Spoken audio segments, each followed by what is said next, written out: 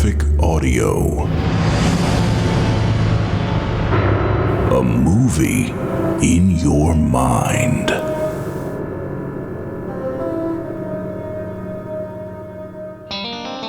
Graphic Audio presents William W. Johnstone and J.A. Johnstone's Savage, Texas.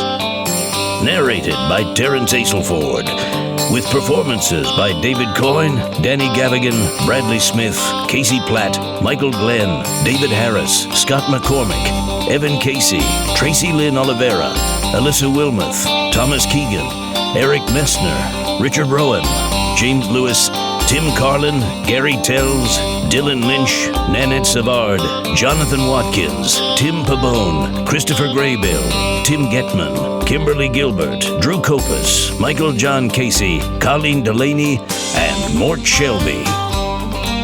Savage, Texas, number 2, A Good Day to Die.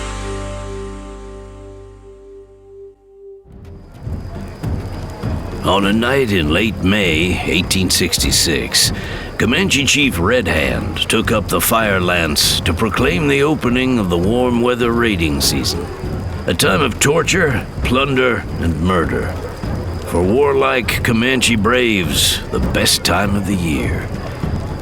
600 and more Comanche men, women, and children were camped near a stream in a valley north of the Texas Panhandle, on land between the Canadian and Arkansas rivers. The site, Arrowhead Rock, lay deep in the heart of the vast, untamed territory of Comancheria, home grounds of the tribal nation. The gathering was made up mostly of two main subgroups, the Bison Eyes and the Dawn Hawks, along with a number of lesser clans, relations, and allies. Red Hand, a Bison Eye, was a rising star who had led a number of successful raids in recent seasons past. Many braves, especially those of the younger generation, were eager to attach themselves to him. Others had come to hear him out and make up their own minds about whether or not to follow his lead.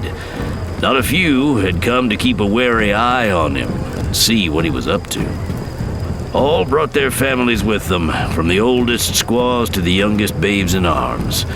They brought their teepees and personal belongings, horse herds, and even dogs. The camp on the valley stream was unusual in its size, the tribesmen generally preferring to travel in much smaller groups. The temporary settlement had come into being in response to Red Hand's invitation, taken by his emissaries to the various interested parties. Invitation, not summons. A high-spirited individual, the Comanche brave was jealous of his freedom and rights. His allegiance was freely given and just as freely withdrawn. Warriors of great deeds were respected, but not slavishly submitted to.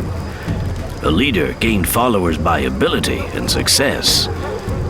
It was a mark of Red Hand's prowess that so many had come to hear his words. The campsite at Arrowhead Rock lay on a well-watered patch of grassy ground. Cone-shaped teepees massed along the stream banks. Smoke from many cooking fires hazed the area. The teepees had been given over to women and children. The men were elsewhere. Packs of half-wild, half-starved dogs chased each other around the campgrounds. The horse herds were picketed nearby. Comanches reckoned their wealth in horses, as white men did in gold. The greater the thief, the more he was respected and envied by his fellows. For such a conclave, an informal truce reigned, whereby the braves of various clans held in check their craving to steal each other's horses, mostly. North of the camp, a long bowshot away, the land dipped into a shallow basin, a hollow serving as a kind of natural amphitheater. It was spacious enough to comfortably hold the 200 and more warriors assembled there under a horned moon. No females were present in the basin. To a man, they were in prime physical condition. There was no place in the Comanche nation for weaklings. Men were warriors, doing the hunting, raiding, fighting, and killing, sometimes dying. Women did all the other work, the drudgery of the tribe. The braves were high-spirited, raucous. Much horseplay, boasting, and big brags occurred.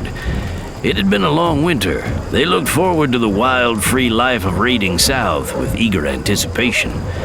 An air of keen interest hung over them as they waited impatiently for Red Hand to take the fore. At the northern center rim of the basin stood a triangular-shaped rock about 20 feet high. Shaped like an arrowhead planted point up in the ground, it gave the site its name. Among Comanche warrior society, the arrowhead was an emblem of power and danger, giving the stone an aura of magical potency. A fire blazed near its base. Between the fire and the rock, a stout wooden stake 8 feet tall had been driven into the ground. The braves faced the rock, Bison Eyes grouped on the left, Dawn Hawks on the right. Both clans were strong, numerous, and well-respected. Nearly evenly matched in numbers and fighting prowess, they were great rivals. A stir went through the crowd. Something was happening. A handful of shadowy figures stepped out from behind the rock, coming into view of those assembled in the hollow. They ranked themselves in a line behind the fire, forming up like a guard of honor in advance of their leader. Underlit by the flame's red glare, they could be seen and recognized. Mighty warriors all, men of renown, they made up Red Hand's inner circle of trusted advisors and henchmen, his lieutenants. Ten Scalps was a giant of a man, one of the strongest warriors in the Comanche nation. He'd taken 10 scalps as a youth during his first raid. After that, he stopped counting. Sundog, his face wider than it was long, had dark eyes glinting like chips of black glass. Little Bells, with twin strings of tiny silver bells plated into his lion's mane of shoulder-length hair, stood tall. Badger was short and squat, with tremendous upper body strength and oversized paw-like hands. Black Robe, clad in a garment he'd stripped from a Mexican priest he'd slain and scalped, was next. Part long coat, part cape, the tattered garment gave him a weird, bat-like outline. The five stood motionless, faces impassive, arms folded across their chests. They held the pose for a long time, their stillness contrasting with the crowd's mounting excitement. After a moment, a lone man emerged from behind the rock into the firelight. He wore a war bonnet and carried a lance. The Bison Eyes clansmen vented loud, full-throated cries of welcome, for the newcomer was none other than their own great man, Red Hand. But Red Hand's entrance was almost as well received by the rival Dawn Hawks. He was a man of power, a doer of great deeds. He had stature. He had stolen many horses, enslaved many captives, killed many foes. With skill and daring, he had won much fame throughout the plains and deep into Mexico. Circling around to the front of Arrowhead Rock, Red Hand scrambled up onto a ledge 4 feet above the ground. Facing the assembled, he showed himself to them. Roughly 30 years of age, he was in full vigorous prime, broad-shouldered, deep-chested, and long-limbed. Thick, coal-black hair, full and unbound, framed a long, sharp-featured face. His eyes were deep-set and burning. He was crowned with a splendid eagle-feather war bonnet, whose train reached down his back. He wore a simple breechcloth and knee-length antelope skin boots. A hunting knife hung on his hip. From fingertips to wrists, the backs of his hands were painted with greasy red coloring, markings that were stripes, wavy lines, crescent moons, and arrows. His right hand clenched the lance, holding it upright with its base resting atop the rocky ledge. 10 feet long, it was tipped with a wickedly sharp, barbed spear blade. This was no Comanche war spear. He had taken it in Mexico the summer before from a mounted lancer, one of the legions of crack cavalry troops sent by France's Emperor Napoleon III to protect his ally Maximilian of Austria-Hungary. Red Hand knew nothing of the crowned heads of Europe, nor of Napoleon III's mad dream of a new world empire that had prompted him to install a Habsburg royal on the throne of Mexico. Red Hand knew killing, though, dodging the lancer's lunging spear thrust, dragging him down off his fine horse, and cutting his throat. Word of this enviable weapon spread far and wide among the Comanches. More than a prize, the lance became a talisman of Red Hand's prestige. It evoked no small interest, with many braves pressing forward, craning for a better look. Red Hand lifted the weapon, shaking it triumphantly in the air. Notably lacking in enthusiasm was Watonka, a Dawnhawk's chief standing in the front rank of his clan. He too was a great man, with many daring deeds of blood to his credit, but he was 50 years old, a generation older than Red Hand. Of medium height, Watonka was lean and wiry, all bones, sinews, and tendons. His hair, parted in the middle of his scalp, was worn in 2 long gray-flecked braids. His face was deeply lined, his mouth downturned and dour. Red Hand's enthusiastic audience did nothing to lighten his mood. Others were not as constrained as he was in their appreciation of the upstart, Watonka noticed, including many of his own Dawnhawks. Too many. The young men were loud in their whooping and hollering, and a number of older, more established warriors also stamped and shouted for Red Hand. Watonka cut a side glance at Laughing Bear standing beside him. Laughing Bear was of his generation, himself a mighty warrior, though with few deeds in recent years to his credit. He was Watonka's kinsman and most trusted ally. Laughing Bear was heavy-set, with sloping shoulders and a blocky torso, thick in the middle. His features were broad and lumpish. The gaze of his small round eyes was bleak. He looked as if he had not laughed in years. Red Hand's appearance this night had not struck forth in him any spirit of mirth. He shared Watonka's grave concerns about the growing Red Hand problem. The hero of the hour basked for a moment in the gusty reception given him before motioning for silence. Red Hand looked across the throng. Brothers, I went in search of a vision. And I have found it. Red Hand's face split in a wicked grin, showing strong white teeth. In the old times, life was good. The game was thick. Birds filled the skies. The buffalo were many, covering the ground as far as the eye could see. He had a far-off look in his eyes, as if gazing through the distance of space and time, in search of such one-time abundance. He frowned, his gaze hardening, dark passions clouding his features. Then came the white men. The mood of the braves turned, accompanied by much solemn nodding of heads in agreement. Red Hand was voicing their universal complaint against the hated invaders, destroyers of a cherished way of life. First were the Mexicans, with their high-handed ways. He thrust his lance toward the south, the direction from which the initial trespassers hailed. They came in suits of iron, calling themselves conquerors. They rode horses. Red Hand's eyes bulged as he assumed an expression of pop-eyed amazement. We had never seen horses before. The horses were good. We killed the men and took their horses. We burned the settlements and killed until only cowards were left alive. And we sent them running back to Mexico.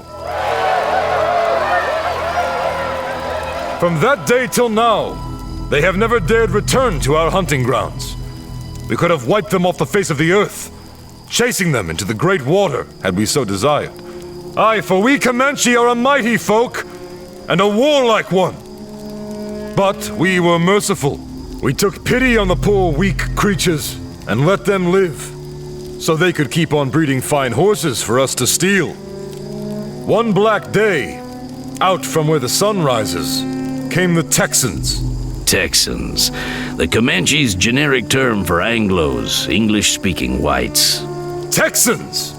They too wanted to steal our land and enslave us. They had guns. The guns were good.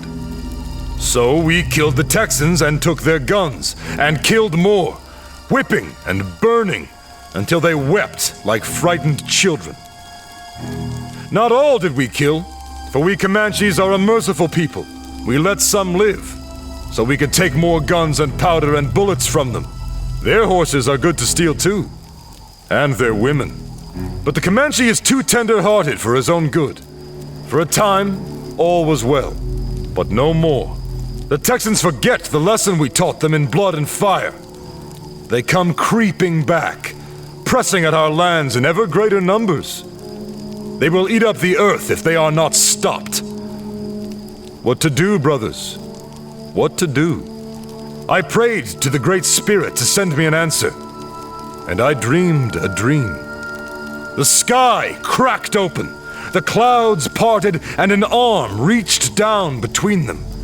A mighty red arm, holding a burning spear. The Fire Lance! The hand darted the spear. It flew down to earth, striking the ground with a thunderclap. When the smoke cleared, I alone was left standing. For all around me the Texans lay fallen on the ground. Man, woman, and child, dead. Dead all, from the oldest to youngest, from greatest to most small. All dead. And this was the least of wonders. Everywhere a white person had fallen, a buffalo rose up. Here, there, everywhere a buffalo. They filled the plains with a thundering herd, filling my heart with joy. So it was shown to me in a dream as I tell it to you. But I tell you this, it was no dream, but a vision, a true vision. The Great Spirit has shown us the way. Kill the Texans! Take up the Fire Lance! Kill and burn until the last white has fled from these lands, never to be seen again! The buffalo will once more grow thick and fat. All will be well as in the days of our fathers! Brandishing his lance, Red Hand shook it at the heavens. He hopped down off the ledge that had served him as a platform and stepped back into the shadows, partly withdrawing from the scene while the disturbance played itself out. His henchmen followed. Presently the braves settled down in their restless way. Red Hand put his head together with his 5-man cadre, giving orders. Carrying out his command, Sundog and Little Bells moved around to the east side of Arrowhead Rock, where a lone teepee stood off by itself in the gloom beyond the firelight. Sundog lifted the front flap and went inside. A moment later, a figure emerged headfirst through the opening as if violently flung outward, falling face down in the dirt at Little Bells' feet. Sundog reappeared. He and Little Bells bracketed a sorry figure. They grabbed him by the arms and hauled him to his feet. The newcomer was a white man in cavalry blue, a long knife, one of the hated pony soldiers. The captive wore a torn blue tunic and pants with a yellow stripe down the sides. He was barefoot. His hands were tied in front of him by rawhide strips cutting deep into the flesh of his wrists. He sagged, legs folding at the knees. He would have fallen if Sundog and Little Bells hadn't been holding him up. He was Butch Hardesty, a robber, rapist, and back-shooting murderer. He had a system. When the law got too hot on his trail, he would enlist in the army and disappear in the ranks, losing himself among blue-clad troopers and distant frontier posts. When the pursuit cooled off, he would steal a horse and rifle and go over the hill, deserting to resume his outlaw career. He'd go about his business until the law started dogging him again, once more repeating the cycle.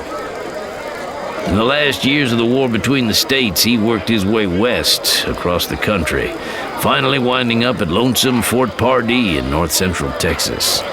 He deserted again and had the extreme bad luck to cross paths with some of Red Hand's scouts. He'd been doubly unfortunate in being taken alive. He'd been beaten, starved, abused, and tortured near the extreme, but not all the way to destruction. Red Hand needed him alive. He had a use for him. Hardesty was taken north to the conclave at Arrowhead Rock, kept alive and on hand. For what? Out of the teepee stepped a weird hybrid creature, man-shaped with a monstrous, shaggy, horned head. Coming to the light, the apparition was revealed to be an aged Comanche, pot-bellied and thin-shanked. He wore a brown woolly buffalo hide headdress complete with horns.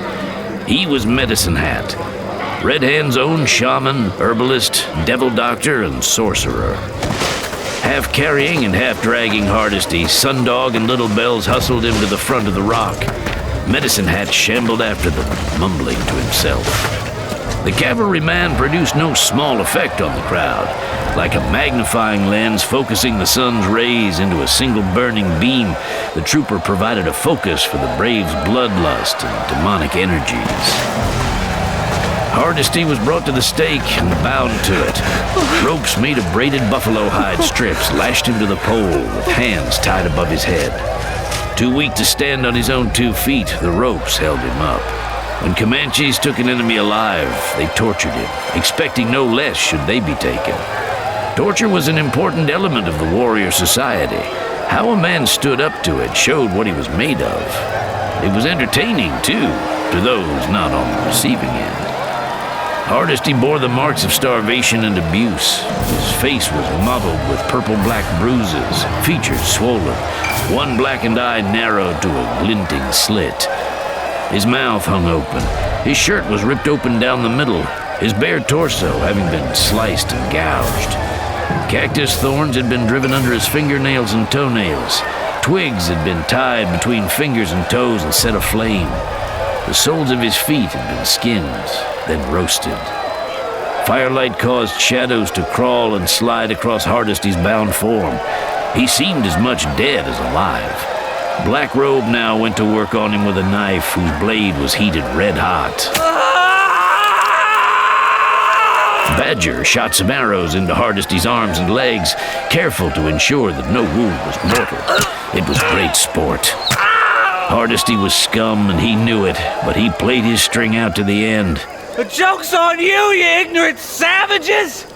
I ain't cavalry at all! I'm a deserter! I quit the army, you dumb sons of bitches!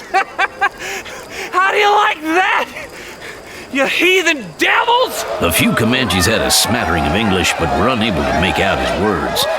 All liked his show of spirit, however. Red Hand turned to the gathering. The gods are happiest when the sacrifice is strong. Make ready for the fire lance. Medicine Hat muttered agreement with a toothless mouth, spittle wetting his pointed chin. Reaching into his bag of tricks, he pulled out a gourd. It was dried and hollowed out, with a long neck serving as a kind of spout. The end of the spout was sealed by a stopper. Pulling the plug, he closed on the captive.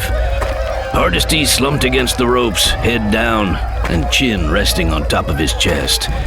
He looked up out of the tops of his eyes, his pain-racked gaze registering little more than a mute flicker of animal awareness. Red Hand moved forward, out of the shadows into the light. It could be seen that his face was freshly striped with black paint. War paint, the sight of which sent an electric thrill surging through the throng. Red Hand motioned Medicine Hat to proceed. The shaman's moccasined feet shuffled in the dust, doing a little ceremonial dance.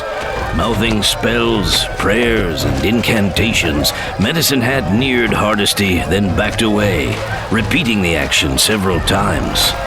He held the gourd over the captive's head and began pouring the vessel's contents on Hardesty's head, shoulders, chest, and belly, dousing him with a dark, foul-smelling liquid.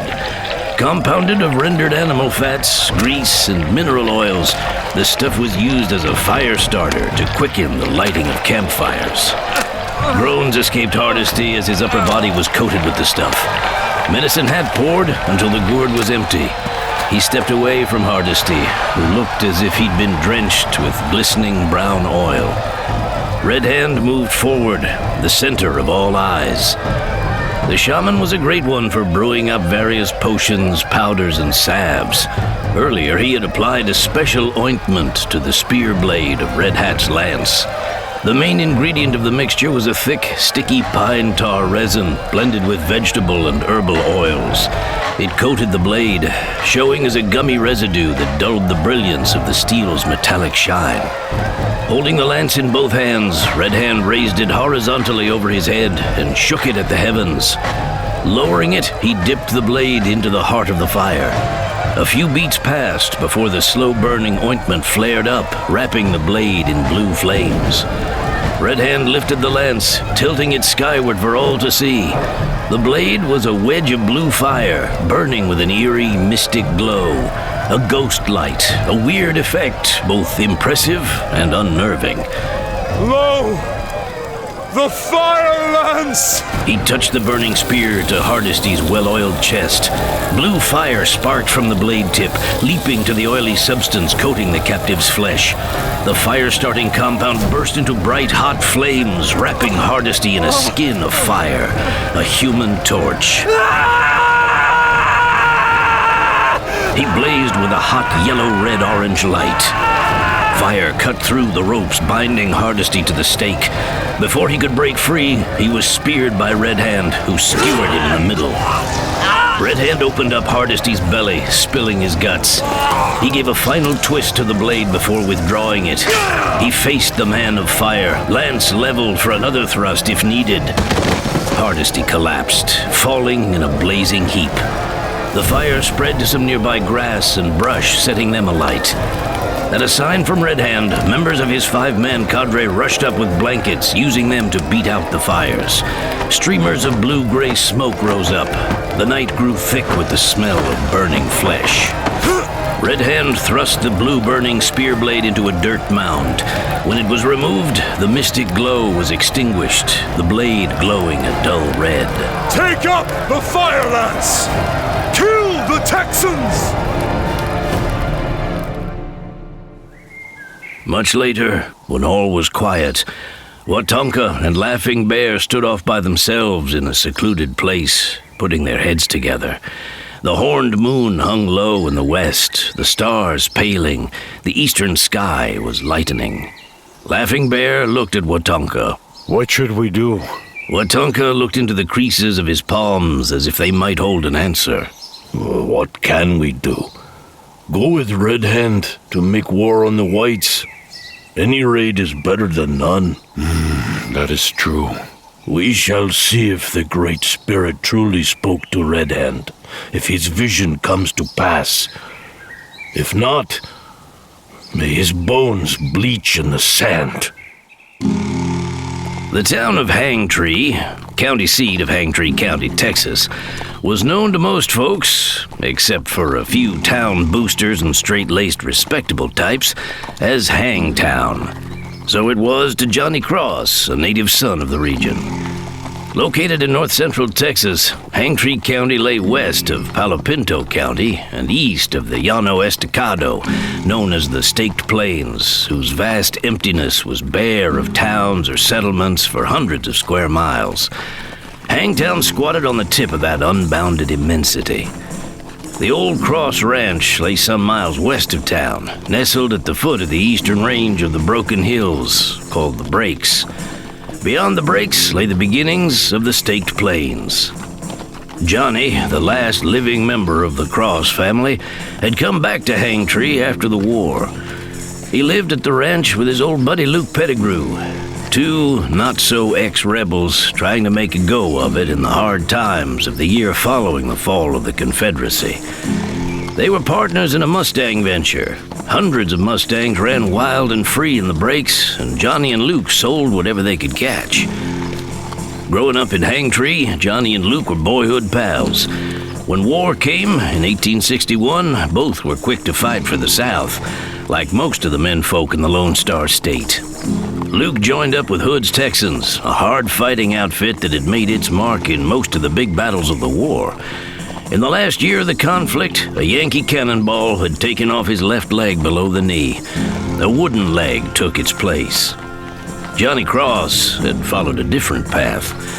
For good or ill, his star had led him to throw in with Quantrill's Raiders, legendary in its own way, though not with the bright, untarnished glory of Hood's fighting force. Johnny spent the next 4 years serving with that dark command, living mostly on horseback, fighting his way through the bloody guerrilla warfare of the border states. A dead shot when he first joined Quantrill, he soon became a formidable pistol fighter and long rider, a cool-nerved killing machine. His comrades in arms included the likes of Bloody Bill Anderson, the Younger Brothers, and Frank and Jesse James. The Bushwhackers' war in Kansas and Missouri was a murky, dirty business where the lines blurred between soldier and civilian, valor and savagery, and it was easy to lose one's way. When Richmond fell and Dixie folded in 65, Quantrill and his men received no amnesty. They were wanted outlaws with a price on their heads. On the Dodge, plying the gunman's trade, Johnny Cross worked his way back to Hangtree County, where he wasn't wanted for anything. Yet. A dangerous place, the county was one of the most violent locales on the frontier. Trouble came frequently and fast, and Johnny was in his element. He and Luke crossed trails and teamed up. A mystery stranger named Sam Heller, a damned Yankee but a first-class fighting man, roped them into bucking a murderous outlaw gang. When the gun smoke cleared, Johnny and Luke could come out of it with whole skins and a nice chunk of reward money. Johnny and Luke saddled up and pointed their horses east along the Hangtree Trail, heading into town to blow off some steam after working hard during the week. Hangtown was a couple of hours' ride from the ranch, but then Texas was big. Every place in Texas was a fair piece away from everywhere else. They rode out in the morning when it was still cool. Texas in late June got hot early and stayed that way long after sundown. The Hangtree Trail was a dirt road stretching east-west across the county. It had rained the night before, washing things clean and wetting down the dust. The sky was cloudless blue, the grass and trees bright green. Luke Pettigrew was long and lean. War wounds left him hollow-eyed, sunken-cheeked, and gaunt. He was starting to fill out, but there was still something of a half-starved wolf about him. Tufts of gray-brown hair stuck out on the sides of his head under his hat, and the sharp tips of canine teeth showed over the edge of his lips. He was mounted on a big bay horse, a rifle fixed to the right-hand side of the saddle, and a crutch on the left. He was good with a rifle, fair with a pistol. A sawed-off shotgun hung in a holster on his right hip for when the fighting got up close. Johnny Cross was of medium height, athletic, and compactly knit. He had black hair and hazel eyes that sometimes looked brown, sometimes yellow, depending on the light and his moods. He was clean-shaven, something of a rarity when most men wore beards or mustaches. When he'd been with Quantrill, he lived rough in the field, going weeks, months without a shave, haircut, or bath, and wearing the same clothes night and day until they began coming apart, shredding off his body. These days, he set a high value on bathing, shaving, and clean clothes. His nature was fastidious, cat-like even. He wore a flat-crowned black hat, a dark broadcloth jacket, and a gray button-down shirt. His black denim pants hung over his Army-issue boots. A pair of hip-holstered Colt 44 showed beneath his jacket. A lightweight pistol was tucked away in one of his jacket pockets. A carbine was tucked into his saddle scabbard, and a couple more pistols were stashed in his saddlebags. Riding with Quantrill had taught him the value of having plenty of firepower where he could get to it fast. Returning to Hangtree firmed up that belief. Ahead lay a low ridge running north-south, cut at right angles by the Hangtree Trail. Hangtown lay just east of the rise. North of the trail rose the Hanging Tree, a towering dead oak, silver gray and lightning blasted. It had broken limbs sticking out from its sides. At its foot lay black stick-like crosses, slanting wooden grave markers, and the weedy mounds of Boot Hill, burial place of the poor, the lost, and the damned. South of the trail, the rise was topped by a white-painted wooden church with a bell tower topped by an obelisk-shaped steeple. Nearby was the churchyard cemetery, neat and well-kept. Johnny and Luke crested the ridge. On the far side, the trail dipped and ran east into Hangtown. Once in town, the road became Trail Street, the main drag. It was paralleled on the north by Commerce Street, on the south by Mace Street. At the east end of Trail Street stood the courthouse and the jail, Hangtown's only stone buildings, built in the 1850s. The courthouse fronted east, a two-story brown sandstone structure with a clock tower. The jail fronted north, its long walls running north-south, a one-story brick building with iron bars on the windows. South-central of town, a jumble of adobe houses and wooden huts grouped around an oval plaza, Mextown. Southwest of town stretched a grassy open field with a stream running through it. A wagon train was camped there, with more than 24 wagons arranged in a circle. Horses and oxen grazed nearby. Smoke rose from cooking fires. People moved to and fro, youngsters weaving in and out around them. Johnny and Luke rode down the ridge into town. It was a little past 10 o'clock in the morning. Saturdays were usually busy in Hangtown. Ranchers and their families from all over the county came in to trade, barter, or buy. The fine late June weather had brought them out in big numbers. Wagons lined boardwalk sidewalks fronting the stores on both sides of Trail Street. Many cowboys and ranch hands worked only a half day on Saturday. They would start coming in after 12 noon, the week's wages burning holes in their pockets, itching to be spent on whiskey, women, and gambling. They stepped out of Mabel's cafe after a fortifying breakfast, and Johnny reached into an inside breast pocket of his jacket for one of several long, thin cigars he kept there. He bit the end off, spat it out, and lit up. Luke used a penknife to cut a chaw off a plug of tobacco, stuck it in the side of his mouth, and commenced to work on it. They moved on, north to Trail Street. With his crutch wedged under his left arm, Luke swung along with the facility that comes with much practice. Men with missing limbs were a commonplace sight throughout the land in the war's aftermath. Johnny padded along at a nice easy pace so as not to get Luke winded. Besides, he was in no hurry. Turning left at Trail Street, they went west along its south side, nodding to acquaintances, saying hello in passing. Johnny liked to watch the passing parade, especially the pretty girls, the town misses and ranchers' daughters. They were bright-eyed with well-scrubbed, shining faces. Their wayward sisters, denizens of the saloons and the houses, were mostly still abed, not yet astir. Johnny liked them well enough, too. Perhaps too well. But they belonged to a half-world of gamblers, barkeeps, whores, hard cases, and thrill-seekers. Sinners all. They were night birds who flew when the sun went down. At 10:30 in the morning, respectable folk held sway, crowding the wooden plank sidewalks fronting the stores. Luke shook his head. Whew! A lot of strangers in town. Let's come from that wagon train, Major Adams' outfit. Johnny pointed to the circle of wagons. The strangers were a rough-hewn lot, decent seeming enough, but bearing the look of having done a lot of hard traveling with a long way yet to go. Some were staring, others shy, but all had the aspect of wayfarers, pilgrims. Well, where are they going, Johnny? West Anvil Flats, and then across the plains to the Santa Fe Trail, I reckon. And then? Denver, or the mines in Arizona or Nevada. California, maybe, who knows? Damn fools. I mean, the ones taking the families with them. Can't leave them behind. Well, maybe not, but they got a hard road ahead. Lucky to make it without losing their hair. Major Adams knows his business, they say. They say. His wagons have gotten through so far. Not all of them. Injuns and outlaws, desert and mountains did for more than a few. Well, now, that ain't the Major's fault. They knew their chances when they set out. Anyhow, what have they got to go back to? Most of them are Southrons. All they own is their wagons and what's in them.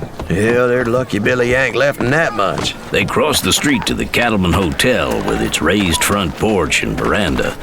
A half-dozen wooden steps accessed it, with another such stairway leading down at the opposite end. Johnny and Luke went around it, walking in the street fronting the structure. You ever get a hankering to go wandering again, Johnny? See what's over the next hill, break new trails? Not lately. I've been a rolling stone for a long time. I'd like to stay put for a while. You? No, I can't say I got itchy feet, seeing as how I only got 1 foot left to get an itch on. Hangtown ain't nothing special to me now that the rest of us Pettigrews is either dead or gone or moved on. But it'll do for now. Why'd you ask then? Well, seeing them pilgrims got me to wondering, that's all. Across the street was the Alamo Bar, a high-toned watering hole. Farther west on the next block was Lockhart's Emporium, the biggest general store in the county. A stout middle-aged matron with a couple of kids clinging to her skirts stood outside the store. A lightweight four-wheeled cart drawn by a single horse was drawn up alongside the boardwalk. A store clerk laden with packages came out the front door. He was young and thin, with a bookkeeper's green-shaded visor on his head. He wore a white bib apron over a long-sleeved striped shirt and pants. The bulky parcels, wrapped in brown paper and tied with string, were held in front of him, against his chest, piled so high that he couldn't see over them. He navigated by peeking around and to the side of them. He was followed by a young woman. She held 2 bundles by the strings, one in each hand, arms at her sides. Masses of dark brown hair were pinned up at the top of her head. She had wide, dark eyes, high cheekbones, and a well-formed, clean-lined face. In a yellow dress, she was slim, straight, and shapely. The store clerk and the young woman set the packages down in the back of the cart and went back into the store. Oh, good-looking gal. Seems familiar somehow. Well, that's Faye. Faye Lockhart, Hoss. Don't you recognize her? She's filled out nicely since last time I saw her. I'd have bet she would have been long gone from Hangtown. She always talked about how much she hated it here and couldn't wait to leave. Oh, she been gone. And now she's back, like you. And you. No staying away from Hangtown, is there? Calls you home. You know, Faye got married and moved away, but here she is, back at the same old stand. Married to who? No, some stranger named Devereaux, a cavalry officer. The way I heard it, they met when she was visiting kinfolk in Houston. He's on leave. Well, they courted in a whirl and got hitched. Oh, he went back to join his troops, and he got killed a month or 2 later. And Faye come back here to live with her folks. Believe I'll go say hello to the widow. Oh, now that'd be right sociable of you. I'm a sociable fellow, Luke. With a pretty girl you are. True. You coming? Luke shook his head. She's your friend. Yours too? I knew her to say hello to back in the day. That's because I was a friend of yours. Elsewise, we moved in different circles. Them high and mighty Lockharts don't have no truck for us Pettigrews. For the crosses, neither. You and her got along pretty good, I do recall. Kid stuff. Well, she ain't no kid now. I noticed. Luke indicated some empty rocking chairs on the front porch of the Cattleman Hotel. I'll sit there for a while, take a load off. Them stairs ain't gonna be a problem. I can handle them. I'll be along directly then. Take your time. Tell Faye I said hello for what it's worth, if she even remembers me. Regrets about her dead husband and all, you know. Sure. Crossing the street, he climbed the 3 low wooden steps to the boardwalk. He took off his hat, running a hand through straight, longish black hair, pushing it back off his forehead and behind his ears. He put the hat back on, tilting it to a not too rakish angle. Unconsciously, he squared his shoulders. He went into Lockhart's Emporium for the first time in over 5 years. Owner Russ Lockhart, Faye's father, was absent from the premises. No doubt he was at the big table in the private dining room at the Cattleman Hotel, where his brother-in-law, town boss Wade Hutto, held court every Saturday morning, attended by Hangtown's gentry of bankers, merchants, and big ranchers. The Saturday morning meets were one of the few things that could entice Russ Lockhart out from behind the store's cash register. The store was busy, crowded with customers. Johnny didn't have to look hard to find Faye. She just naturally stood out from the rest as she showed a bonnet to a townswoman. Her Aunt Nell, a sour-faced old biddy, was helping out. A watchful young woman who kept a wary eye on the clientele, Faye glanced up to see who had entered. She saw a handsome, well-dressed young man about her own age, a not-so-usual sight that made her look twice. Would you take care of Mrs. Gunderson, Aunt Nell? I'll only be a moment. Not waiting for an answer, Faye put the bonnet down, scooting out from behind the counter and down the center aisle. Johnny Cross! Howdy, Faye. Long time no see. She reached out with both arms, taking his hands, squeezing them warmly. He couldn't help noticing a thin gold band circling the base of her ring finger, a wedding band. Unsure how to respond, he was a bit awkward. Faye leaned forward, kissing him lightly on the cheek. His skin tingled at the contact. Some free-falling strands of her hair brushed his face, smelling sweet, intoxicating. She stepped back, still holding his hands, looking him over. It's so good to see you. She released him, hands falling to her sides. I heard you were back. I was wondering when we'd run into each other. Why didn't you come to see me sooner? Well, I've been busy getting settled back at the ranch, fixing the old place up. You've been busy, all right. Everybody's talking about how you cleaned up that awful outlaw gang. You're a hero, Johnny. Oh, don't believe everything you hear, Faye. These things are like fish stories. They get all puffed up in the telling. I just pitched in and helped out a little where I could, that's all. It was a wonderful thing you did. Not a man or woman was safe with those killers on the loose. Nice of you to say so, anyhow. I was sorry to hear about your loss, Faye. Your husband, that is. Real sorry. Thank you, Johnny. Lamar, Captain Devereaux, was a gallant officer and a gentleman. I'm sure. You would have liked him. Johnny wasn't so sure about that, but he nodded as if he was. Who hasn't lost someone in the war? Your brother, Cal. That's true. Cal didn't make it. That's what I heard. Now it's my turn to say I'm sorry. Well, thanks. Behind the counter, Aunt Nell raised an eyebrow. Faye! I could use some help here! In a minute, Aunt Nell. I'm talking with an old friend. Nell thrust her head forward, peering at the young man. Johnny Cross. Land sakes, I didn't recognize you. It's the first time I ever saw you in clean clothes. Nell! And a good morning to you, ma'am. Is it? We'll see. So you're going to be staying in Hangtree? For a while. Good. I'm glad. Faye smiled, putting the full force of her considerable personal appeal behind it. Johnny felt it all the way down to his toes as he became distantly aware of some kind of commotion brewing outside. People in the store started moving up front to see what it was all about. Muffled by distance, Johnny couldn't make out the words, but he didn't care for the man's tone. Something about it, some raw, ragging note of derision, made the back of his neck start to get hot. Faye frowned, glancing toward the storefront windows. What's all that commotion? Uh-oh. That's Hangtown for you. A fella can't even strike up a chat with a pretty girl on Saturday morning without gunplay breaking out. Faye started toward the door. Faye, don't! Others moved toward the storefront for a better look. Johnny, cat quick, rushed up the center aisle, smoothly interposing himself between Faye and the open doorway. You want to be careful when bullets are flying, Faye. Best wait here where it's safe. I'll go take a look. But Johnny, do you... Johnny was out the door before she could finish her thought. The street ahead was empty and folks scrambling for the sidelines and shelter. Men came out of the hotel lobby and dining room in a rush to see what was happening. They stood flattened behind upright pillars, crouched behind rocking chairs, peeking around corners. Staring oval faces clustered at the front entrance, others pressed against the windows. Johnny found Luke leaning for support against a porch column. Hey, Luke. You're just in time for the show. Two men faced off in the square where a side street met Trail Street. They were at opposite ends of the square, one at the northeast corner, the other at the southwest, facing each other across the diagonal. Bliss Stafford's gunning for Damon Bolt. Called him out. Another man crouched on one knee, peering between the bars of the porch rail. He must be crazy. Crazy drunk. I've seen it all.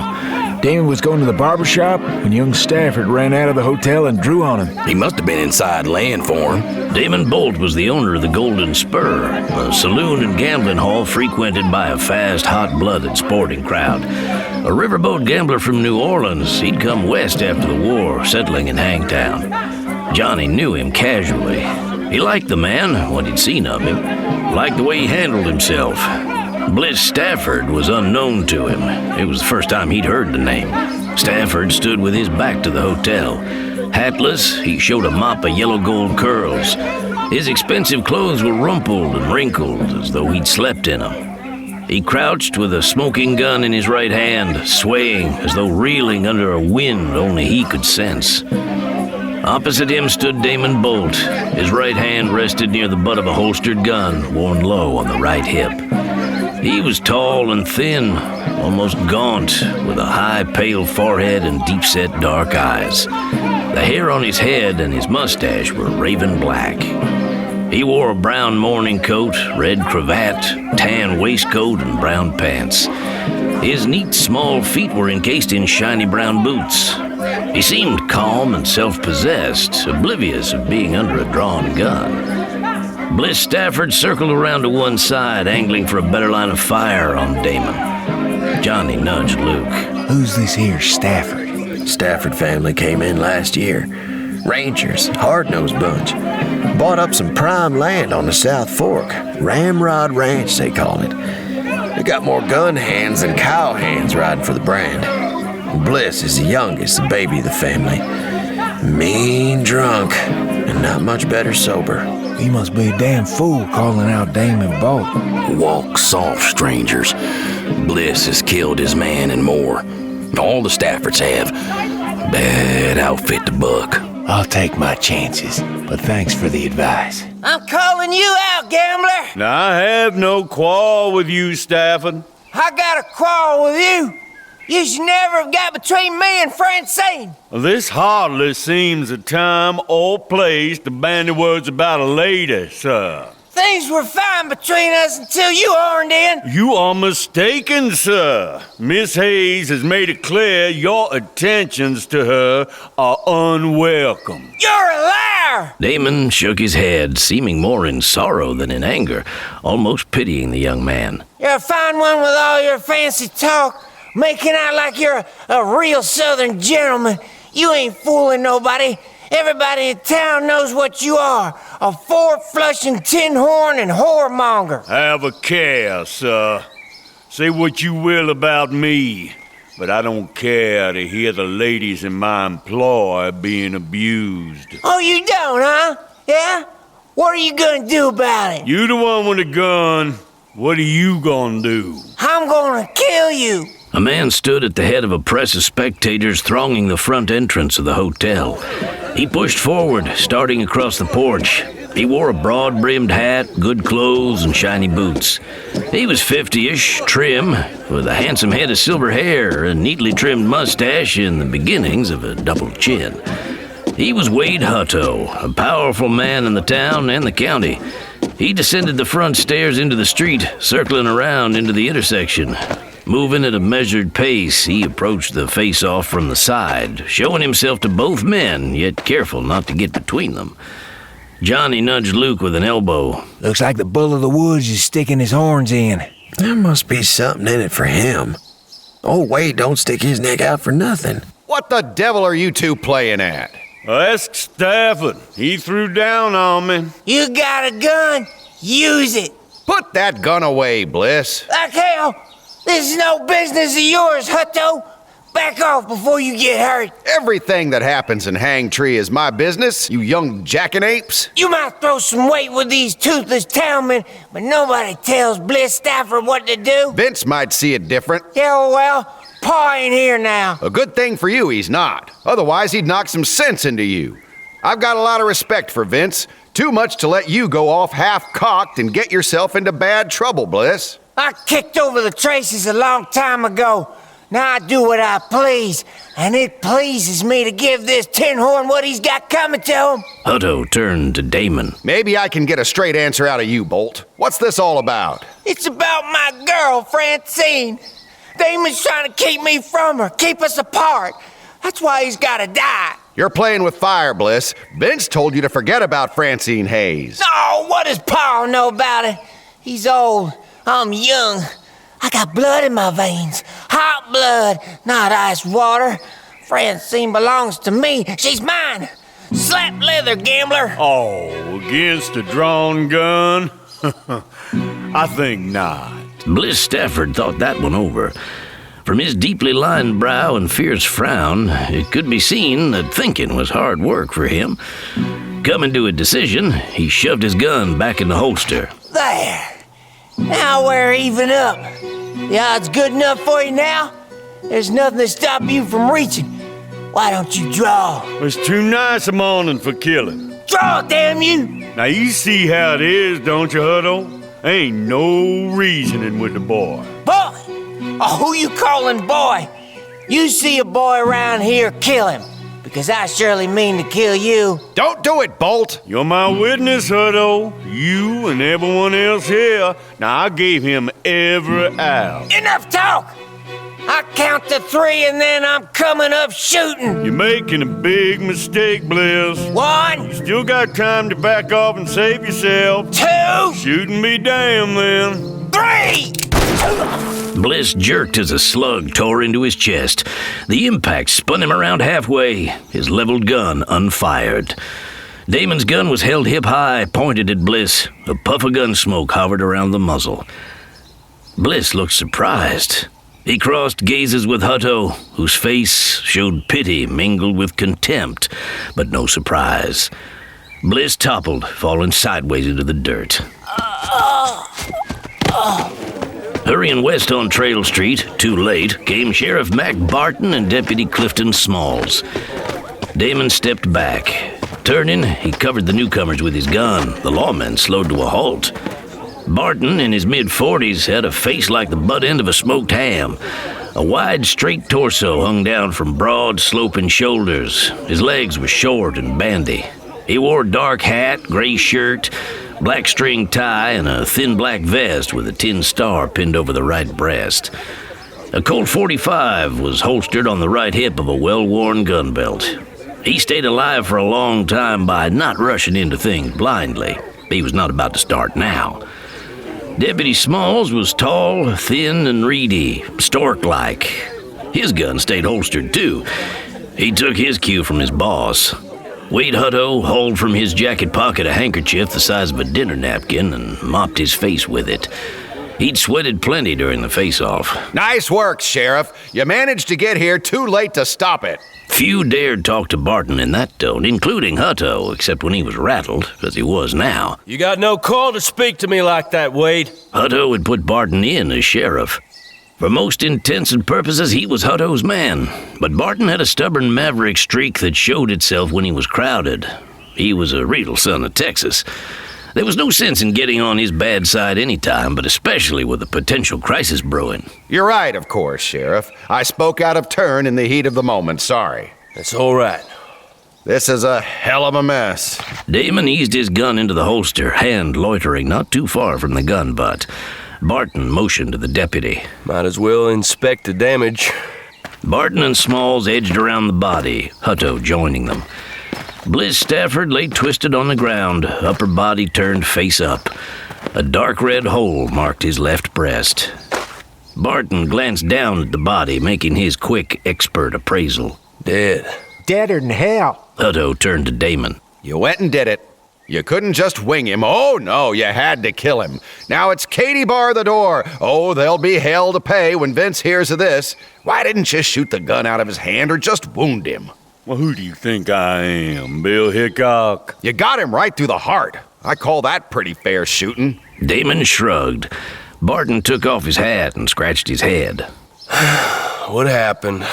I was on my way to Lauder's tonsorial parlor for a shave and a haircut when Bliss came gunning for me.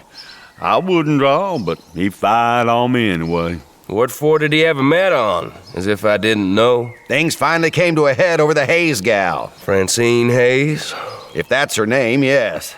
Don't bull me, Wade. You know her name. We all do. Francine Hayes. Lord knows Bliss and Vince have been kicking up a ruckus about her lately. Little slip of a gal got Bliss all tied up in knots so he couldn't think straight. Not that he ever was much one for using his head. Bliss wanted Miss Hayes to run off and elope with him. That's impossible, of course, even if she was willing, which she wasn't. Vince would never stood for it. He even sent his son Clay around to buy her off. Now, Francine was willing about that, but Bliss was having none of it. He threatened to kill his own brother if he tried to interfere. Francine held out, for which Bliss blamed me. He thought if I was out of the way, he'd have a clear field. Damon looked around at the various witnesses and rubberneckers hemming in the scene. You all saw it. Bliss would have it his way. Left me no choice. I had to defend myself. Maybe, but that won't cut no ice with Vince. I can stand it. You only think you can. Damon looked at him. Hutto was first to break eye contact, looking away. Clear-cut case of self-defense, Sheriff. Everybody saw it. How many will swear to it at the inquest, though? The milling crowd shrank back, sheepish, none meeting the lawman's eyes. Anybody? I will. Johnny Cross stood at the porch rail. Barton stood with fists on hips looking up at him. Now, why does that not surprise me? Johnny shrugged. He and the sheriff had a history going back to Johnny's boyhood days when Barton was deputy. I reckon we still got the right of self-defense in this country. That Stafford fellow was on the prod, spoiling for a fight. Damon did what he had to do. I would have done the same. So would any man here. That's how I'll tell it in court. Me too. Just a couple of public-spirited citizens, huh? You know us, Sheriff. Always ready to help out the law. You only been back for a month or two, so you might not be up to date yet. What do you know about Vince Stafford and his ramrod outfit? Not a thing. A bad bunch to mess with. That's supposed to make a difference to me? Not you. You're too ornery. Barton turned to Luke. You got no excuse, though. You've been back long enough to know the way of things. I ain't worried, Sheriff. I got you to protect me. Yeah? Who's gonna protect me? Deputy Smalls? You boys don't give a good damn about nothing, do you? I like your nerve, if nothing else. It's your funeral. Don't say I didn't warn you. Duly noted. Bolt turned to the sheriff. I'm, free to go. Free as air. If you're smart, you'll keep going. Long way from here. That's not my style, Sheriff. No, it wouldn't be. You'd rather stay and get killed. Well, I'd rather stay. We won't argue. You know where to find me for the inquest. If you're still alive. Vince Stafford knows where to find you, too. Uh-huh. I'll be waiting. Damon nodded to Johnny and Luke. Y'all stop by the spur later. I'll buy you a drink. It's a go. Luke nodded assent. Damon went up the street to the barber shop and went inside. Decent fellow at that. Too bad he's got to die. Spectators gathered around the body of Bliss Stafford, gawking, buzzing. Deputy Smalls plucked at Barton's sleeve. Somebody's got to tell Vince. You want to be the one to tell him his pup is dead? Oh, no thanks. He'll find out soon enough. No doubt somebody's already on the way to the ranch to give him the word. Good news always travels fast. Careful, somebody might hear you. At this point, who gives a damn? I do. Hutto gripped Barton's upper arm and led him off to one side for a private chat. Somebody was bound to burn down Bliss Stafford sooner or later. He was a troublemaker and a damned nuisance. Good riddance. Too bad it was the gambler. Some lone hand done it, some drifter, we could step back and wash our hands of it. But it ain't some nobody, it's Damon Bolt. He'll fight. He's got friends, too. Gunhawks. He'll make a mouthful for Vince at that. Hard to swallow. I hope he chokes on it. Those Staffords have been getting too big for their britches. Trouble is, the town's in the way. Hangtown could get pretty badly torn up. No way to stop it. We'll have blood. Vince won't rest till he's taken Damon's head. It's a damn shame, Mac. Say what you will about Bolt, he's a gentleman in his way. Vince makes a show of setting himself up as a rancher, but he's a little better than an outlaw. He's a dog, a mangy cur, one with a taste of blood in his mouth. Why not bring him to heel? Hutto and Barton started. Soft-footed Johnny had come up behind him without their knowing it. You shouldn't go sneaking up on people. It's a bad habit. How much did you hear? Enough, and that's plenty. But I don't go telling tales out of school. Stafford's crowding you? Cut him down to size. Hutto looked around to make sure nobody else was within earshot. Luke Pettigrew stood nearby, leaning on his crutch, grinning. But Luke was Johnny's side man and knew how to keep his mouth shut, too. The Ramrod outfit is a tough bunch. No shortage of gunmen in Hangtown. But they've got no quarrel with Stafford. Pay 'em. They'll fight readily enough. There's enough hard cases in the Dog Star Saloon alone for a decent-sized war, and you can buy most of them for a couple bottles of red-eye. What's Damon Bolt to me that I should start a range war with the Ramrod to save his neck? Stafford's spread is on the South Fork of the Liberty River. You're the biggest landowner on the South Fork. How long before he makes a move on you? He wouldn't dare. And why not? Hutto had no ready answer to that one. Why let him pick the time and place? Hit him now before he hits you. Your concern for my welfare is touching. What's in it for you? I like Damon. He'll fight. Round up enough guns to hit Stafford where he's not expecting it, and you can muss him up pretty good. The way to stop him is to bust him up before he gets started. We'd be taking a long chance. It's your town. but it won't be for long if you let somebody hoorah it whenever he likes. I need time to think things out. Think fast, move faster. Just itching for a fight, ain't you? Uh-huh. That's what I do.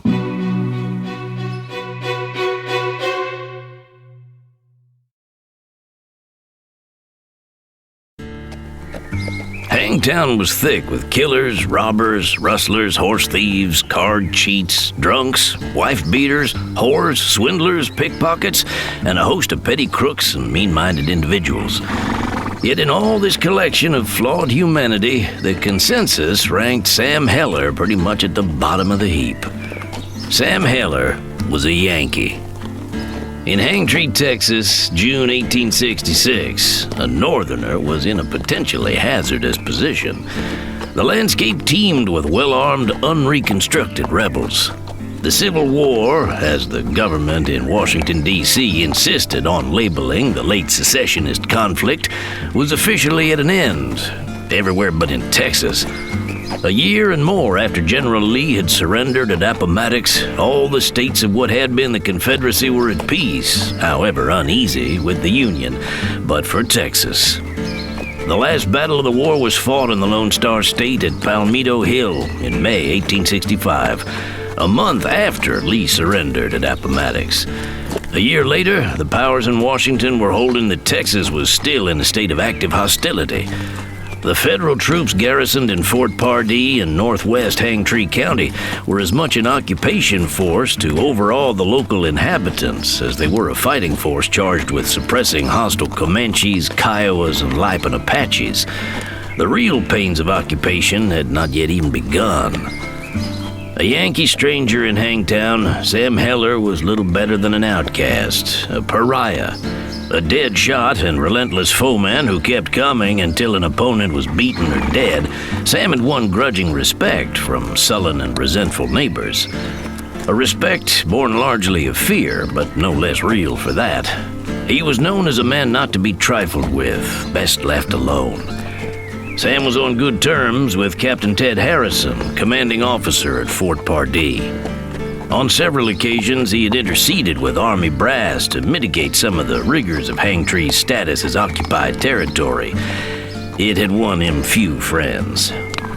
On this fine Saturday morning in late June, he'd saddled his sure-footed steel dust stallion at first light and rode out, following the long slanting slope into the highlands. Riding the hill country alone, he climbed to the summit of the upland plateau, topping the rim of the elevated landform covering much of north-central Texas. Part of it cut diagonally southwest across Hangtree County, dividing it in two. North of the line was highlands, well-wooded hilly country. South lay vast, grassy plains. Most of the population of the county lived on the flat, the ranchlands of Long Valley, watered by the north and south forks of the Liberty River. The Twin Forks joined east of Hangtown, flowing southeast across the state. The uplands were more sparsely settled. Some, not many, ranches and farms could be found there, most sited within 10 miles or less of the plateau's south rim. It was wild country, well-wooded timber broken up by hills and ravines. At midday, Sam trailed south, a fine, fresh-killed buck deer slung across the back of his horse. He'd had good hunting that morning. In his full adult prime, Sam was a rugged, raw-boned titan, 6 feet 2 inches tall, broad-shouldered, deep-chested, and long-limbed. He looked like a Viking on horseback, with a lion's mane of shaggy yellow hair and dark blue gun-sight eyes. He wore a battered slouch hat, a green and brown checked shirt, brown denims, and boots.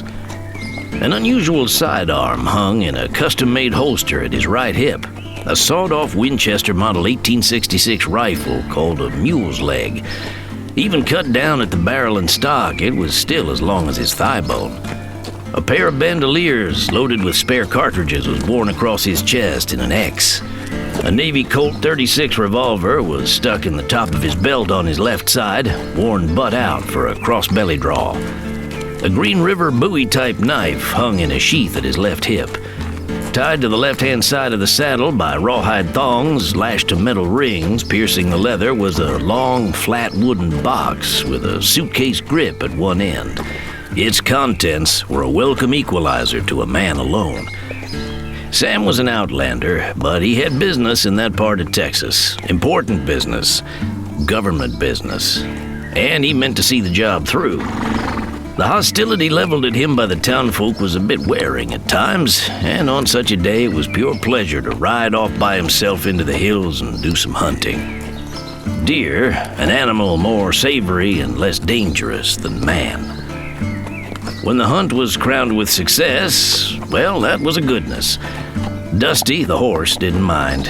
He was used to Sam's ways, and the scent of blood and death, animal or human, bothered him not at all. He was a war horse. Back in town, Sam would sell the fresh kill to the butcher, after first having cut out some prime venison steaks.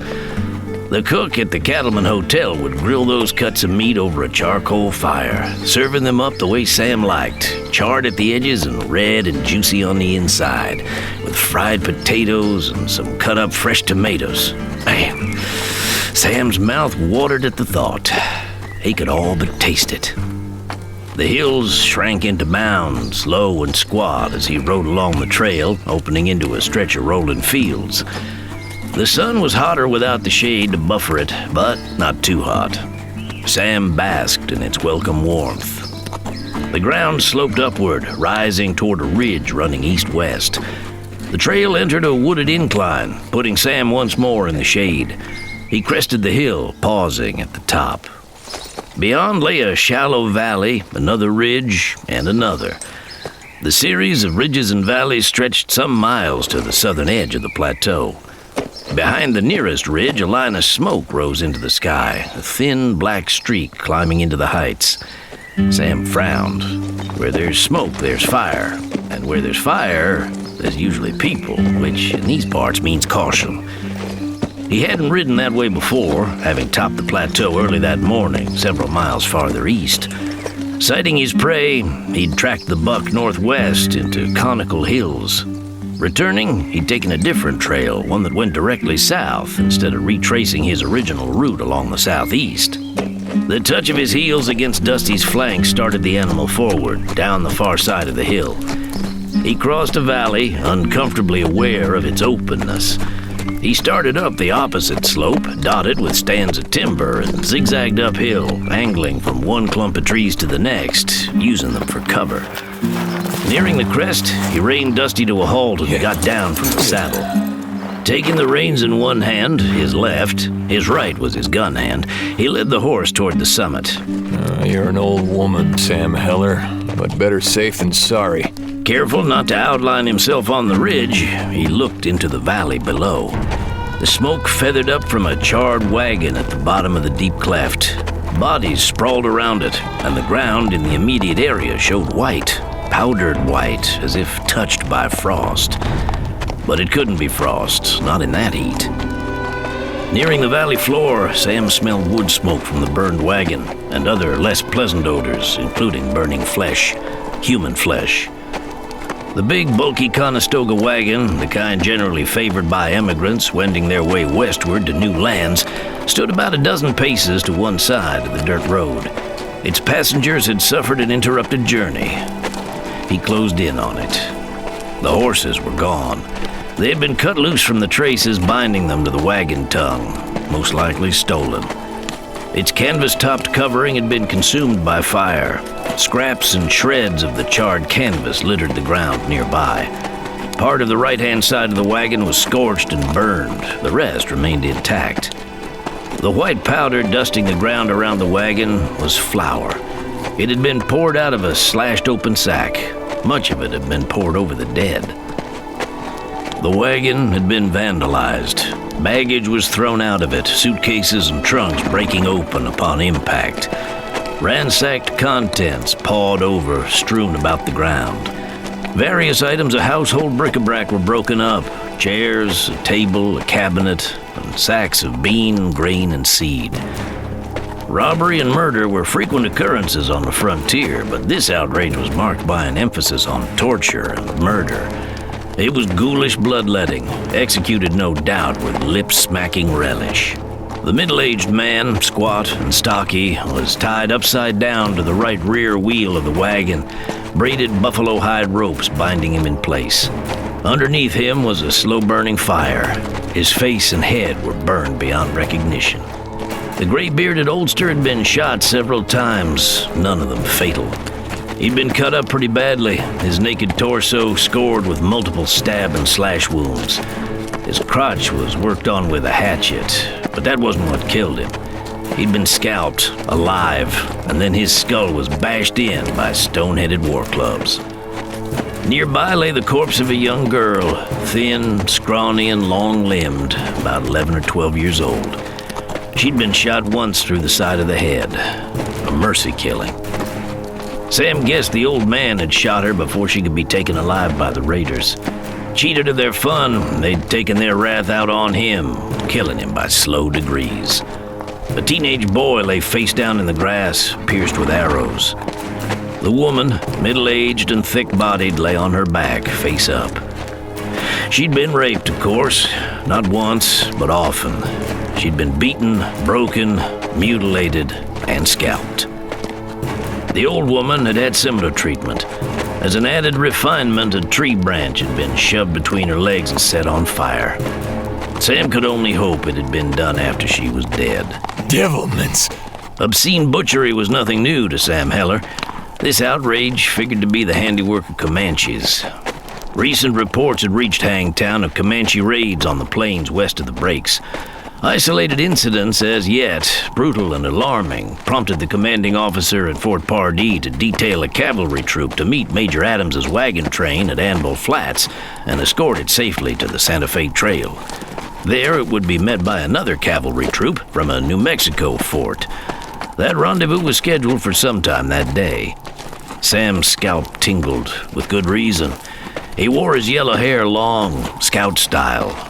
It was a scout's way of taunting the savages, as if saying, "You can't take my hair." For a moment, the boast rang a tad hollow. Still, he intended to keep his shoulder-length hair intact for a while longer. A good while longer. Or die trying.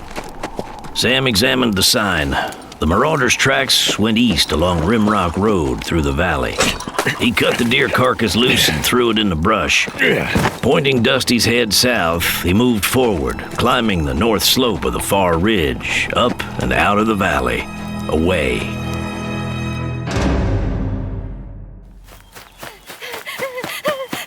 Lydia Fisher's 13-year-old legs ate ground at an alarming rate, carrying her away from her home. In an instant, her hard farm existence turned from a struggle to bring life out of the ground into a battle to save her life from the Comanche. Help! Hey, help! The raiding party may have already killed her father and brother. She didn't know. She did know her mother shot one attacker. She saw another climb into the house after her mother sent Lydia to run and hide. Now Lydia chased a stranger, hoping somehow he could help. Help! Please help! With Sentry Hill on his left, Sam Heller searched for a way off the south rim of the plateau. The uplands were crawling with Comanches, and the sooner he was quits of it, the better the chances of keeping his hair. He'd been ducking scouting parties for several hours. He worked his way east on Rimrock Road, looking for a safe route down the south slope. He'd passed several ranches along the way in the last hour, and the one yonder was the first one he'd seen not burned to the ground. Nearing it, he heard shots. The mule's leg cleared the holster, filling his hand. Looking southward, he saw a long field leading to a ranch house. A girl raced across the field toward the road, waving her arms to attract his attention, crying out to him. He couldn't make out the words, but he didn't have to. Her fear and desperation were plain to see. Get up, Dusty! Sam turned Dusty toward her, angling across the field. As the girl stumbled and fell, a Comanche swung into view, charging north. Sam put the boot heels to Dusty's flanks and gripped the reins between his teeth, freeing both hands to work the mule's leg. The Comanche had a rifle. Veering off from his pursuit of the girl, he changed course to meet Sam head-on. Little Bells fired first. Sam fired second, but better, tagging the Comanche dead center. The Indian shuddered. A second round followed, ripping into him. A third knocked him backward off his horse, and Little Bells hit the ground hard. Sam hauled on the reins with his left hand. Dusty slowed. Little Bells' riderless horse rushed past and kept on going. Sam reined in short of the dead Comanche. Nearby, the girl stood swaying, shaken but unhit, gasping. More of them at the house. Ma, they got her. How many? Don't know. Go hide in the brush. I'll be back for you. If not, stay there till it's dark and then try to make it to the flat. Hurry, please. They're killing her. Sam rode toward the house, coming in on the west side, a shifty tactic that might edge the odds a hair more in his favor. He rounded the corner, entering the dirt yard. Firecloud was on top of Ada, raping her in the dirt. Thorn stood nearby, armed with Greasy Grass's carbine, preferring it to the single-shot musket he discarded. Sam reined in hard, pulling Dusty up short. The horse reared, rising on its hind legs as Sam shot Thorn. As the hooves of Dusty's forelegs touched ground, Sam shot Thorn again, watching as he fell in the dirt. Firecloud raised himself up on elbows and knees. Quickly, Ada reached under him, clawing the 6-gun out of the top of his belt. She shoved the muzzle into his belly and worked the trigger, emptying the gun into him. His gut came undone, spilling entrails. Dying, Firecloud threw his knife and plunged it into Ada, burying it in her heart. Ada and Firecloud were dead, leaving Sam and the girl alone in a country alive with Comanches on the warpath. Johnny Cross and Luke Pettigrew stopped in the Dog Star Saloon, a dive on the south side of Hangtown. The saloon was a long, low, shotgun-style shed. Outside, it was midday. Inside, twilight time. Day or night, a smoky gray dusk compounded of gloom, smoke, and whiskey fumes reigned over the place. A bar ran along one long wall. Tables and chairs were grouped along the opposite wall. The saloon featured raw whiskey at a low tap. A couple of whores plied their trade in a back room. Behind the bar, drinks were served by Squint McCrae, proprietor.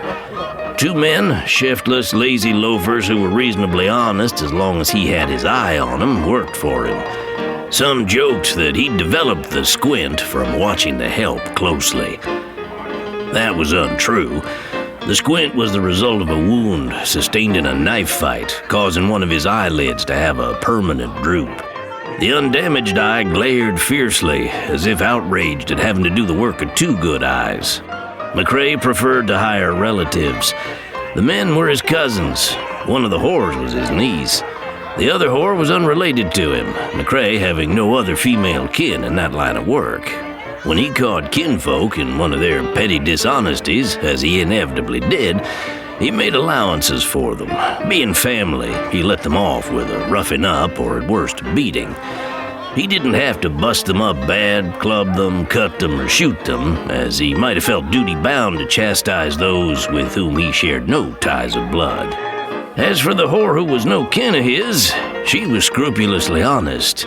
She turned over to McCrae all the money she made from rolling drunks, meekly accepting whatever portion of the loot he doled out to her in recompense. Such docility vexed him. It wasn't natural. As a result, he kept an even closer eye on her. He found himself wishing he could catch her stealing so he could let her off with a beating and break the tension created by her seeming integrity. Watchful as always, Johnny stood with Luke at the head of the bar where it made a little L-shaped jog near the entrance. Angled sideways with his back to the wall, he watched the patrons' comings, goings, and carryings on. He drank with his right hand, his gun hand, his left hanging down loose and easy near the butt of the gun holstered on his left hip. He was faster and more deadly accurate with a gun in his left hand than most men were with either hand. Luke leaned against the bar with his back to the door, facing the rear of the building. He could see the full length of the saloon, all but the entrance, and Johnny had that covered. Between them, they had the whole place under view. They weren't expecting trouble, but they weren't not expecting it either. After all, this was Hangtown. At the bar, you took your drink standing up since there were no stools. If you wanted to drink and sit down, you took a chair at one of the tables. Had Johnny and Luke been planning to stay a while, they would have taken a table to give Luke a chance to rest his good leg. Luke's feet, the one of flesh and blood and the wooden one, were firmly planted on the sawdust-covered floor. His crutch leaned beside him, propped against the edge of the bar. The Dog Star drew a rough crowd, attracting more than its share of local hard cases. Few were out-and-out villains, but most were no better than they had to be.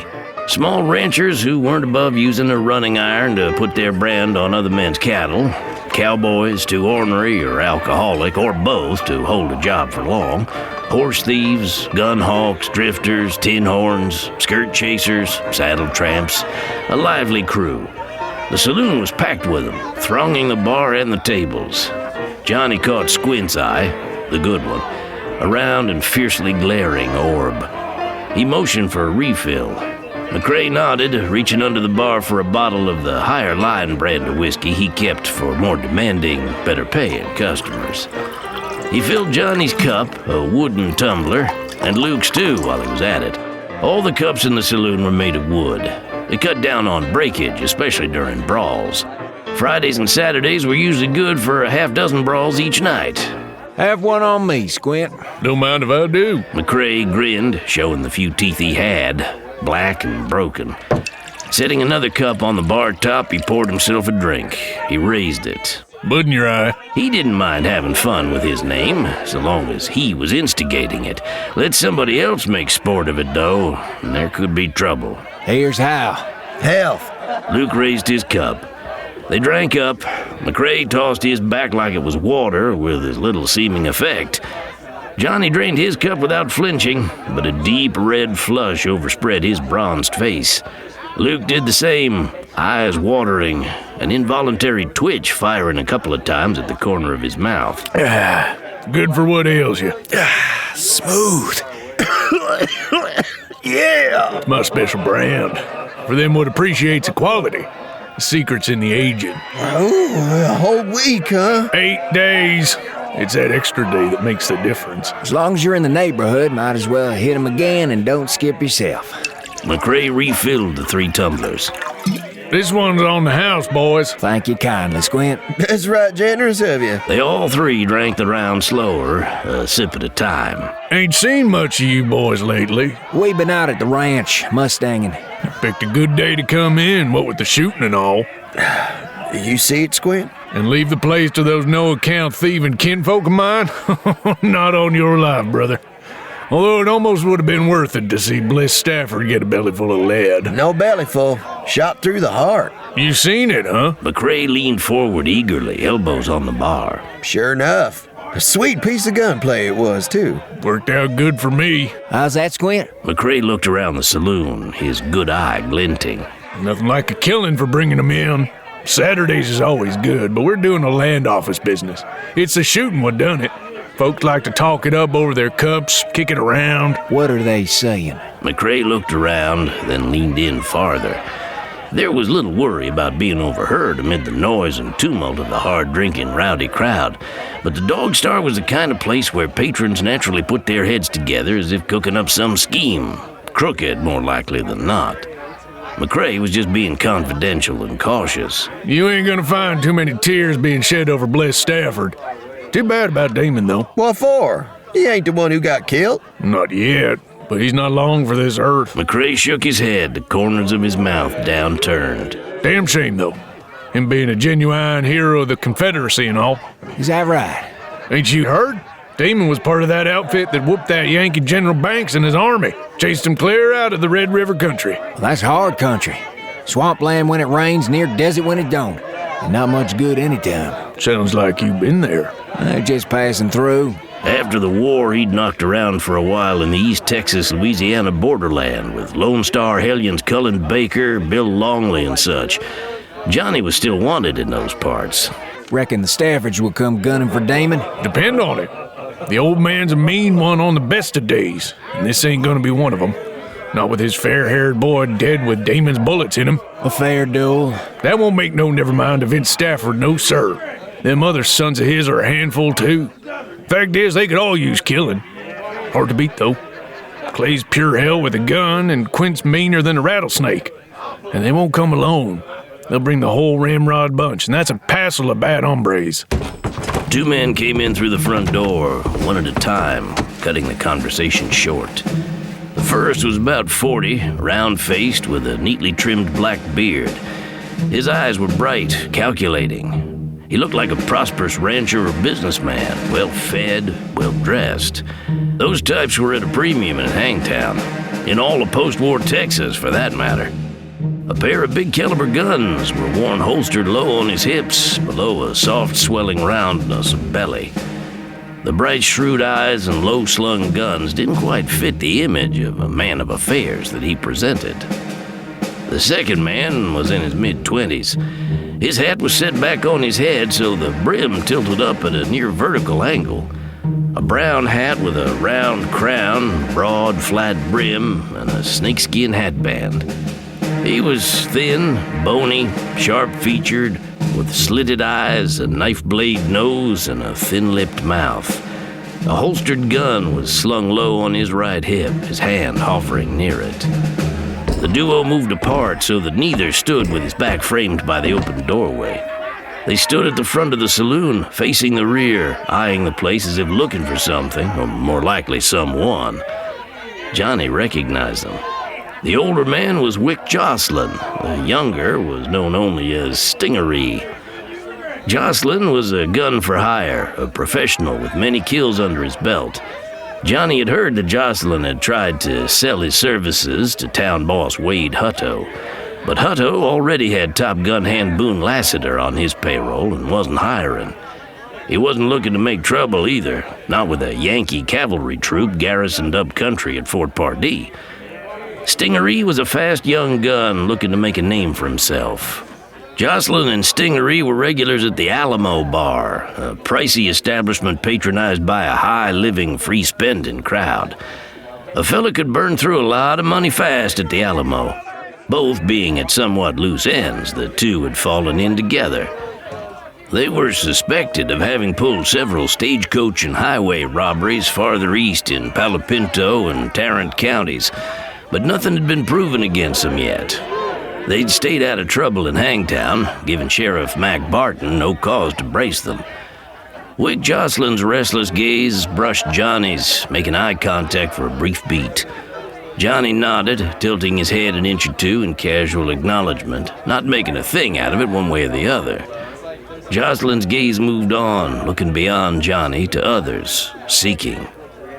Finding what he was looking for, he started forward, Stingery falling into step beside him. Stingery was a small man who carried himself like a big man, swaggering all cock of the walk. They went down the center aisle, and even in that rough crowd, men made way for them, moving aside. Some men at the far end of the bar signaled for more whiskey. Like to stand around jawing with y'all, but we got some thirsty folks here. Johnny slapped a dollar coin down on the bar. Thanks, gents. McCrae scooped it up and scuttled off to serve some more customers. Now, some barkeeps, you buy them a drink, they say, "Oh, I'll have it later," or "Oh, I'll have a cigar instead." Not old Squint. You buy him a drink, he drinks it, by God. I like that. Hell, he'll even buy you one on the house once in a while. I like that, too. Wick Jocelyn's a long way off his stomping grounds. Luke cut him a side glance. The Dog Star's a far cry from his usual fancy digs. What do you figure he's doing here? Maybe we'll find out. Jocelyn and Stingery reached the end of the long aisle. At the left rear corner, an odd trio sat huddled around a table, hunched over their drinks like vultures over carrion. Wild and woolly characters, they looked more like mountain men than cattlemen. All had long hair and stringy beards. Ragged scarecrow figures with harsh, bony faces and hard eyes, they shared a family resemblance. Each of the three wore some part of a Confederate Army uniform. One sported a gray hat with a faded, frayed, yellow-braided hatband. Another was wrapped by a long, tattered, knee-length gray overcoat. The third wore baggy gray breeches tucked into the tops of black cavalry boots. A long-barreled, single-shot, smooth-bore musket was leaning up in a nearby corner. Johnny and Luke eyed the trio nonchalantly, as if they weren't looking at them. Oh, the Fromes boys. You know them? I've seen them around. In Quinto, up in the Nations. Quinto was a fly-speck town in the middle of a sun-baked plain in what would someday be the Oklahoma Territory, a refuge for deserters, drifters, and outlaws. They're brothers from the Tennessee Hill Country, wanted all over the map. They're on the dodge, so they never stay in any one place for too long. Man, they's really unreconstructed. They never was constructed in the first place. Zeb, Tetch, and Jeter. Zeb's the one with the billy goat chin whiskers. Tetch is the big one. Jeter's the red-haired, sneaky-looking one. The Fromes boys. 3 of the meanest faces you ever did see. They look mighty unsociable at that. Zeb's so sour he'd cross the street to kick a sleeping dog. And I seen him do it once. I should have shot him then. Despite the crowded conditions in the saloon, the other patrons had left a space around the brothers. The Fromeses sat off by themselves, hunched over their whiskey, glaring out at the world. They looked none too welcoming, but Wick Jocelyn was undeterred. He went to their table, Stingaree lagging behind. The brothers looked up as one. 3 sets of hard eyes fastened on Jocelyn, pinning him. Zeb, the oldest, was possessed of a particularly forbidding gaze. Dark irises were completely surrounded by white eyeball, giving an intent, spooky quality to his unblinking stare. Few men could have stood under those gun-sight eyes without qualms, but Wick Jocelyn seemed unabashed. Jocelyn did some fast talking and not much of it. Just as well, the brothers weren't much for palavering. Whatever his pitch, he must have put it over. The Fromeses exchanged glances, Tetch and Jeter looking to Zeb for guidance. Zeb nodded grudgingly. That went by his way of being an invitation. Jocelyn pulled a chair from a nearby empty table, drew it up to the Fromeses' table, and sat down. He motioned to Stingaree, telling him something, giving him instructions. Stingaree went to the bar, shouldering aside several patrons. They were no pushovers, but when they saw he was associated with the evil-faced Fromeses, they sidled off without protest. Stingaree got a couple of bottles and 2 cups from McCrae, bringing them to the brothers' table. He dragged a chair away from the wall and sat down at the table. Neither Jocelyn nor Stingaree sat with his back to the front door. Both angled their chairs around to the sides, so they were partially turned to the front and could keep an eye on it. The chairs extended out from the table like wings. Jocelyn uncorked the bottle and filled Zeb Frome's cup, followed by Tetch's and then Jeter's. Then he poured for Stingaree and lastly himself. All drank with no particular evidence of good fellowship, cordiality, or even relish for whiskey. Jocelyn did some more talking, not drinking much. Quite a coalition? Johnny stepped away from the bar. Let's mosey. I could use some fresh air. Luke nodded. Fixing the crutch under his left arm, he swung around, facing the door. He and Johnny went out into the street. No porch or boardwalk fronted the Dog Star Saloon, just hard-packed dirt under their feet. High overhead, the noonday sun beat down, blanketing the surroundings in bright, hot glare. Now, what do you suppose Wick Jocelyn's about with the Fromes boys? Cooking up some mischief. Sure, but what? Well, whatever it is, it'll probably come to fruit before too long. Johnny nodded.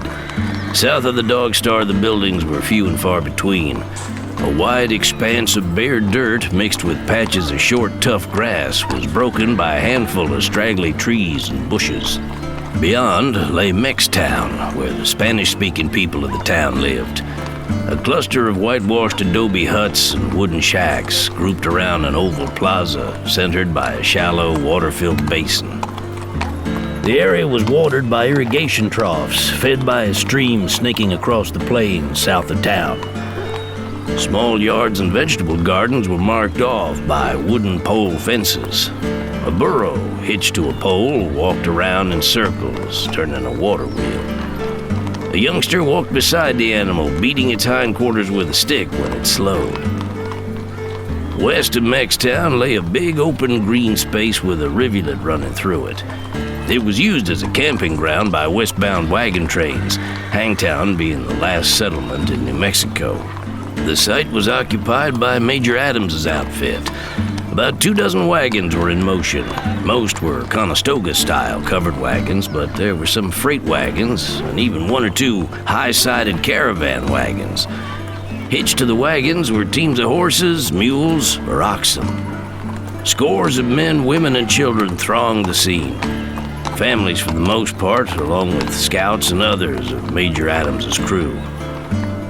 The wagon train was breaking camp and moving out. It was a slow, laborious process with lots of jockeying for position, balky animals, and clumsy wagon handling. One by one, the wagons began forming into a long, single-file column. The movement kicked up a tremendous amount of dust. Brown clouds rising skyward shot through with shafts of sunlight. The line of the column angled northwest to pick up the Hang Tree Trail outside the town limits. There go the pilgrims. Man, them greenhorns can't even hardly form up in a single line without fouling up. It's like herding cats. Smart to move them out now. The Major knows what he's doing. Those folks could only get into trouble in Hangtown on a Saturday night, especially this Saturday night. They'll wish they stayed put if they crossed trails with any Comanches out on the Llano. They're gonna link up with the cavalry out at Anvil Flats. Well, anything that keeps the Bluebellies out of town is all right with me. Amen to that. Where to now, Johnny? How about the Golden Spur? Oh, I knew that was coming. Johnny tried to look innocent. Don't you want to see the famous Francine Hayes who drives men wild? Well, the Staffords would like to see her too, I bet. All hell's gonna break loose when that bunch hits town. It'll take some time for them to round up their men and ride in from the South Fork. They've had time. We're just going for a look-see, Luke. We'll have a drink or two and be on our way before the storm breaks. You probably even believe it. Sure I do. I wouldn't have said it. Some folks, trouble follows them. But you, Johnny, you follow trouble. I started. Hell, that's where the fun is. Well, when you put it that way, I can't say no. Things have been getting too blame quiet lately anyhow. Yeah, not for long. I got me a feeling. The entrance of the Golden Spur opened on a large, high-ceilinged space. A long bar stretched along the right-hand wall. On the left side were tables and chairs, most of which were set aside for gambling. It was set with card tables, a wheel of chance, and birdcage dice games. Opposite the front door, toward the rear of the building, a wide central staircase rose to a second-floor mezzanine, with balcony wings extending along two long side walls. Under the mezzanine were rooms used as offices by the saloon's owners, Damon Bolt and his business partner, Mrs. Fry. Ordinarily, by a noontide hour on a Saturday, the Golden Spur would have been doing a brisk trade in gambling, women, and whiskey. Now it was all but deserted, abandoned but for its staffers, a number of whom were about to take their leave. Seated alone at a card table was Damon. Facing the front door, he was playing solitaire, dealing out the cards to himself, arranging them in neat rows by suit and number. The big room was quiet, hushed. A pistol lay near his right hand. A bottle of bourbon and a glass stood by his left. Morrissey, the barkeep, stood behind the bar, wiping the countertop with a damp cloth. It didn't need wiping, but he liked to keep busy. He looked like a barkeep should look. Big, bluff, with hair parted down the middle, a black handlebar mustache, and wearing a striped shirt with sleeve garters. On the other side of the bar stood Creed Teese, the house's resident hired gun. He was loading cartridges into a Henry's repeating rifle. A brown hat with the brim turned up at the sides sat on top of his head. He had a triangle-shaped face, big ears that stuck out, long, narrow eyes, and a bushy mustache. He wore a six-gun on his right hip. He looked like what he was, a working cowboy, one who worked at the way of the gun. The stillness was shattered by the exodus of whores. Mrs. Fry had rounded them up in their rooms upstairs and herded them down to the ground floor. Some of the youngest, freshest whores in the territory, Cherokee, Nicole, Penny, Vanjie, Daria, and Kate, they had on their traveling clothes. They were covered up and looked respectable enough. Their bags were packed, carpet bags and suitcases, a hat box or two. Mrs. Fry had burnt orange hair and wore a green satin dress. She was 30, with a long horse face, pinpoint green eyes, thin, sharp nose, and a full-lipped, generous mouth. She was bony, angular, with high, pointy breasts and lean hips. Her long legs, what could be seen of them under her ankle-length dress, were her best feature. She stood at the bar. The whores gathered around her. A few showed grim, white-lipped faces. One or two had moist eyes and quivering chins.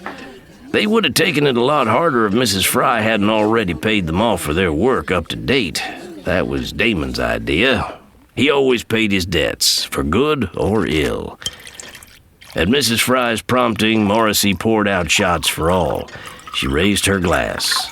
Drink up, gals. Time's a-wasting. It ain't often the house is buying, so get it while you can. At the table, Damon filled a shot glass. He rose, holding it up. Your very good health, ladies, until we meet again. May it be soon. The sooner we get back to business, the better. She raised her glass a little higher. Luck! She tossed her drink back like a man, unflinching. The others drained their glasses fast or slow, according to their tolerance for strong drink. Having emptied his glass, Damon threw it against the wall. Some of the girls jumped. He sat down, picked up the deck of cards, and resumed playing his game of solitaire where he'd left off. Mrs. Fry set her glass on the bar. On your way, girls. She turned around. Swamper! Yes, ma'am. The man came shuffling to the fore. He was a derelict old drunk who was kept around to do various scut work and chores in return for room and board. His lodgings consisted of a bedroll in the corner of the kitchen, and his board was made up mainly of whiskey. He had long, stringy gray hair, bloodshot eyes, and a face full of broken, spidery blue veins, where it was not covered by a straggly beard. He wore a red and black flannel shirt, bib denim overalls, and hobnailed boots. An oversized horse pistol was stuck into a hip pocket, gun butt jutting out. Take the girls over to Honey Bailey's. Honey was a brothel keeper, a friendly rival. Her house was a few streets north of the spur. Mrs. Fry turned to the girls. You girls can stay at Honey's until the trouble's blown over. Worst comes to worst, you all find work there. What you've got to sell, none of you will have to worry about starving. She turned back to the swamper. Take him out the back way. Wait until Monk gives you the word. Yes, ma'am. Come on, ladies. The women picked up their bags. The swamper started toward the rear of the building, weaving slightly, and the women followed. Good luck, Damon! Well, thank you, my dear. Get on with you. Don't bother the man. The swamper led them through a passageway behind the staircase to the back door that opened onto Commerce Street and the relative safety of the other house. Mrs. Fry watched the last of the women leave, then turned to study Francine. You all right, Francine? Yes, Mrs. Fry. I'll be in my room. Francine climbed the stairs to the second floor, crossing the balcony to a door, opening it and going inside. Mrs. Fry caught a glance at Damon. He poured her a drink. Damon went to the table, sat down, and resumed his card game. Johnny Cross and Luke Pettigrew entered the Golden Spur. We're closed, gents. Oh, Miss Fry. After I done humped my way over here on my one good leg, you ain't gonna send me away without one measly little old drink? Save the blarney. You walked in, you can walk out. Now, I think we can make an exception, Mrs. Fry. Belly up, gentlemen. Have one on the spur. Let's go! You're a gentleman, Damon. Am I? Well, how nice it would be to think so. Johnny and Luke made their way to the bar. Howdy, Creed. Creed? Creed Teese wiped down the bar in front of the boys. Hey, y'all. How's it going? Can't complain. You? I'm getting along. Morrissey poured drinks for Johnny and Luke. They downed them, setting empty glasses on the countertop. Johnny slapped a coin down. How about letting me buy one? Teese nodded. Why not? Morrissey poured 3 shots. Pour one for yourself. Thank you kindly. The barkeep filled a 4th glass. How about you, Miss Fry? I'll pass, cowboy, but I'll take your money. Now, Mrs. Fry. The way things are going today, we could use it. Well, all right. I can't say no. I heard that about you. No to a drink. Well, I heard that too. She gave Luke a hard look as she ambled over to the bar. Don't push your luck, hayseed. What'll you have, Damon?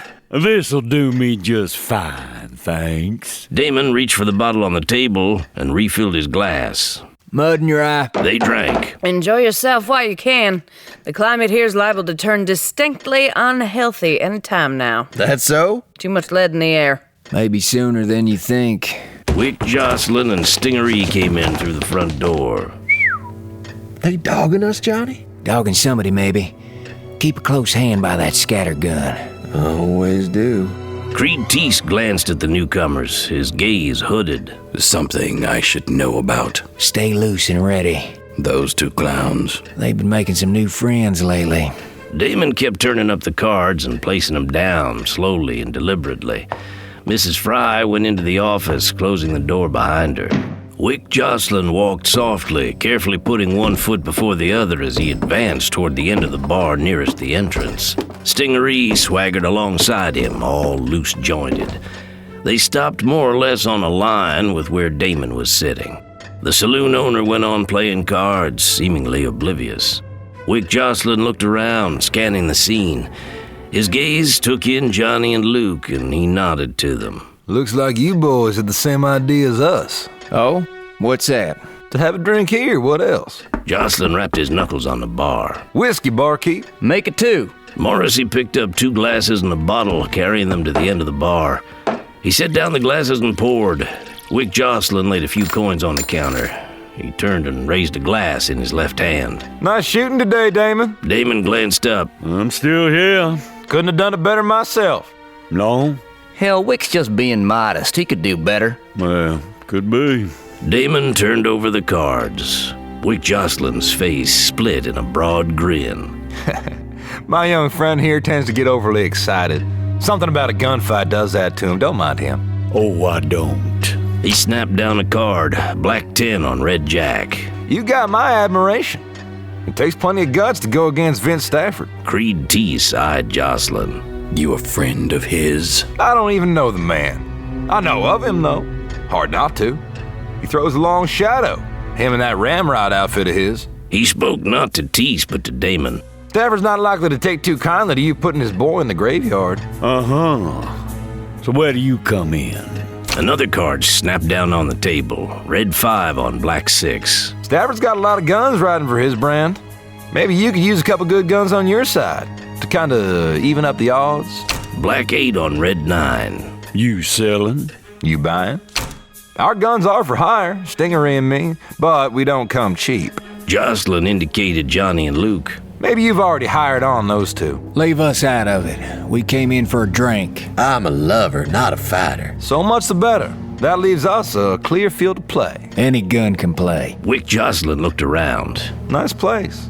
You must make a lot of money, Damon. Barely breaking even with all the overhead. Damon turned up a card, red queen. He laid it on a black king. Bosh, you're poor mouthing. I appreciate horse trading, but time's running out. Oh? Stafford's liable to ride in any time. You don't say. Noise sounded at the back of the building like somebody bumping into a chair. Damon placed a black ace on a red deuce. Ace of spades. Death guard. 3 men came rushing out of the rear passageway, out from behind the staircase. Zeb, Tetch, and Jeter, the Fromes boys. Johnny Cross had been looking for the Fromeses from the moment Jocelyn and Stingaree entered. Johnny stepped away from the bar, filling his hands with the twin .44s holstered at his sides. Zeb leveled his musket hip high, swung the musket toward Damon. Johnny struck first, ventilating. On either side of Johnny, Tetch and Jeter, 6 guns in hand, blasted away. At the first sign of trouble, Damon snatched up the gun on the card table, firing even as Wick Jocelyn and Stingaree slapped leather, hauling out their guns. Stingaree was fast, his gun clearing leather first, but Jocelyn was in his way, blocking the shot. Trying to make his own, Damon and Jocelyn fired at the same time. Jocelyn missed. Damon scored, dropping a .45 round in Jocelyn's middle. Wick Jocelyn's face contorted in agony. He seemed to implode, shrinking into himself, falling back against Stingaree. Gun in hand, Stingaree fought to get clear, angling to open up a line of fire. The top of his head exploded, spewing blood, brains, and bone. He'd been felled by the gun in Creed Teese's hand. A bullet from Tetch Frome's gun punched a hole into the side of the wooden bar near Johnny Cross. Johnny returned fire, tagging Tetch, knocking him down. Johnny shot Jeter Fromes, first dropping him to his knees as he tried to bring his gun up, then between the eyes. Tetch was up on one knee, holding his gun in both hands, swinging it toward Johnny. Luke opened up with his sawed-off shotgun. Tetch came apart in the middle, a raw red mess spilling loopy gray strands of intestines where his belly had been before being pulped by buckshot. A cloud of gray-white gun smoke hung in the air in the middle of the big room. Bodies littered the floor. Behind the bar, Morrissey straightened up, shotgun in hand. When the shooting started, he ducked down and grabbed for the weapon he kept handy in case of trouble.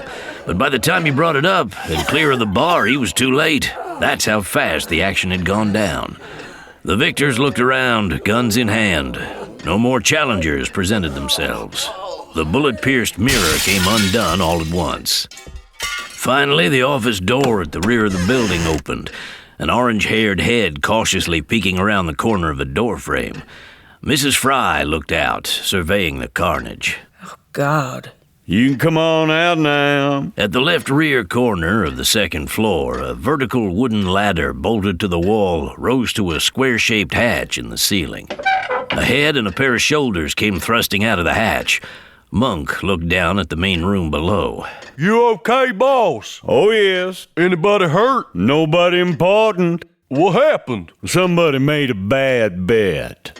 Monk climbed down the ladder, a rifle in one hand. He was balding, bullet-headed, bearded, with powerful shoulders and arms, and bowed, bandy legs. He crossed to the edge of the balcony and leaned over the balustrade, surveying the carnage below. Woo-wee! Who's them deaders? Staffords? Outriders trying to cut in. Mrs. Fry stood with hands on hips, head tilted, looking up at Monk. Where were you when they sneaked in through the back? Up on the roof. A fine lookout you are. Stafford's got to come in from the south. I was watching for him. Can't look everywhere, Miss Fry. It's a big roof. Get back up there and keep your eyes open this time. Yes'm. Monk went to the ladder, scrambling up through the trapdoor hatch and out of sight. Francine came out of her room and stood at the balcony rail.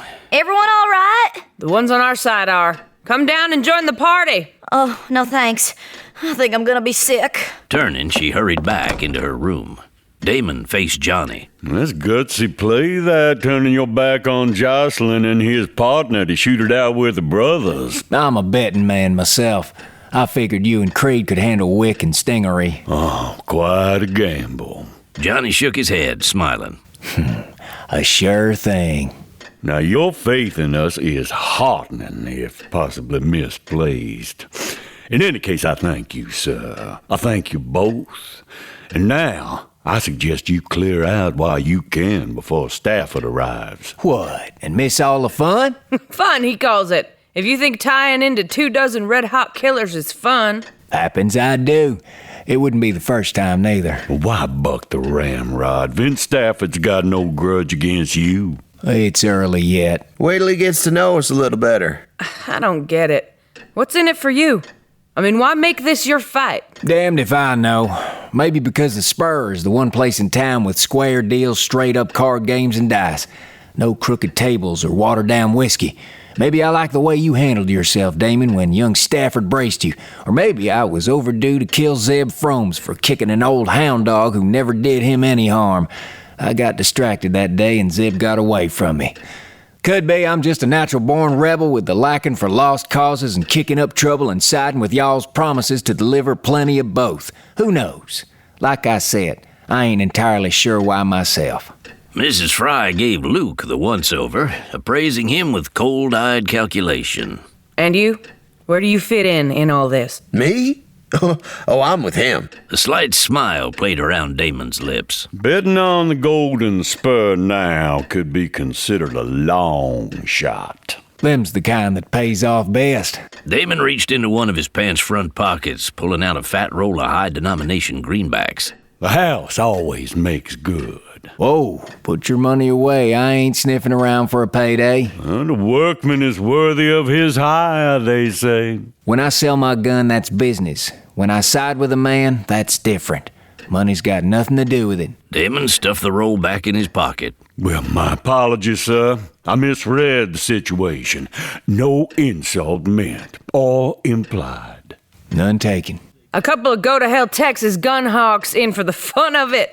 The funny thing is, with you two, I almost believe it. Of course, you want to buy us a drink or 10 to show your appreciation. We wouldn't take that as an insult. Not even a little bit. You got yourself a deal, stud. Presently, Damon, Mrs. Fry, and Creed Teese were all called away on various errands relating to the reception they were preparing for Vince Stafford and company. Morrissey was at the other end of the bar, removing bottles from the back shelf below the mirror and stowing them under the wooden counter for safekeeping. Johnny and Luke were by themselves for the moment. I don't get it. Why not take Damon's money if he's giving it out? The friendship of a man like Damon Bolt's worth more than money. That's a friend worth having if we mean to stick in Hangtown. If he don't get killed, or we don't. That's where the gamble comes in. I'll take a chance on him, and I sure ain't gonna bet against us. Trust me, once the ball starts rolling, there'll be plenty of money to pick up from action on the side. You're calling it, Hoss. Too much thinking makes my head hurt. I think that's the whiskey. Wade Hutto and Sheriff Mac Barton walked in. They came alone, just the two of them, to show their lack of hostile intent. Deputy Smalls and a half-dozen hangers-on from Hutto's party waited outside. The sheriff of Hangtown had no hangers-on, except maybe Deputy Smalls. Barton had the glum, stolid air of a man doing a disagreeable duty. Now what? Yeah, they came in looking for trouble. They found it. You're in an all-fired hurry to get yourself killed. Yet they are dead, while I am still alive. Barton circled the three bodies stretched out in front of the staircase, each outlined by handfuls of sawdust the swamper had spread on the floor around them to soak up the blood. The sheriff cheered up at the sight of the corpses. The Fromes boys. It was only a matter of time before they got shot or hung. Saves the town the price of 3 hangman's ropes. That's a break. Any reward on them? Not in Hanktree. Who killed Johnstone? That'd be me. And Stingery? Creed Teese nodded. Mine. Barton didn't take any notes. It wasn't an investigation. He was just curious. He rejoined Hutto, who stood to the side, facing Damon. Hutto shook his head. That's how it begins. Vince isn't even in town, and already there's killing. It wipes 5 undesirables off the books at no cost to the taxpayers. There is that. Mrs. Fry came out from behind the closed door of the office, where she'd been fortifying herself with a glass of whiskey and a laudanum chaser. Their medicinal tincture of opium, laudanum was widely available with no prescription needed, despite its addictive properties. The drug contracted the pupils of her eyes to pinpoints. How about getting those bodies out of here? Mrs. Fry turned on Barton. What's the law going to be doing when Stafford makes his move? I'm working on it. I bet. Try the Dog Star. Johnny Cross and Luke sat at a table between the bar and the front door. I hear the Ramrod brand ain't too popular around there. Where do you fit in this, Cross? Just helping out. Careful you don't help yourself into Boot Hill. Oh, I'll be careful, Mr. Hutto. Very careful. Bah! Hutto was one of those fellas who can say bah without looking ridiculous. He turned to Damon. You could help by clearing out of town and take that Francine Hayes with you. Damon glanced with seeming mildness at Hutto, who immediately looked away, not wishing to maintain eye contact. You touch me on a point of pride, sir. Miss Hayes is entirely blameless in this matter. She's the offended party here. Now, it's no fault of hers that a boy like the late Bliss Stafford tried to force unwanted attentions on her.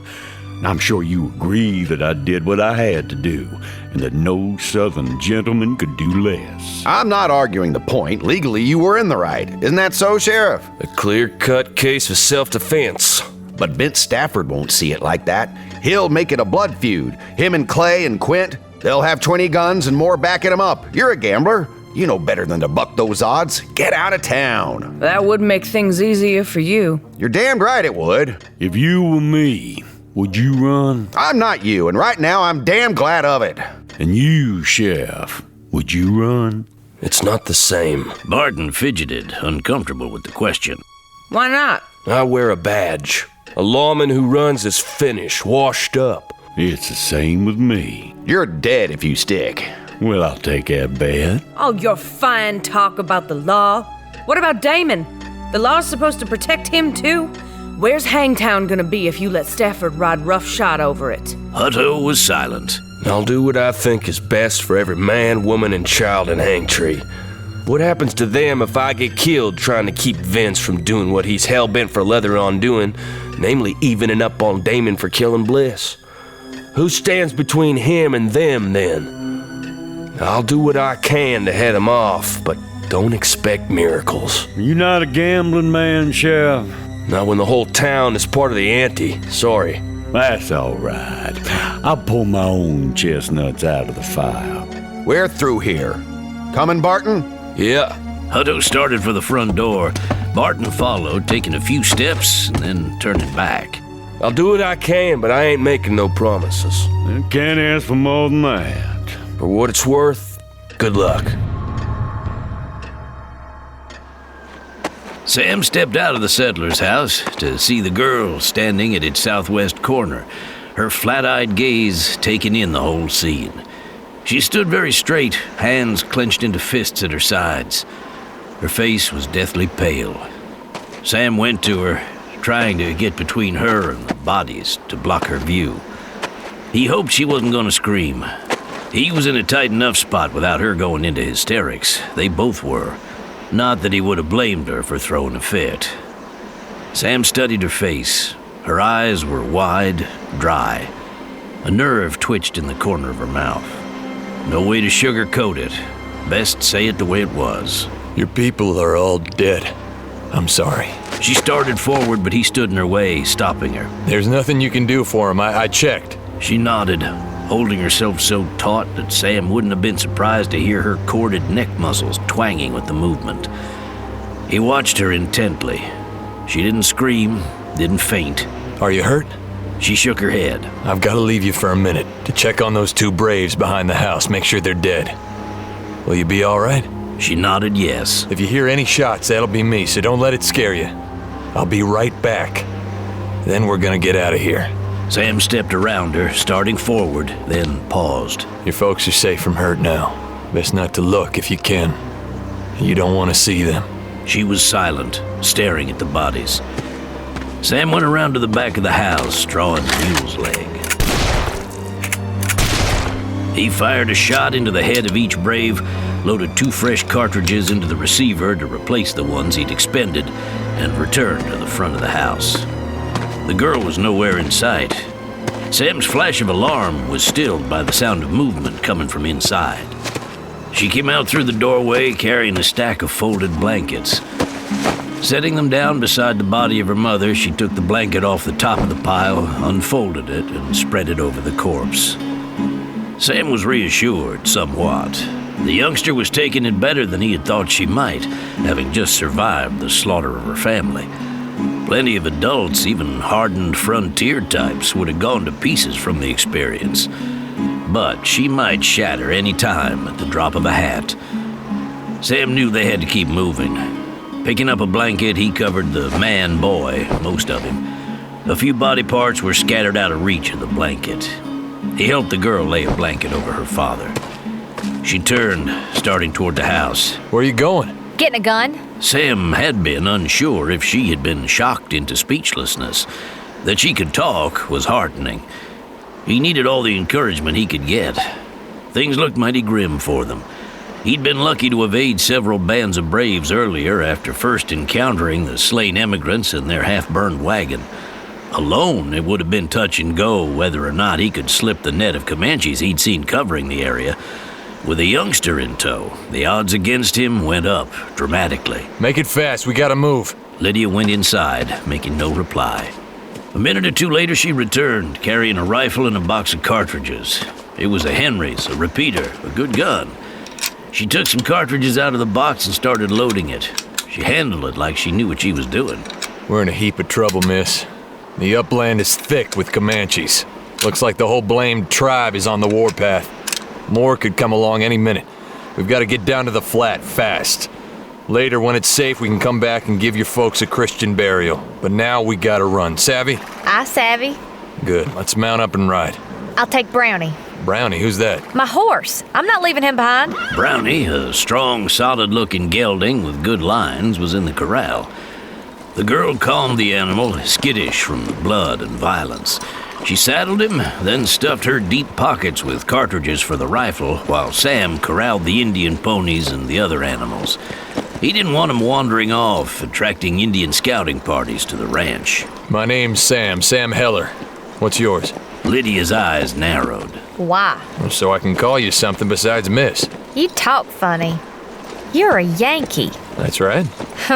Miss'll do just fine, thank you very much. The war's over, in case you hadn't heard. That's a sneaking Yankee lie. God bless the Confederacy and Robert E. Lee. Sam showed a quirked half smile. Comanches don't make no difference between Yankees and rebels, you know. Well, I do. Lydia Fisher had been raised to believe that Yankees were the devil.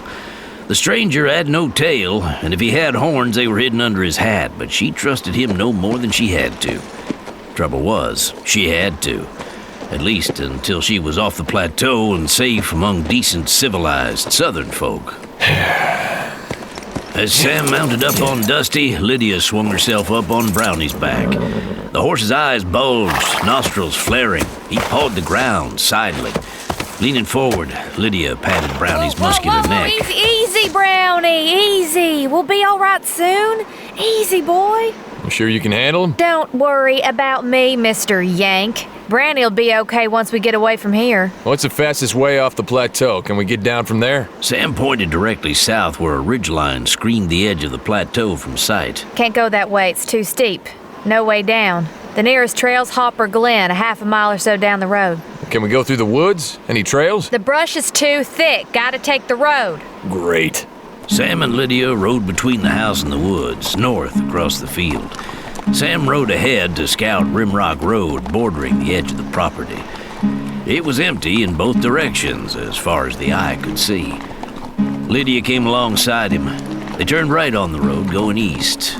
She didn't look back at the ranch, not once, not even a glance. You look like you know how to handle that rifle. I do. Here in the hills, it's shoot straight the first time or you don't eat. Lord knows you got plenty of reason to want to even up.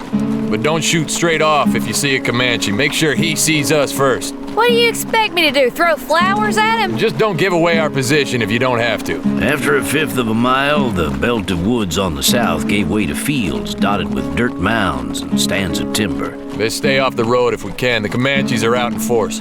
They turned right, angling southeast for several hundred yards. A game trail wound east through low, rounded hills. They followed it a while. We're coming on the Oakley Ranch. Where? Not far. There's a brook, then a rise. It's on the other side. A low, tree-covered ridge ran north-south, the stream winding along its western foot. Smoke showed over the treetops, a hazy gray curtain. Sam reined to a halt, Lydia pulling up beside him. Sam shucked the mule's leg out of its holster, holding the reins in his free hand. Lydia looked stricken. The Oakleys? The Comanches got there first. Maybe it's not too late to help. Hear any shooting? No. It's too late, girl. The Comanches have already been and gone. Any Oakleys left alive, they'd be shooting, and the Comanches would be shooting back. It's over. You don't know that for a fact. I ain't risking my hair to find out. You? No.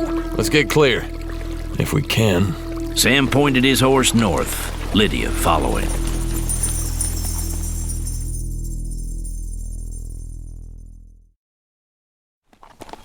They rode along the base of the ridge until they struck Rimrock Road, running east through a gap in the ridge. Sam scouted the road. It looked clear. Quickly, he and Lydia crossed over to a long grassy slope and trailed north along the foot of the ridge. He holstered the mule's leg as they rode on. The ridge flattened out as the long grassy slope crested. Beyond, in the middle distance, rose Sentry Hill, its base hidden by thick woods. Sam and Lydia made a right-hand turn, going east once again. Below, a line of trees screened the Oakley Ranch from view, but they could see the inverted pyramid of smoke rising amid the mass of leafy green boughs.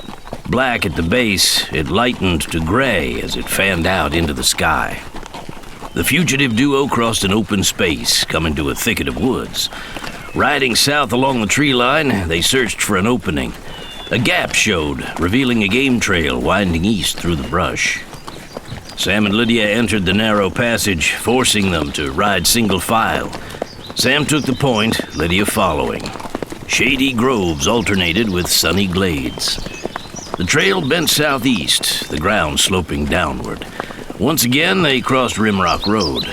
Beyond, the trail angled south. It widened, and they rode side by side. The slope leveled off, the trail continuing south. The woods thinned out, showing bright open sky. Ahead, on the left, a massive shape loomed. Stickerbush Knob. We're almost at Hopper Glen. The glen will take us down to the flat. Stickerbush Knob was a sugarloaf-shaped mound, slant-sided and round-topped, with a rocky dome rising out of its south end. Its sides were covered with scraggly brush, dwarf trees, and weedy undergrowth. They rode south along its west side. Sam halted a short distance from the knob's south end. Lydia reined in too, sour-faced. What for are you stopping? Ever heard of look before you leap? I don't want to go down the glen to find Comanches there.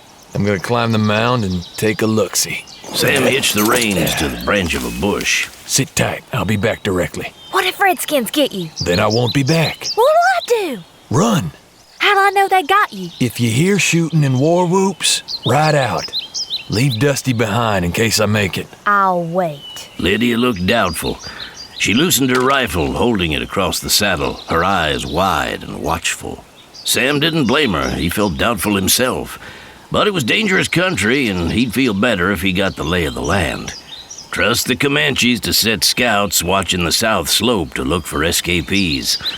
If he could spot them in advance, he and Lydia would have a better chance of evading them.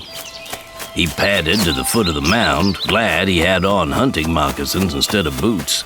Stepping carefully, he avoided treading on fallen twigs. He didn't think the girl would steal his horse and abandon him. She didn't seem the type, but he'd figured folks wrong before, especially females, young ones too. Besides, nobody could ride Dusty but Sam, as more than one horse thief had found out to their dismay. A sharp whistle from him, and Dusty would come running. At first glance, the thorn bushes massed at the base of the mound seemed impenetrable, but a closer look revealed gaps in the wall of brush. Slipping through an opening, Sam started up a fan of loose dirt and stone. He kept a sharp eye out for snakes. Rattlers especially liked the kind of loose rock piles heaped up at the bottom of the mound. His feet turned sideways, Sam climbed to the top of the fan on the edges of his soles for better traction and to minimize disturbances of the dirt. He circled to a promontory 100 feet above the ground. Through spaces in the tree boughs, he could see the girl and the horses. He climbed up the ledge for another 40 feet before it gave on to a wide outcropping that decked the mound's south end like a natural terrace. A rocky, razorback ridge ran north-south along most of the summit, cutting it in half and screening the opposite side. V-shaped gaps in the ridge looked promising. The notch in the nearest gap was wide enough for him to pass through. He started through to the other side. As if hearing the sound, the Navy Colt filled Sam's hand as though it had leaped into it. Sam froze. Then he inched forward. Crouching, legs bent at the knees, he moved ahead with infinite care. To the right, a ledge continued for another 30 feet, widening out into a rounded outcropping 20 feet wide. A Comanche squatted near the edge, holding a rifle across the tops of his knees. He scanned the vista below, his back to Sam. Sam could have finished him off with a gun, but he didn't want to shoot, not knowing if there were other Comanches in the area. He stuck his gun back in his waistband, wedging it in tightly. Sam drew the Green River knife at his left hip with its wickedly sharp point and razor-keen cutting edge. Wrapping his hand around the hilt, he started forward. Sam hopped across the ledge, lunging toward the brave. He buried the blade below the breastbone, then thrust up and deeper, seeking the heart. The knife point found its mark. Sam saw the light go out of the other's eyes. Blood, so dark it looked black, filled the brave's gaping mouth, spilling down the sides. The rifle slipped from his hands, but did not go off. Sam gave the blade a final wicked twist before withdrawing it. The Comanche collapsed. Sam wiped the blade clean on the brave's shirt. Looking around, he saw that the rocky platform overlooked the south end of the plateau and the flat below, making it a natural observation post. Going to the edge, he scanned the landscape. The south slope of the plateau was less than a half-mile away. It was cut by a gully that reached down to the flat. Trees lined both sides of the cut. Through them, he glimpsed a down-rushing stream. The round-topped slab blocked the hill's south end, barring him from the west side. Turning, he started back toward the notch, planning to return the way he had come. Without warning, a Comanche rounded the spur, thrusting out into the ledge. Sam took a step forward and threw the knife. The knife took him dead center in the middle of his torso. He staggered. His rage knew no bounds, but he was already too dead to do anything about it. He sat down hard in the middle of the ledge, then flopped on his back, lying face up. Sam drew his Colt. Any more Comanches, and he would come up shooting, no matter what. Stepping around the spur, he saw that the rest of the ledge was empty. He went to the edge and looked down. 2 horses were hitched to a tree in a nook at the foot of the east side of the mound, presumably the horses of the Comanche sentinels. Looking up, Sam turned his gaze to the north. Sentry Hill loomed in the middle ground, dominating the scene. There were no real mountains as such in that part of Texas, but it was a high hill, hundreds of feet tall. At the foot of its south face, 2 rocky spurs reached out like outstretched arms, forming a horseshoe shape with the ends pointed southward. The horseshoe enclosed Locust Lake. Near the base of the hill, a spring fed a broad, shallow green lake. Haze overhung the lake and the woods bordering it. Not a haze of fog or moisture, but of smoke, wood smoke, coming from dozens of campfires burning at various sites around the area. The fires of a Comanche camp, a small army of several hundred braves. Poised on the high ground, they were in position to swoop down in force on Hangtree County. The sight shook Sam Heller. Rounding the rock spur, he recovered his knife, wiped it clean, and sheathed it. He wedged his gun in place, climbed up to the notch, and squirmed through. He wasted no time descending the west side of the mound. The girl had stuck. She was still in place, mounted on horseback with rifle in hand. Sam unhitched Dusty and swung up into the saddle. Did something happen? What'd you see? Too much. Let's ride. Down and down they rode, descending 2/3 of the long rolling hill. Hopper Glen, having in the course of its descent widened into a ravine, culminated in a gorge at the bottom third of the slope with a stream. They followed the trail's east fork to the bottom of the glen on the flat. The stream widened out below Hopper Glen, running east through a belt of woods at the foot of the plateau's south slope. Sam was glad to have the cover of the trees, hiding him and the girl from any hostiles roaming flat or heights. When they were a mile or so away from the glen, he judged it was safe to water the horses. Dusty and Brownie stood at stream's edge, heads down, drinking thirstily. Swarms of gnats hovered over some of the shallow pools and side pockets. Sam longed for a smoke, but the betraying scent of burned tobacco would carry a long way in the outdoors. Hauling back on the reins, he caused Dusty to lift his snout out of the stream. Don't let the animals drink too much. It's bad for them. Slows them down, and that's bad for us. Lydia urged her horse away from the water. We'll trail east through the woods as long as they hold out, then break out across the flat to Old Mission Road. Hangtown's a long way off. We're not going to Hangtown. We're going to a ranch I know. It's a lot closer. Scorn replaced doubt on the girl's face. With all them Comanches out on the warpath, what ranch could hold out against them? This one can. It's held out against Comanches for 100 years. It's built like a fort. Rancho Grande. I know of it. A big spread owned by Mexies.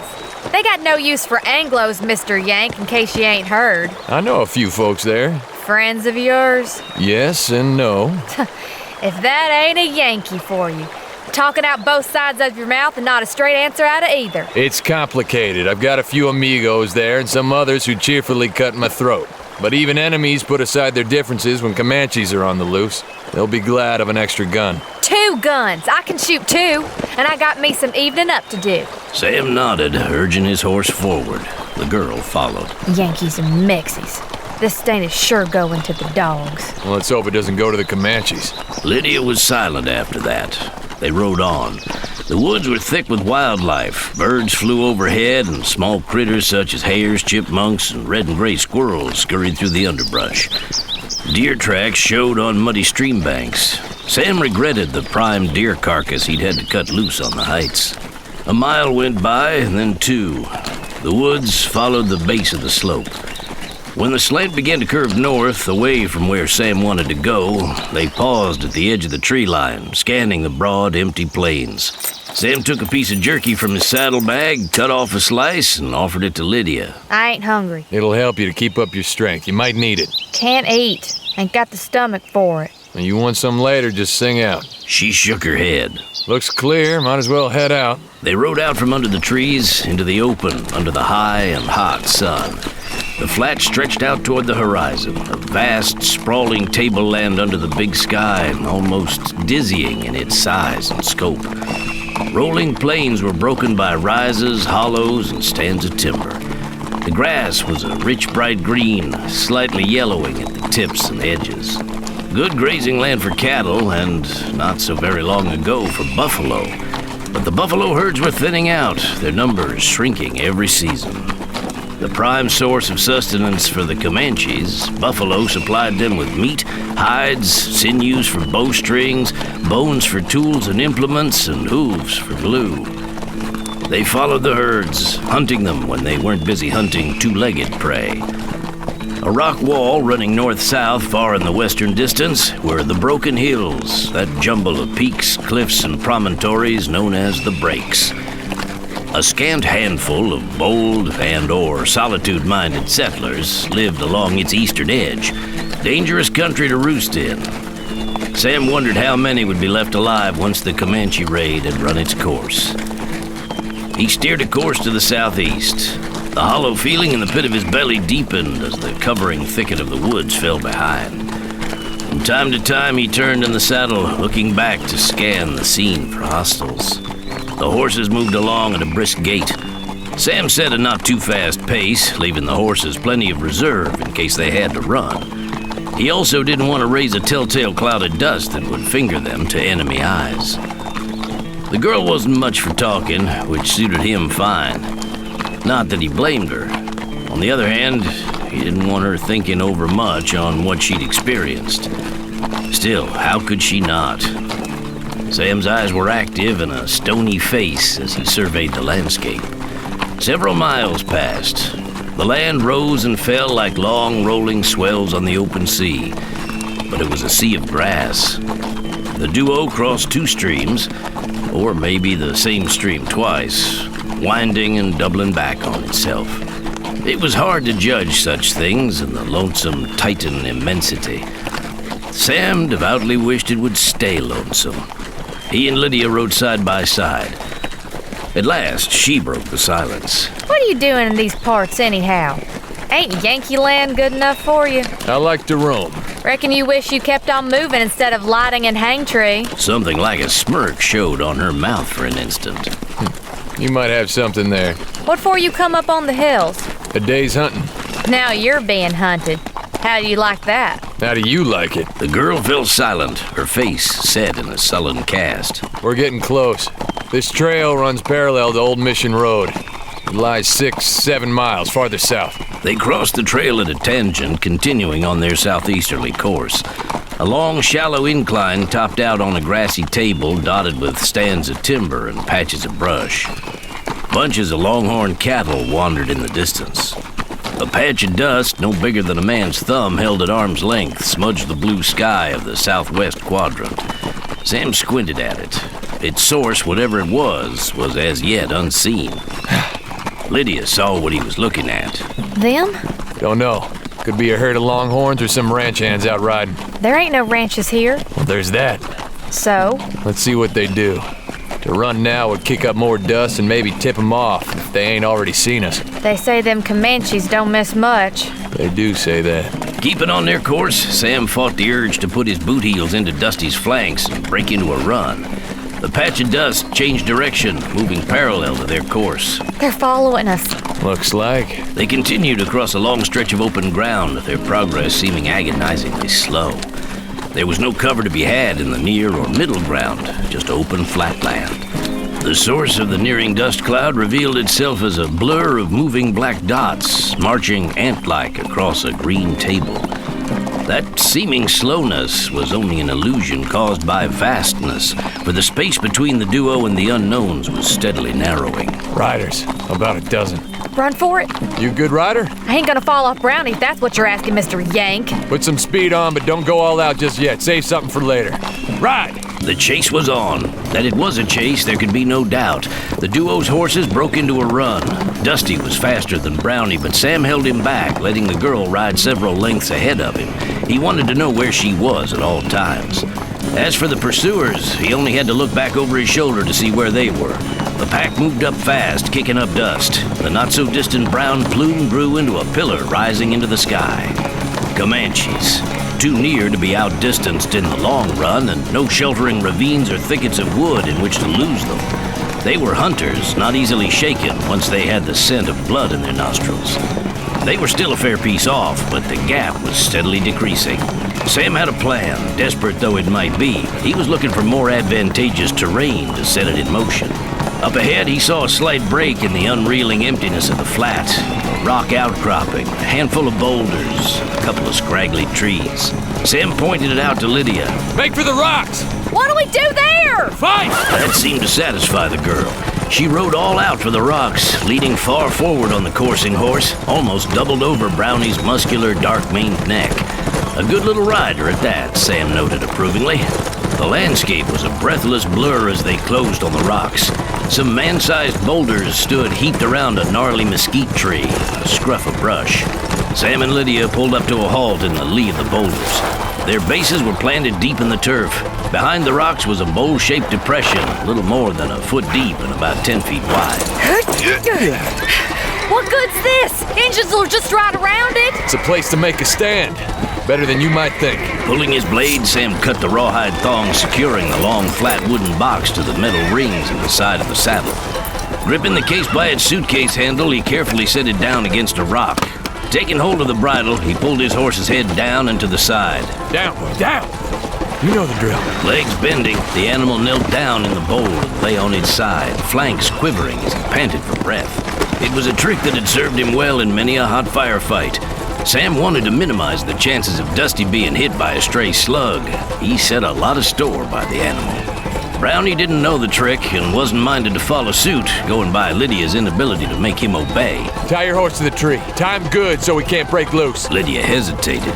Comanches won't shoot him. They want him alive. But your horse laid down. Dusty's been in the war and knows what to do. Brownie don't, and this ain't the time to try and teach him. The charging Comanches were several hundred yards away. Every inch of that fast-narrowing gap meant the difference between life and death. Lydia hitched Brownie to the tree and ran over to Sam with her rifle in hand. Take cover behind the rocks and keep your head down, girl. The hell you say, Mr. Yank? I aim to kill me some of them red devils. I believe you will at that, missy. Keep your nerve and we might just get out of this alive. I reckon I can stand anything an old heathen northerner can and more. Sam was done talking. He went down on one knee, laying the wooden box flat on the ground. He unfastened twin brass snaps at the join, opening the case. What for are you fiddling with that? I've got a secret weapon, you might say. Sam lifted the lid of the wooden box, exposing its contents. Within the hollows of a black, crushed velvet encasing lay several pieces of hardware, an elongated rifle barrel, a wooden stock, and a telescopic gun sight. Crouching behind a chest-high rock, Lydia took up a shooting position, placing the Henry rifle across the boulder's flat top and snugging the butt of the stock into a hollow of her thin shoulder. Them engines is getting awfully close. Don't shoot yet. It's a waste of ammunition. Wait till they get closer. Mister, they're getting too danged close. Her face was stiff, the pupils of her eyes blue-rimmed black dots, large and swimming. She kept glancing from the charging Comanches to Sam to see what he was doing. Sam loosed the mule's leg from its holster. The hardware in the case was custom designed for the cut-down Winchester. Practiced hands, moving with expert sureness, Sam freed the elongated rifle barrel from its casing. Its butt end was expertly tooled, machined with spiraling grooves that ensured a perfect fit when joined to the muzzle of the Winchester's sawed-off barrel. Sam screwed the long barrel into place, a final twist bringing its front sight post up with a click to the deadline center vertical. Taking the smoothly polished wooden buttstock from its holder, he fitted its forward end over the butt end of the short-handled mule's leg. The stock's open central slot fits snugly over the rear of the weapon. A pair of screws with flat, thumbnail-shaped ends was set in place in holes drilled in the opposite ends at the head of the stock. Strong, dexterous fingers worked them, turning them in place in corresponding holes in the Winchester's chopped handle. The mule's leg, cut down for quick access when in the saddle or in the close quarters of a saloon or back alley, was transformed into a long rifle with the precision and accuracy of the same. The wood case held a telescopic sight, too, but there was neither time nor need for attaching it. The Comanches were too close. Their blood is up. They're hot for the kill, the dirty so-and-sos. Hey, mister, don't let them take me alive. Don't be in such an all-fired hurry to die. I ain't no kid. I know what happens to girls they catch. Promise, you won't let that happen to me. It won't. Swear it. I swear. Sam shouldered the long rifle. Black Robe's priestly vestment flapped in the wind, somewhat the worse for wear. Weathered and blood-stained, it was ripe with the smoke of countless campfires, the burning of villages, and the blood of many foes. It was tattered and frayed, with torn seams showing at the shoulders and across the back. It was decorated with strips of buckskin fringe along the arms and brightened with beads and scraps of colored ribbons. Black Robe's mission, given him by Red Hand himself, was to lead a band of scouts down on the flatland, making sure no white eyes from the plateau escaped the slaughter to warn their fellows in the ranches of town.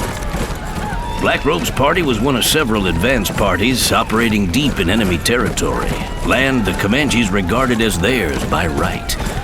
These bands would begin the encirclement and isolation of the town of the Hanging Tree.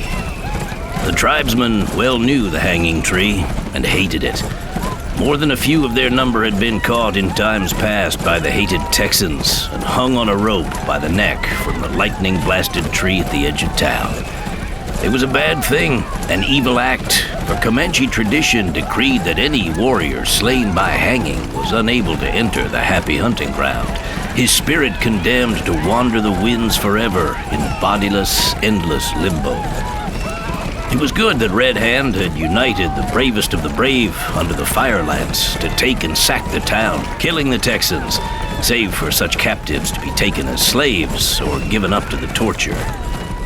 Black Robe's band had been busy, raiding small ranches in the breaks, burning them out, and killing their occupants.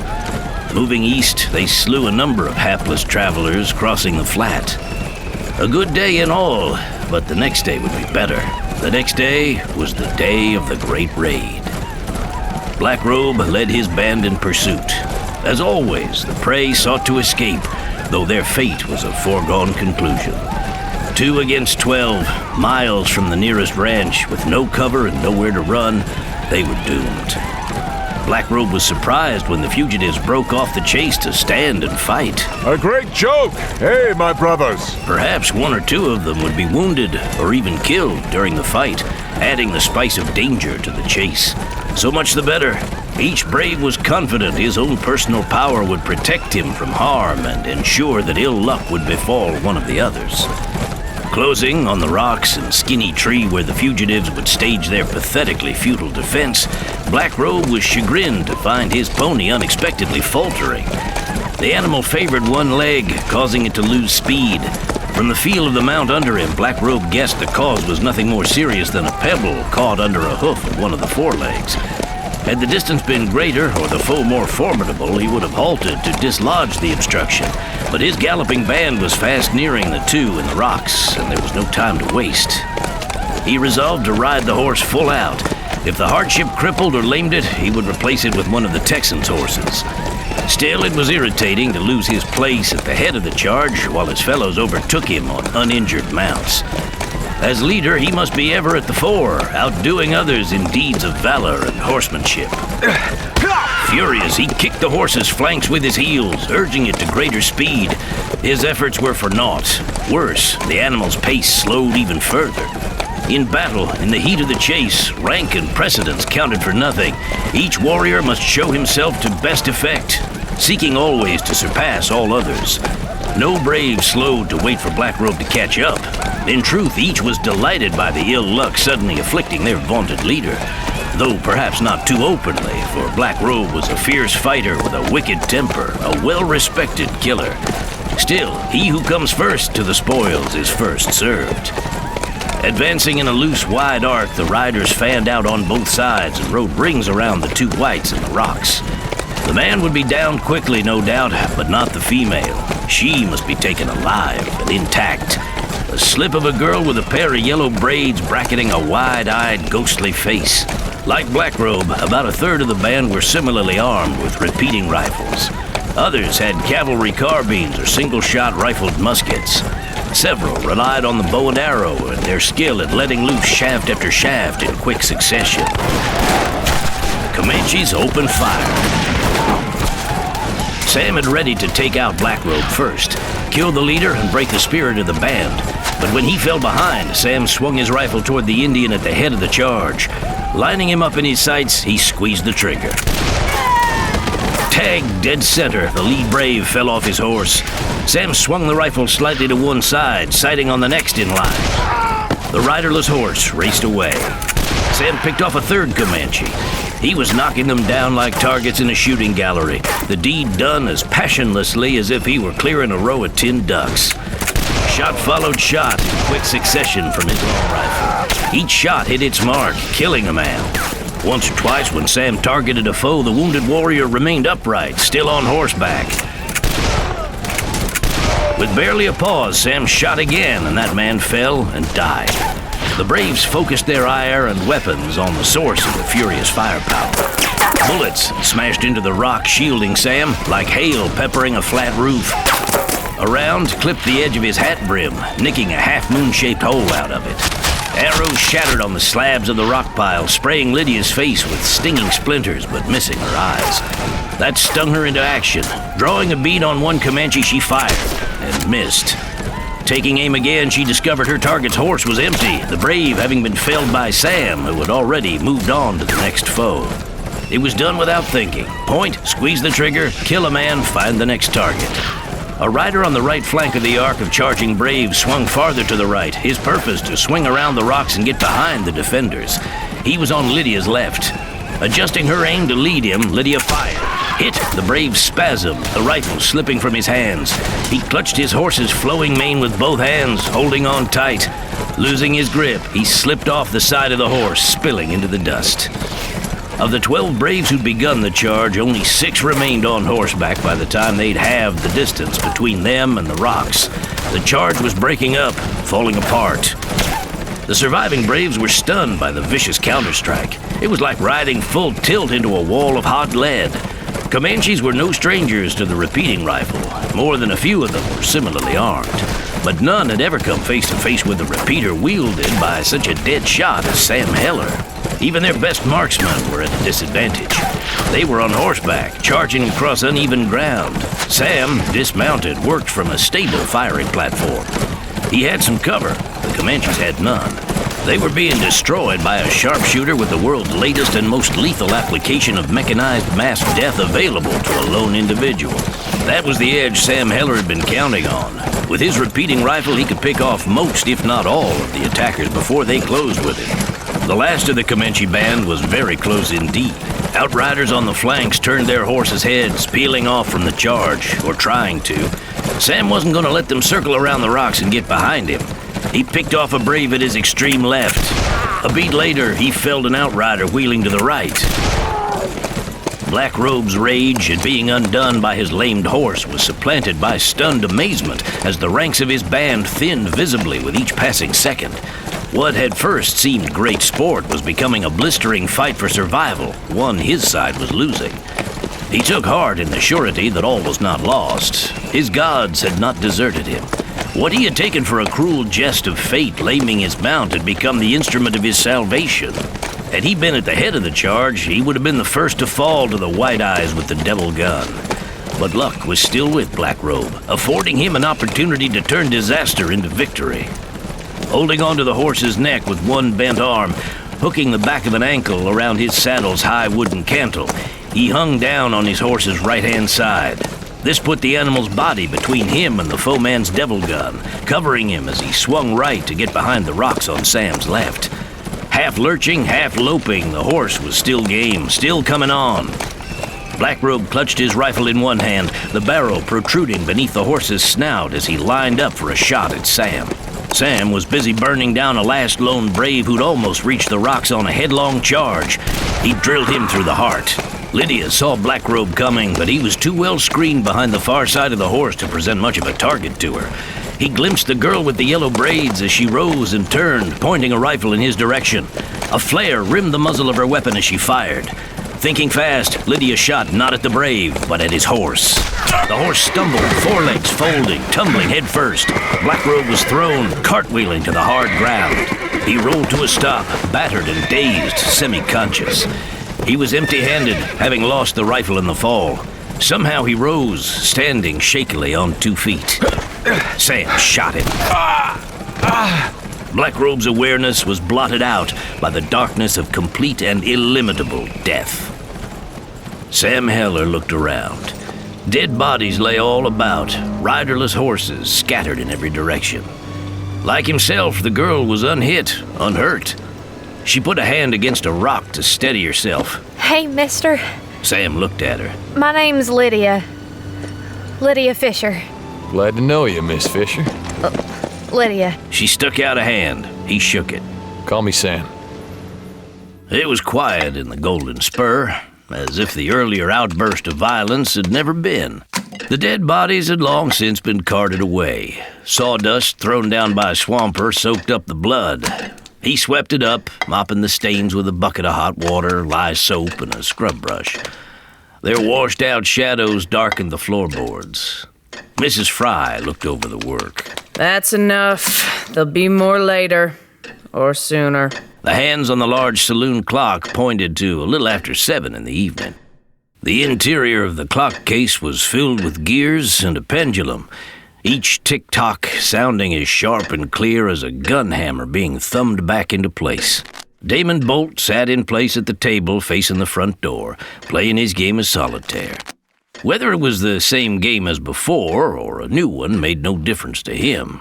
He continued to play with an undiminished air of concentration and a steady hand, despite the fact that the level of whiskey in his bottle had declined noticeably in the last hour or so. Mrs. Fry had retreated to the office behind the staircase.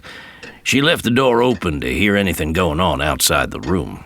Out front, Morrissey stood behind the bar, absently polishing up glasses with a thin towel. A double-barreled shotgun lay on its side on the countertop, near at hand. The front pockets of his white bib apron bulged with shotgun shells. Across from the barkeep, Creed Teese sat on a long-legged stool at the bar, eating a late lunch. Damned if I'm going off my feet on account of a dust-up that ain't even happened yet. The thick, juicy steak that Morrissey had cooked covered his plate, the slabbed beef looking about as big as a doormat. Teese went at it hard with knife and fork, his face almost parallel to the plate as he wolfed down his food. From time to time, he washed it down with great gulps from a tumbler full of whiskey, which the barkeep was quick to refill when it showed signs of running out.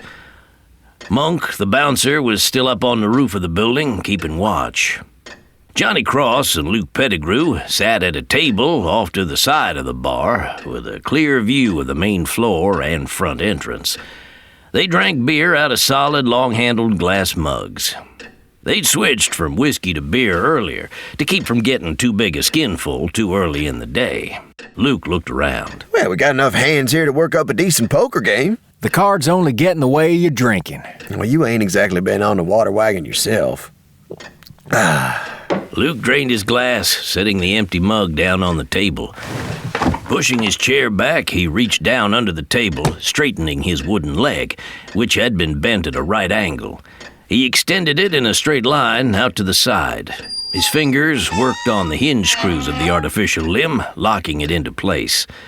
He gripped the back of his chair with one hand and the edge of the table with another. Johnny took hold of the table to steady it. Luke hefted himself up out of the chair onto his feet. Bending forward, he picked up the crutch which lay across a third chair at the table. He snugged the crutch's padded crossbar under his left arm and planted its tip firmly on the floorboards. Well, gotta go see man about a horse. Johnny nodded absently, watching tiny bubbles rise in his beer. Luke made his way limping to the bar. Where's the Donecker? Through that door and down the hall. First door on your right. Morrissey gestured at a swinging door set in a near corner of the rear wall. Much obliged. Johnny sipped some beer. Holding the mug up, he gazed at the wash of foamy suds sliding down the inside of the glass. From behind came soft footfalls, a rustle of a long skirt and petticoats. Glancing over his shoulder, he saw Francine Hayes coming out of a back room. She went to the bar and spoke softly to Morrissey. Reaching under the bar, he set an unopened bottle of whiskey on the countertop. He put 2 glasses down beside it. Francine picked up the bottle and glasses and started toward Johnny.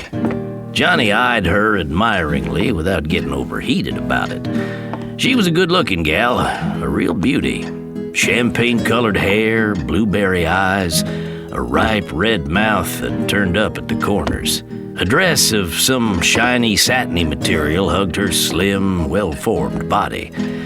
It was a pleasure just to watch her move. Francine stood at the table, smiling. Buy you a drink, cowboy? Well, that's a switch. Usually it's the fella who buys a gal a drink. It's an unusual day. And it ain't hardly even got rolling yet. Compliments of the house. She brandished the bottle. Johnny rose, indicating an empty chair. Please. Thank you. Francine set the bottle and glasses down on the table. Johnny held the back of the chair, pushing it toward the table after she sat down. He tasted her perfume in his nostrils, light and elusive, yet making his senses tingle. You're a gentleman, sir. Shoot, all us Texas boys is gentlemen. She cut him a skeptical side glance, a wry twist to her lips. Not all. Maybe not. As he sat, he turned his chair to face her. Francine indicated the bottle. If you would be so kind. Glad to. He broke the seal and uncorked the bottle, loosing the rich, dark scent of prime Kentucky bourbon. It smelled almost as heady as her perfume. Almost, but not quite. He filled a shot glass, setting it down before her. No water for a chaser? Why, do you need one? Well, I was thinking of you. Oh, I take it straight. Especially today. Can't say I blame you. Johnny filled the other glass, raising it. Francine raised hers. Here's luck. Mud in your eye. Color came into her cheeks, some of the tautness leaving her face. Good? Have another. Why not? He refilled their glasses. She sipped hers. Johnny slowed down, too. She studied his face, thoughtful. I know you. His eyebrows rose. Well, I'd remember if we ever met before. I never get that drunk. No, I mean, I know who you are. You've been in here before. You and your friend were pointed out to me. He'd forgotten about Luke.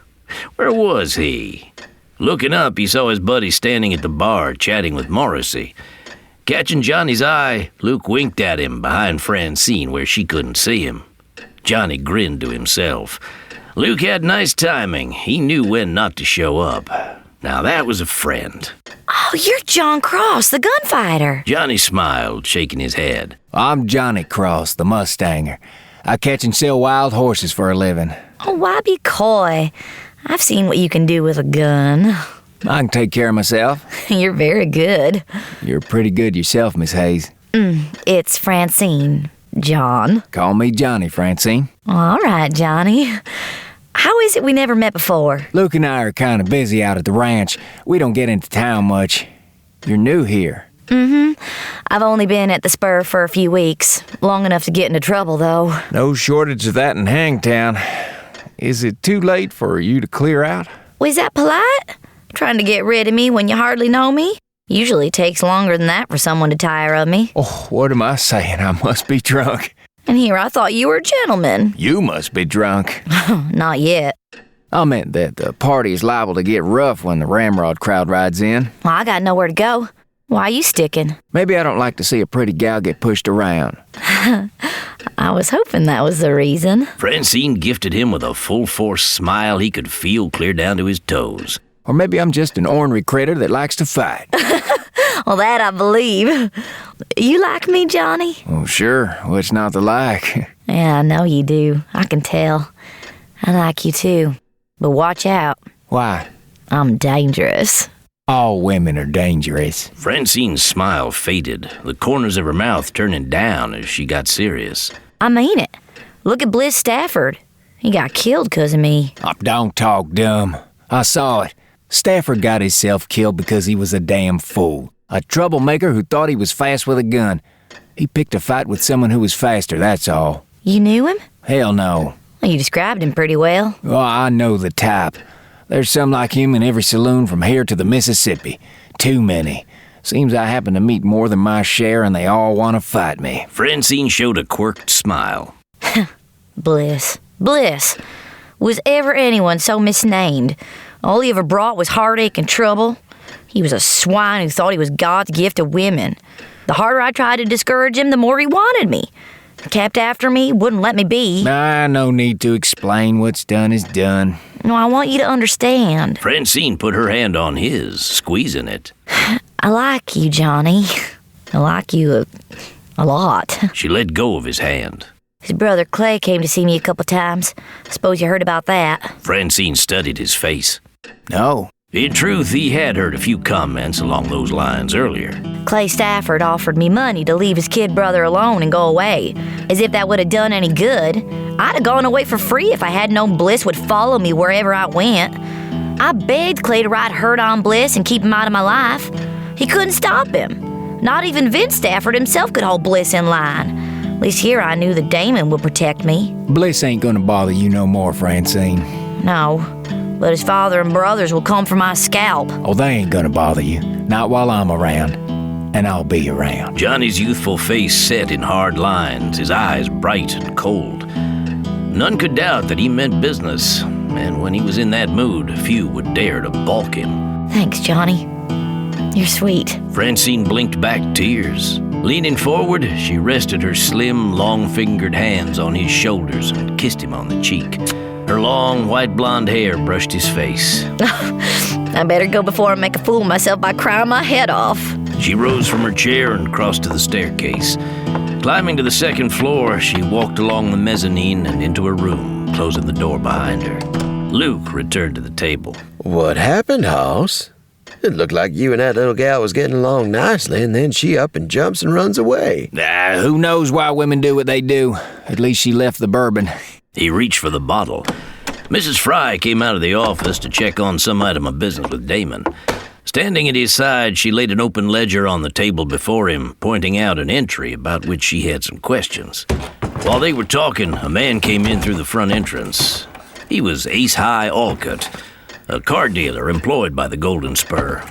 He was thin-faced, with wavy black hair slicked back and a pencil-thin mustache. He walked fast, a sheepish expression on his face. I thought we'd seen the last of you, Ace High. I got a week's wages owing. Olcott avoided her eyes and Damon's. What's the hurry?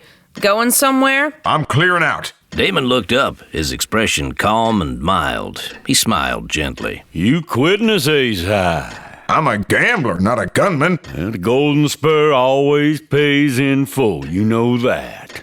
If you would be so good, Mrs. Fry. I'll take care of it, Damon.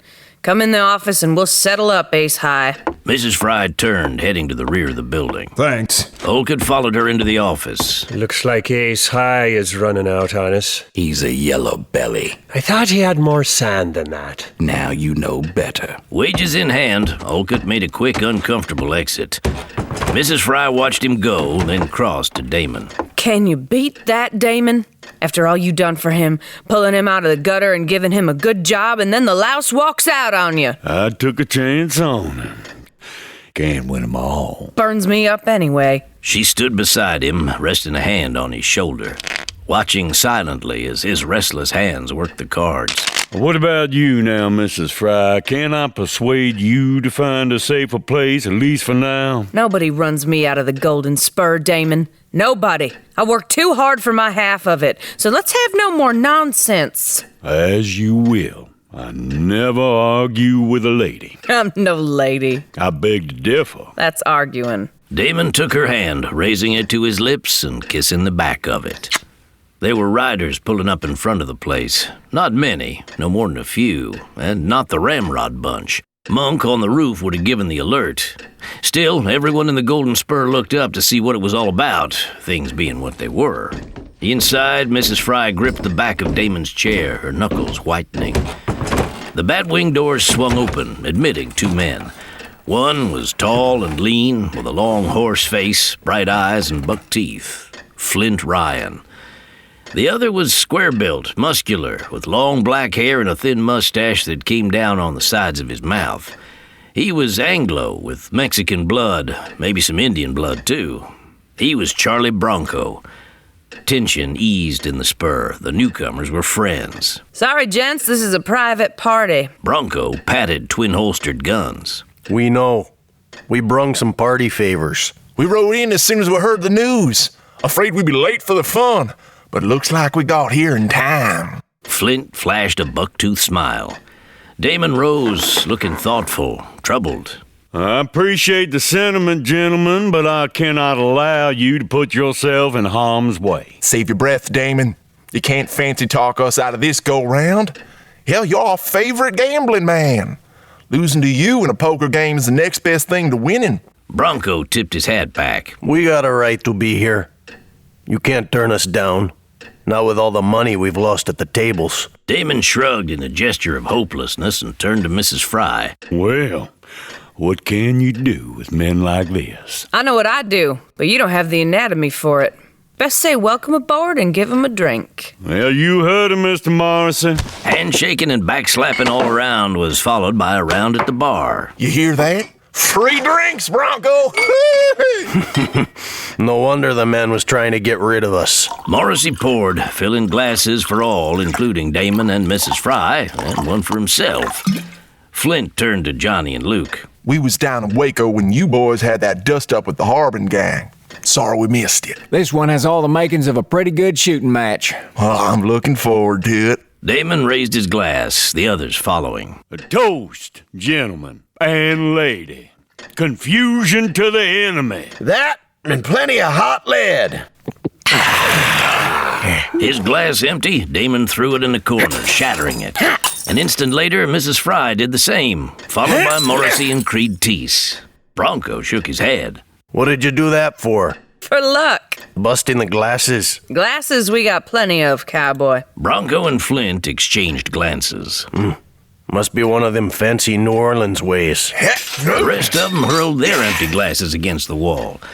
A dawning light of comprehension showed in Flint's eyes. Now I know why he thunk that up. No glasses, we can't catch no more free drinks. I told you, glasses we've got plenty of. Set 'em up, Morrissey. Hell, give 'em each their own bottle if they want it. Now that's what I call being sociable. He'd storm hell if he gave him a beer chaser. Upstairs, Monk stuck his head upside down through the trapdoor hatch. They's coming! They's coming! The Staffords are riding into town! The Staffords and their Ramrod Ranch riders had come to Hangtown. They rode in from the south, going north on River Road between the town and Swift Creek. They rode in a column, 21 men in all. The point man rode alone. Vince Stafford, patriarch and boss, he was proud, profane, upright, and unbowed. White-haired, gray-bearded, and thick-bodied, he rode mean-faced and scowling, and not necessarily because of his son Bliss's death. It was how he looked most of the time. He wore a gun belt on his right hip and had a repeating rifle tucked into a saddle scabbard. Behind him, riding side by side, yet as far apart as possible, were the two surviving Stafford sons, adults both, Clay and Quentin. Quint, the firstborn, was hulking and brutish. As firstborn, he should have been in line to be Vince's inheritor, but nature and the patriarch had long since determined the line of succession should skip the eldest and fall on second-born Clay, who was cunning, ruthless, and possessed of a very quick gun. Quint resented the situation, but not enough to do something about it. The last time he dared to try, Clay pistol-whipped him into a whimpering heap. Known as the Ramrod's Ramrod, Clay was the one Vince called on to see that the dirty work got done and done right. Bliss had been the youngest, the baby of the family. He was Vince Stafford's first dead son, a dubious distinction his father meant to capitalize on during the foray into Hangtown. Behind the Staffords, the Ramrod riders came on in threes, their precedence in the column determined by the pecking order of their gun skills. In the first non-family rank were Dan Oxblood, Ted Claiborne, and Kev Huddy. Oxblood was the only outsider, a gun for hire who'd been brought on for this venture. Thick, glossy, brick-red hair was combed straight back from his forehead. He had green eyes, wore a black hat and garments, and a left-handed gun. He rode a handsome white stallion. Claiborne and Huddy were Ramrod regulars, though they were kept on the payroll for their skills as gun hands, not ranch hands. Claiborne, 30, was heavy-set, deliberate, slow-talking, and easy-walking, quick with a gun. Huddy, in his early 20s, was skinny with a sharp nose, thick lips, and long, lank, dirty blonde hair. In the next rank came Caw, Demery, and Marbley.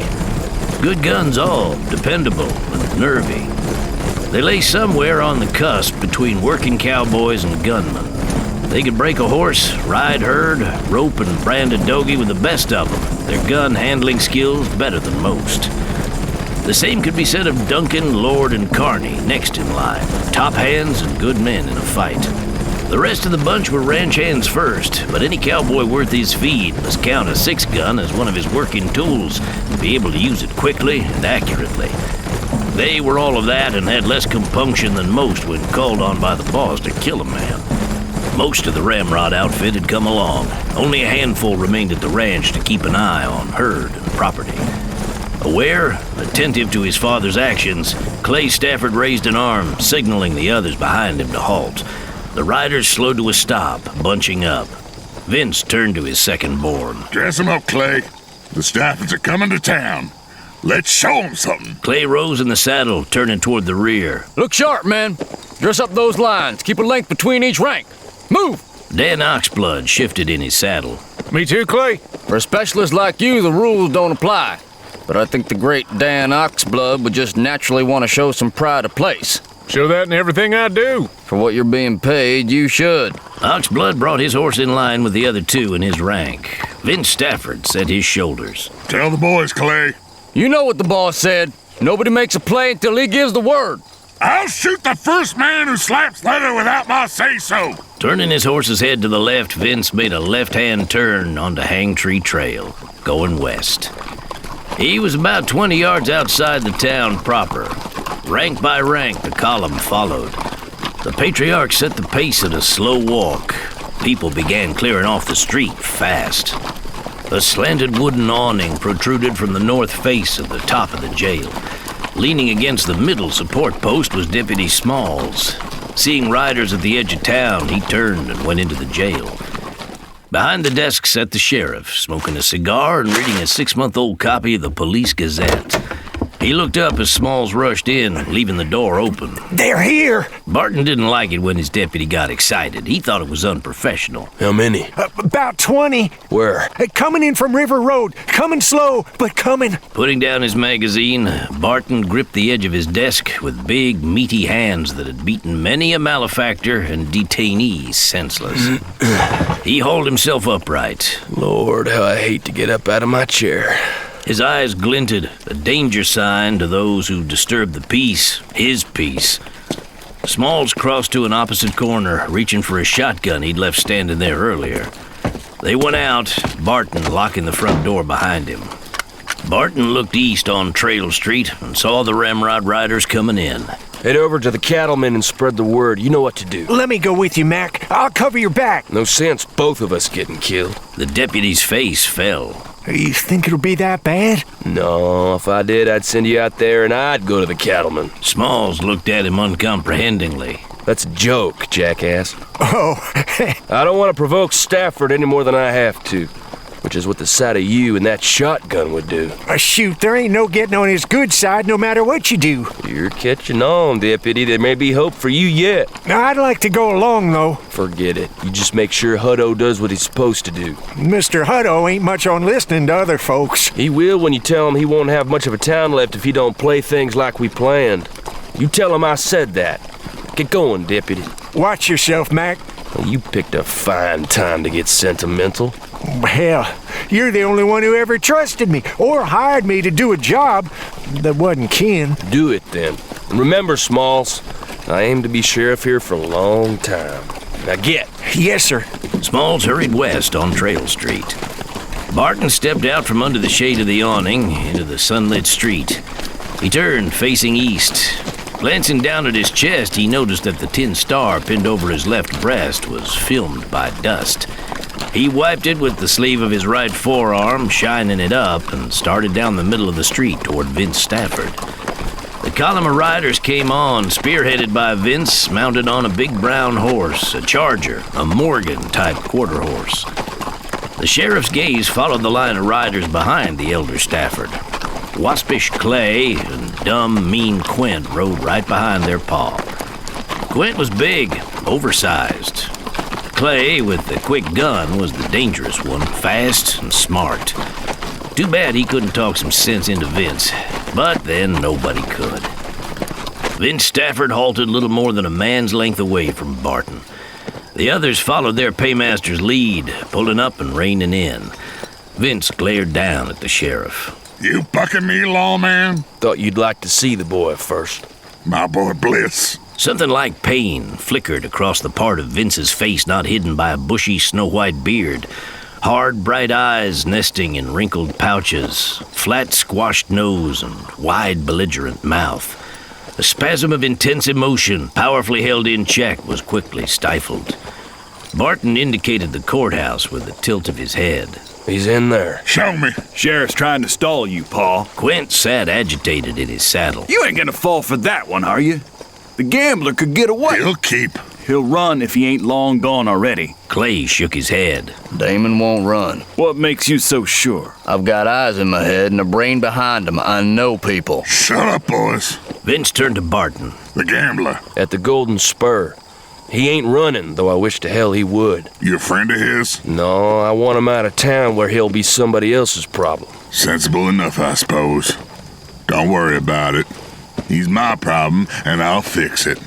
Take me to the boy. Barton walked toward the courthouse front. Vince turned his horse and followed.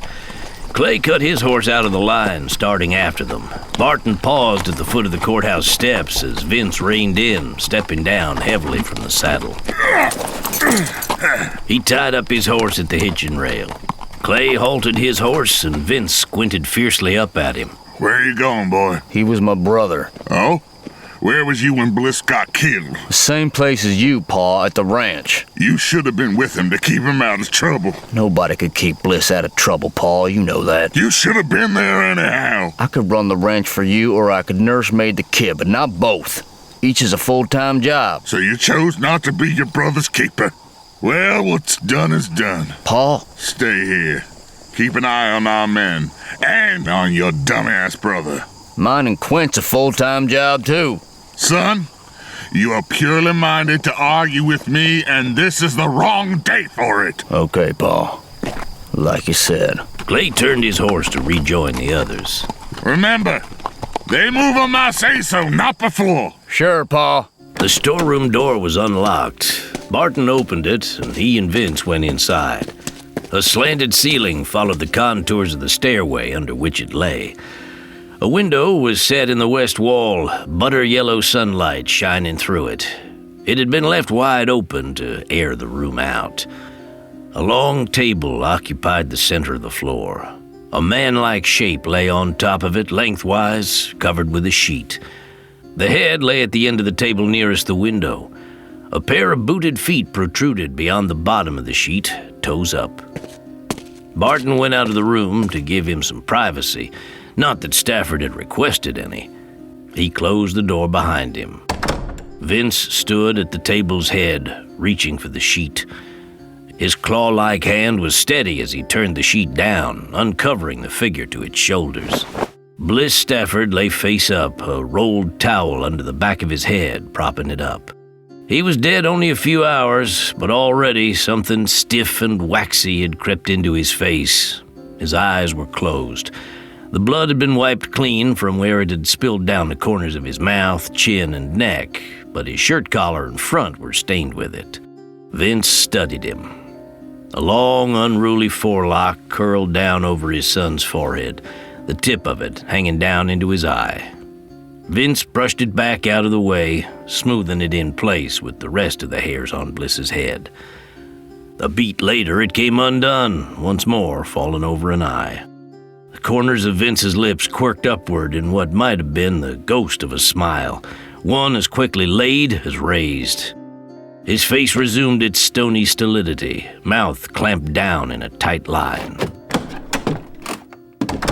I'm done here. Stafford started toward the front of the building. Barton turned to the sweeper cleaning the hall. Leave the front door unlocked, Jess. Some of Mr. Stafford's men will be along directly for the body. Stay here till they come, then lock up and go home. Vince and Barton went out. The ramrod bunch hadn't moved. Clay was guarded, watchful. Quint stared off into space, mouth hanging half open, his thoughts, such as they were, far away.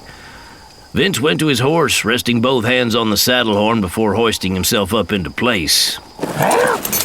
The horse sagged noticeably under his weight. He walked the animal to the head of the column of riders. Barton moved along the column slowly, the mass of mounted men looming up like a wall on one side of him. His face was leaden, his tread light. The next few moments would be critical. Clay, send a couple of the boys to fetch Joe Delagoa. He'll get the body ready for burial. Barton circled around the front of the column, casual-like, standing in the middle of the street facing them. That's the second time you've gotten between me and the town. That's what they pay me for. I want to make sure we're straight on a few things, Vince. Clay rubbed his chin with the back of his hand.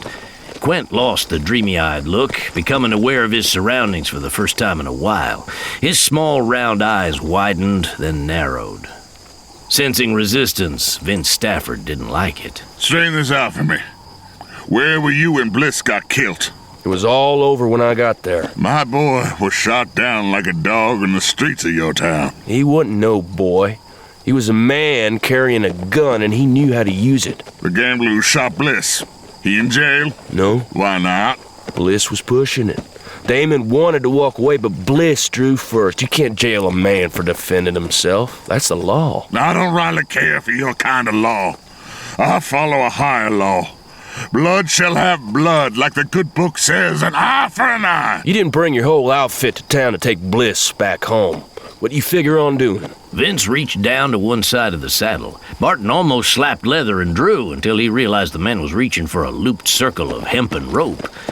The coiled lariat was fixed to a saddle ring. I'm gonna hang the man who killed my boy. Vince Stafford brandished the rope, shaking its looped length in the air. But don't get yourself in an uproar, Sheriff. I'm gonna do everything right and proper. The good old-fashioned Hangtown way. I'm gonna slip the noose around the gambler's neck by myself and stretch him from a limb of the old hanging tree. That ain't all I'm gonna do. I'm gonna fix the whore that led my boy astray, too. Cut her face up good and proper, so that after this day, no man's ever gonna be able to look at her again without puking. That's crazy talk, Pa. The girl had nothing to do with it. How do you know? Was you there? Hell no. So just keep your trap shut. I know Bliss the way he was around women. Everybody knows. He saw a pretty girl, he just had to have her, come hell or high water. If it wasn't this one, it would have been another. But it was this one. What's her name? Francine? Sure, that's it. Francine. He talked about her enough back at the ranch. Francine! She's the gambler's whore, and because of her, Bliss is dead, and she's got to pay. They both do, and they will. I didn't come out here to fight women. I came to get my brother's killer, and you came because I told you, and you'll do like I tell you, and that's the end of it. Unless you feel like bucking me, boy. Do you? You're the boss, Pa. Damn right. And don't you forget it. Never learn, do you, Clay? There's no going against Pa once he got his mind set. Shut up, Quint. I take it from Pa, but I don't have to take it from you. Both of you shut up. Still holding the coiled lariat, Vince rested one hand on top of the saddle horn, put the other hand on it and leaned forward, glaring down at Barton, impassive and unmoved. Now what do you think of that, lawman? I think Clay's talking sense, and you ought to listen to him. Bracing Damon is one thing, but hurting a woman, cutting her, that's another. That's awful raw, even for Hangtown. Folks in these parts don't cotton to a man putting a bad hurt on a woman. Respectable women, not whores. Whores, too. There ain't so many of them around here that we can afford to lose one, especially not a pretty one. I showed my hand. Now it's time for you to lay your cards face up on the table, Sheriff. What's your call? You planning on bucking me? I didn't get this badge for being dumb. Some of the tension left Clay's face. Dan Oxblood smiled knowingly. Some of the men nodded their heads. I'm hired to protect Hangtree. I ain't so much of a fool as to risk the town getting tore up and innocent folks hurt and maybe killed to save Damon Bolt's neck. Besides, Damon's pretty good at taking care of himself, and he's got some friends with him. That's our lookout. The gambler and the whore. I want them both, and I'll have them. Damn it, Paul. He's going along. You don't got to rub his face in it. He's got to go along all the way. There's a condition. I don't hold with conditions. You want to fight a private war with the Golden Spur, that's your business. I may not like it, but I have to take it. But it's strictly between your crowd and his. Keep it private, and the rest of the folks safely out of it. Nobody'll get hurt unless they get between me and what I'm after. If they do, God help them, because I surely won't. Don't let things get out of hand, Vince. Suppose they do. Who's gonna stop me? You? That's right. Now get this. No man buffaloes Hangtree, no matter how big he thinks he is or how many guns he's got riding for him. It's been tried before, and it never took, and it ain't gonna take now. Big talk for one man. I ain't alone. Barton turned, angling his body so he faced Vince and West Trail Street, careful not to turn his back on the Staffords. Raising his left arm slowly and deliberately so as not to spook anybody into shooting, Barton waved a hand in the air. Armed men poured into the street from the front and side doors of the Cattleman Hotel and the Alamo Bar across from it. Don't get trigger happy, gents. You don't want to spoil your fun. Figures armed with rifles, shotguns, and handguns massed in the center of the street, filling it. A crowd of 30 or 40 men stood facing the Ramrod Riders. The hardcore center of them were dog-star toughs, paired with hard-bitten ranchers and cold-faced townmen. Together, they made up the Hangtown Militia. What's this? What do you think you're pulling? Hangtree got through the war without being sacked and burned by Yankees, deserters, or outlaws, and we aim to keep it that way. Them folks over there ain't minded to stand by and let the town go to Hades just because you or anyone else wants to run roughshod over it. Seems to me you made a slight mistake in your calculation, Sheriff. Them fighting shopkeepers and store clerks and whatnot of yours, real bad hombres, I'm sure. They're down there. But you're here, all alone with us. I'll take my chances. You're taking them, by God! Barton had been unsure whether the likes of Wade Hutto and Squint McCrae could marshal their respective factions and get them in the street when the time came. That was the chancy part. Now that the confrontation had come to a head, he felt cool, ready. Them bad hombres you making small of have homes and businesses to protect against looting and burning. Most of them were in the war and they can take care of themselves if they have to. See that they don't have to. Go fight your fight with Damon. That's your business. It's the ramrod against the spur, and that's where it better stay. If it gets out of bounds, slops over where it can foul our nests, we'll make it our business, savvy? Don't crowd your luck. Don't crowd us. You'll have your hands full with Damon and his pals. You're too smart to go against him and the town both. And don't forget about the Yanks at Fort Pardee. Give them an excuse to hunt you down, and they'll clean up on the whole bunch of you and confiscate your herd and ranch for their troubles. I ain't forgetting this. I can stand it. Get and be damned. Keep out of my fight, and you won't have any of ours. Done. The sheriff gave them all one last hard look. Wonder how many of you will be alive by this time tomorrow. Barton turned and started walking, moving at a steady pace. He fought to keep his shoulders and back muscles loose and untensed, but it was hard. He was half expecting bullets to come tearing into him any second. He kept on walking, eyes front, not looking back. Drawing abreast of the Golden Spur, he cut a side glance at it. Johnny Cross stood framed in the doorway, arms folded on top of one of the hinged batwing doors. He rested his chin on his arms, yellow cat eyes unblinking, smiling lazily at the sheriff as he walked past. Nearing the militiamen, a wall of vague oval faces began resolving into recognizable faces. Town boss Wade Hutto, his top gun Boone Lassiter, Hutto's brother-in-law Russ Lockhart, Deputy Smalls, Squint McCrae, and a couple of his cousins, Carl from the gun store, and others. How'd it go, Sheriff? Vince listened to reason. That's great. Good work, Mac. The Ramrod bunch will toe the line, but we still need to keep our guns loaded and ready to smash them down at the first sign of trouble, which could be soon, anytime. Whew, I don't mind telling you, that was a real nail-biter. You should have seen it from my end.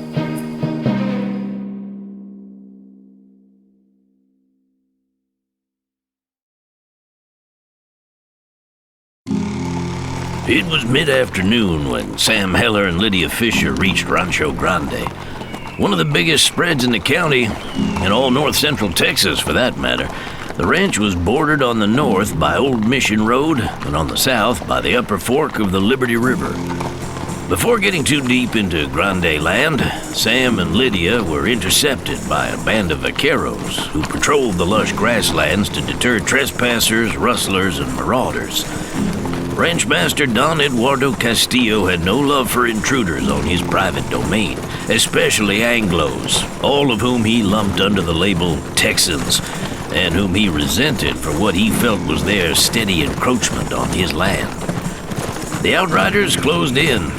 Mexican Americans, they were hard men with grim, unfriendly faces under broad-brimmed sombreros and weapons, guns and rifles, held at the ready. Lydia turned to Sam. I heard the Grande Riders shoot white folks on sight. Not true. Just pesky yellow-haired gals with braids. Lydia looked unsure as to whether or not he was joking. Sam was no stranger to the ranch, thanks to previous involvements with the Castillo clan. He was recognized by the Jefe, the boss of the vaquero band. Sam spoke a few sentences to him in rough broken Spanish, a language he was learning but still a long way from mastering. He got his message across, though, especially the dreaded word Comanche. Of no less dread import was the name Mano Rojo, Red Hand. The Jefe's face stiffened, his dark-eyed gaze hardening. Some of the vaqueros muttered curses. All checked their weapons and peered into the distance in search of war parties. Mexicans and Comanches had been mortal enemies for more than 300 years, since the first armor-shelled conquistadors ventured north from Mexico City across the Rio Grande. The rancho had battled for survival against the Comanches for over a century. The Jefe issued a series of rapid-fire commands to his men, who leaped into action. One wheeled his mount, spurring it southward at top speed toward the rancho, hidden from view by some low ridges. He raced all out to give warning. Two more vaqueros peeled off from the group, pointing their horses in opposite directions, one going east, the other west, galloping away to spread the alert to other working parties tending the herds on the grazing lands. The Jefe and those remaining escorted Sam and Lydia to the ranch. 20 minutes of hard riding brought them in sight of the main settlement. Here was the core, the inner citadel of Rancho Grande. A sizable tract of land was enclosed by thick adobe walls 10 feet tall. The walls were pocked and cratered by rounds fired in numerous battles, some old, others of more recent vintage. The main gate faced south. A set of stout, iron-bound, dark wooden double doors stood open, allowing a view within. Square-faced columns topped by an adobe arch bracketed the entrance. A bronze bell hung from a black iron chain in the center of the archway. A dirt road stretched across the flat, fronting the portal. Sam, Lydia, and their vaquero escort rode in under the arch, through the gate, and into a wide courtyard. Stung by the advance rider's warning, the ranchero was abuzz with activity, swift and purposeful. Within high, curved adobe walls, parapets accessed by stairways served as shooting platforms. Sentries on the walls scanned the horizon for sign of hostiles. None had yet appeared. Two-man teams toted crates of rifle ammunition, each man gripping a rope handle attached to a short end of the case. Laboring under the heavy load, they lugged the crates up the stairs onto the ramparts, broke open the lids with rifle butts, and began handing out boxes of cartridges. Riders rushed in and out of the main gate, going here and there on various vital errands. The dirt-floored outer courtyard gave way to the stone-paved inner courtyard of a plaza. At its center was a wide, shallow adobe water basin and fountain, fed by a well. Bordering the plaza were outbuildings, stables, a tool and equipment shed, and storehouses filled with supplies of corn and sides of dried, smoked meat. Beyond the fountain rose the main building, a 3-story structure, an imposing edifice that fronted south. Its slanted roof was shingled with orange ceramic tiles. Across the whitewashed adobe and stucco front, black ironwork grills hung on the windows. Ornate rails and balustrades covered the second-floor balcony. Lush, extensive gardens and arcades lay on the west side of the building. The Jefe escorted Sam and Lydia into the inner courtyard. They were met by Hector Vasquez, the segundo, the foreman of the ranch. He was topped by an outrageously oversized, broad-brimmed sombrero, its tall crown narrowed to a curved peak, looking like an inverted horn of plenty. Spilling out from under was plenty of ombre, a bearish, barrel-chested, big-bellied man. A pear-shaped face was framed by masses of shaggy salt and pepper hair. Dark black eyes looked out from a bronzed visage whose cheekbones and cheeks were pitted by remnants of long-ago smallpox scars. He wore a black bolero jacket with silver trim and frogging, a white embroidered shirt whose front was strained by a massive swelling belly, black bell-bottom pants, and silver-trimmed leather boots. Worn low under his big gut was a pair of 6-guns and soft leather Buscadero holsters. He looks like a bandit. He was once. Don't worry, he's perfectly respectable now. Probably hasn't killed anybody this week. Lydia looked at him out of the corners of her eyes. I'm joking. Actually, there was no knowing if Vasquez had killed anybody lately or not. He'd obeyed cheerfully and with a will, if ordered to do so by his patron, Ranchmaster Don Eduardo. Shiny sunburst rowels as big as silver dollars sparkled at the ends of his spurs as Vasquez made his way to them, raising a hand in greeting. Trouble always follows you, gringo. What misery do you bring now? Nothing a man like you can't handle, large one. True, but I like to know who I'm shooting at. Comanches. Mucho Comanches. So you say. Senor Diego says maybe you got scared by a few Los Bravos Indios, that's all. Sam looked around at the bustling courtyard. Brawny, heavy-set women in white blouses and colorful skirts filled ollas, water jugs, at the basin and carried them inside the hacienda. Gangly boys in baggy white shirts and pants and woven sandals bent double under the weight of massive bundles of firewood and stowed them away in the outbuildings. Riders came and went, stable hands, saddling and unsaddling horses. They seem to be taking it seriously enough. And you? I think maybe there's gonna be a fight. Good thinking. And the señorita, who is she? The last of her family. Comanches hit their ranch in the hills today. Pobrecito, poor little one. A great misfortune for one so young.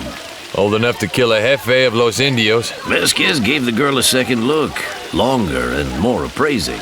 So? Well, I expect no less from a friend of yours, young or old.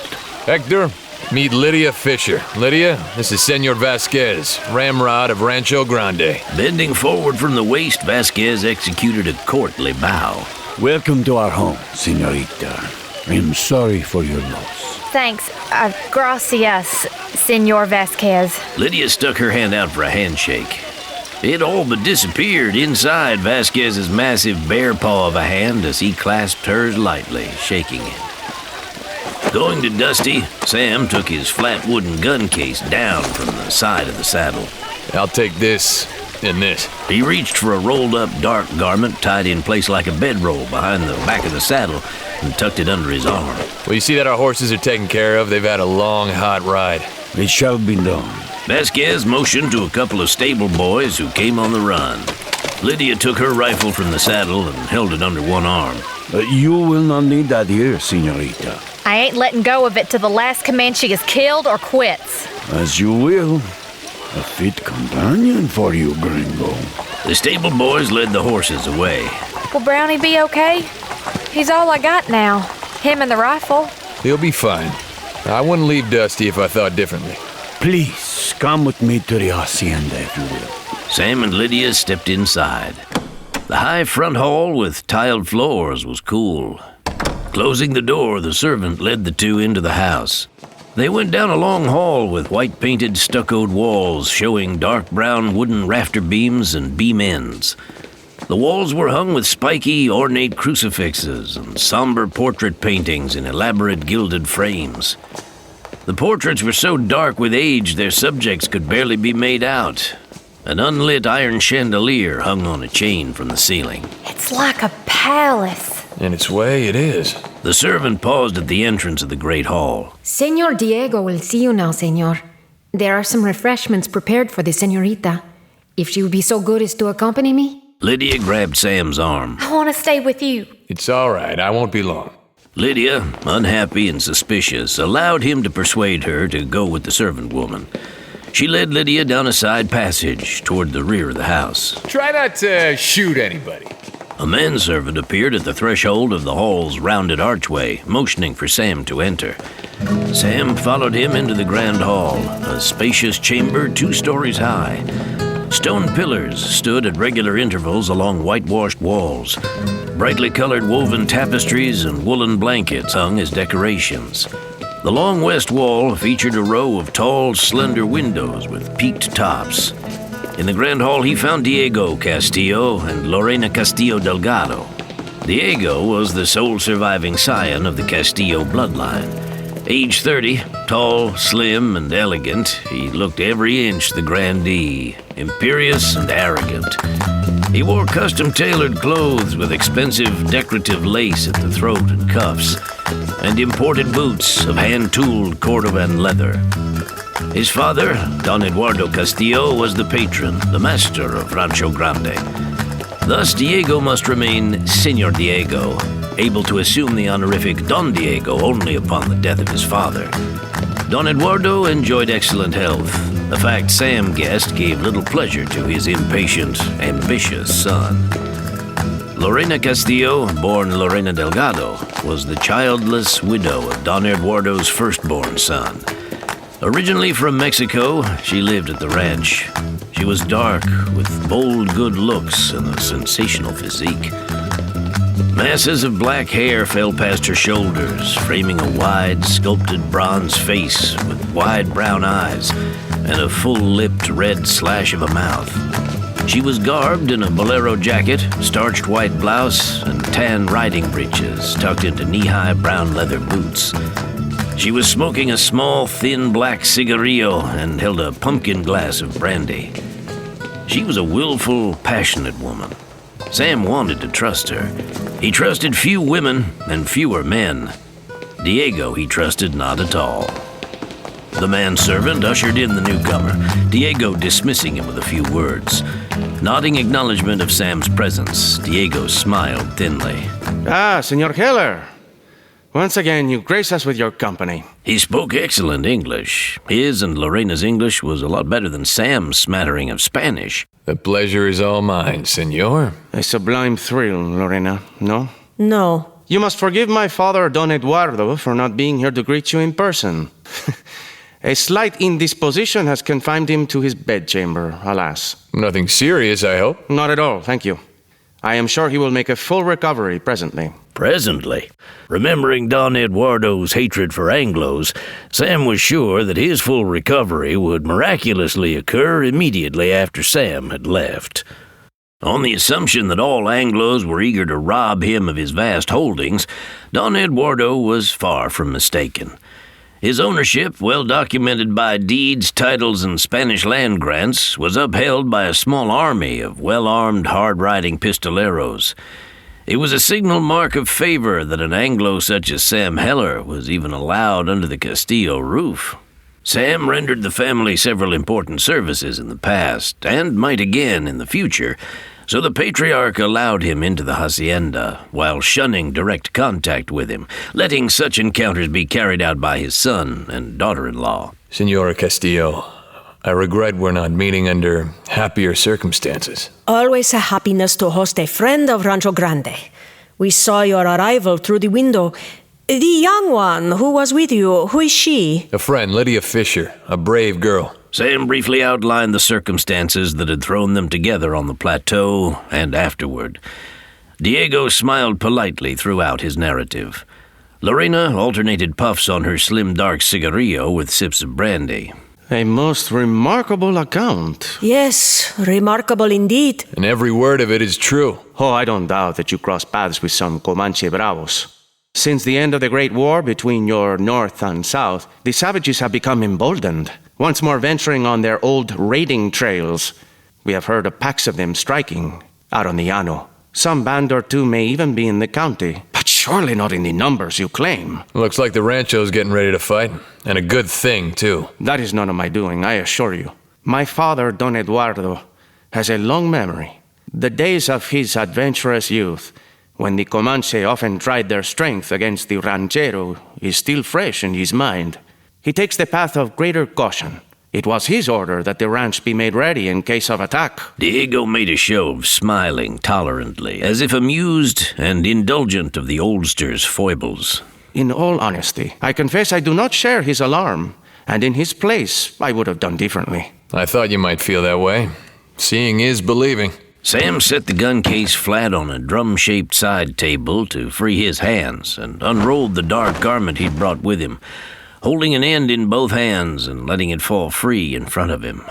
It smelled of sweat, smoke, and blood. Take a look. Diego's finely formed nostrils quivered in delicate disgust, expressing repugnance. Fascinated, Lorena moved closer for a better look. What is it? It belonged to the Comanche known as Black Robe. I took it off his dead body not long ago. He took it off a priest he killed. The story of how he got it is well known throughout the West. I reckon word of it might even have reached inside Rancho Grande. Diego stared at it despite himself. Lorena eyed it with awe and unease. If you don't believe me, ask Vasquez or any of the vaqueros. I'm sure they know the story. They'll tell you that Black Robe is the lieutenant of Red Hand, Mano Rojo, the fiercest Comanche war chief in the territory. I'm sure you've heard of him. Wide-eyed, lips parted, Lorena nodded in agreement. Diego had a worried look. A little twitch fired off in the corner of his mouth. I suppose it is better for us to be prepared. For I find it hard to credit that even Mano Rojo would be so foolish as to try his strength against ours. Let them come. They will break against the stone of our walls and the fire of our guns. I'm sure. And now that I've said my piece, I'll be on my way. You're leaving? Where will you go? I've done my bit here. I'm going to town. Hang Tree's got to be warned that Red Hand and his Comanches are coming. Better to stay safe behind the walls of the ranchero. Gracias, but if I don't spread the word, who will? You are loco, gringo. Maybe. I've kept one step ahead of the Braves all day. With any luck, I'll stay that way. I'd like to ask a favor, though. With the service you have rendered us, we are hardly in a position to refuse. My horse Dusty is plumb worn out. I'd like to borrow a pair of horses, fast ones. Why two? If I get chased, a fresh horse might give me that extra burst of speed to get clear. It shall be done as you wish. The girl, Lydia, I can't take her with me. I'd be much obliged if you'd let her stay here until the danger is over. Claro, Senor Heller. Of course. I will look after her until you return. I can't ask more than that. Thanks. I've got to warn you, though. She's a handful. Lorena's thin smile showed her confidence in managing the girl. I must confer with the segundo to make sure our defenses are in order. Lorena will see to the horses and anything else you might need, Senor Heller.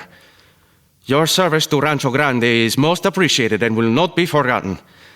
Now, if you will excuse me, I will take my leave. Many thanks, Senor. Diego hurried across the room, into the corridor, and out of sight. I'll keep this to convince any other doubting Thomases. Sam rolled up Black Robe's cape.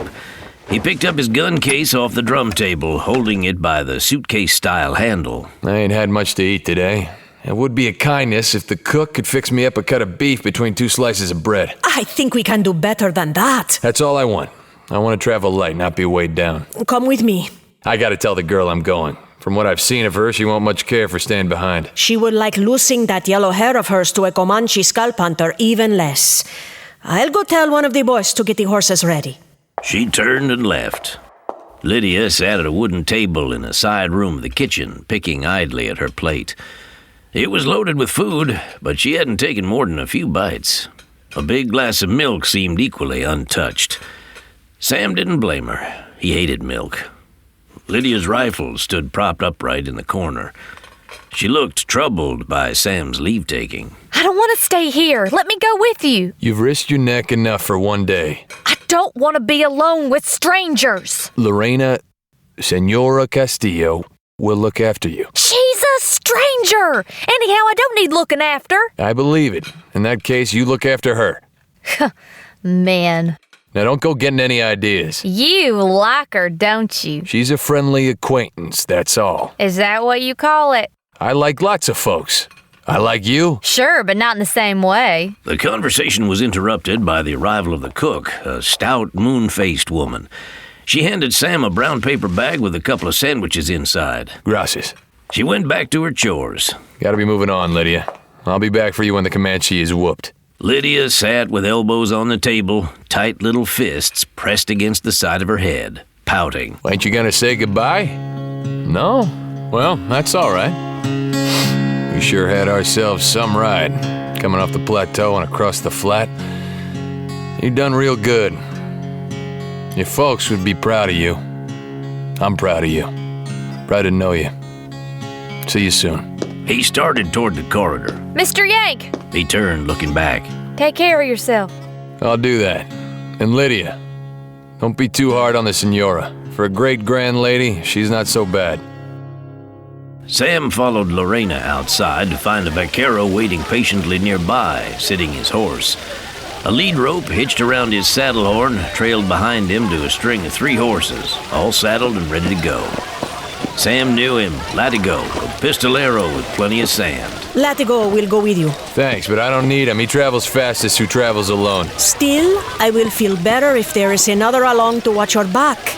One gun more or less won't make any difference to the fortune of the Grande, but it could make a very great difference to you.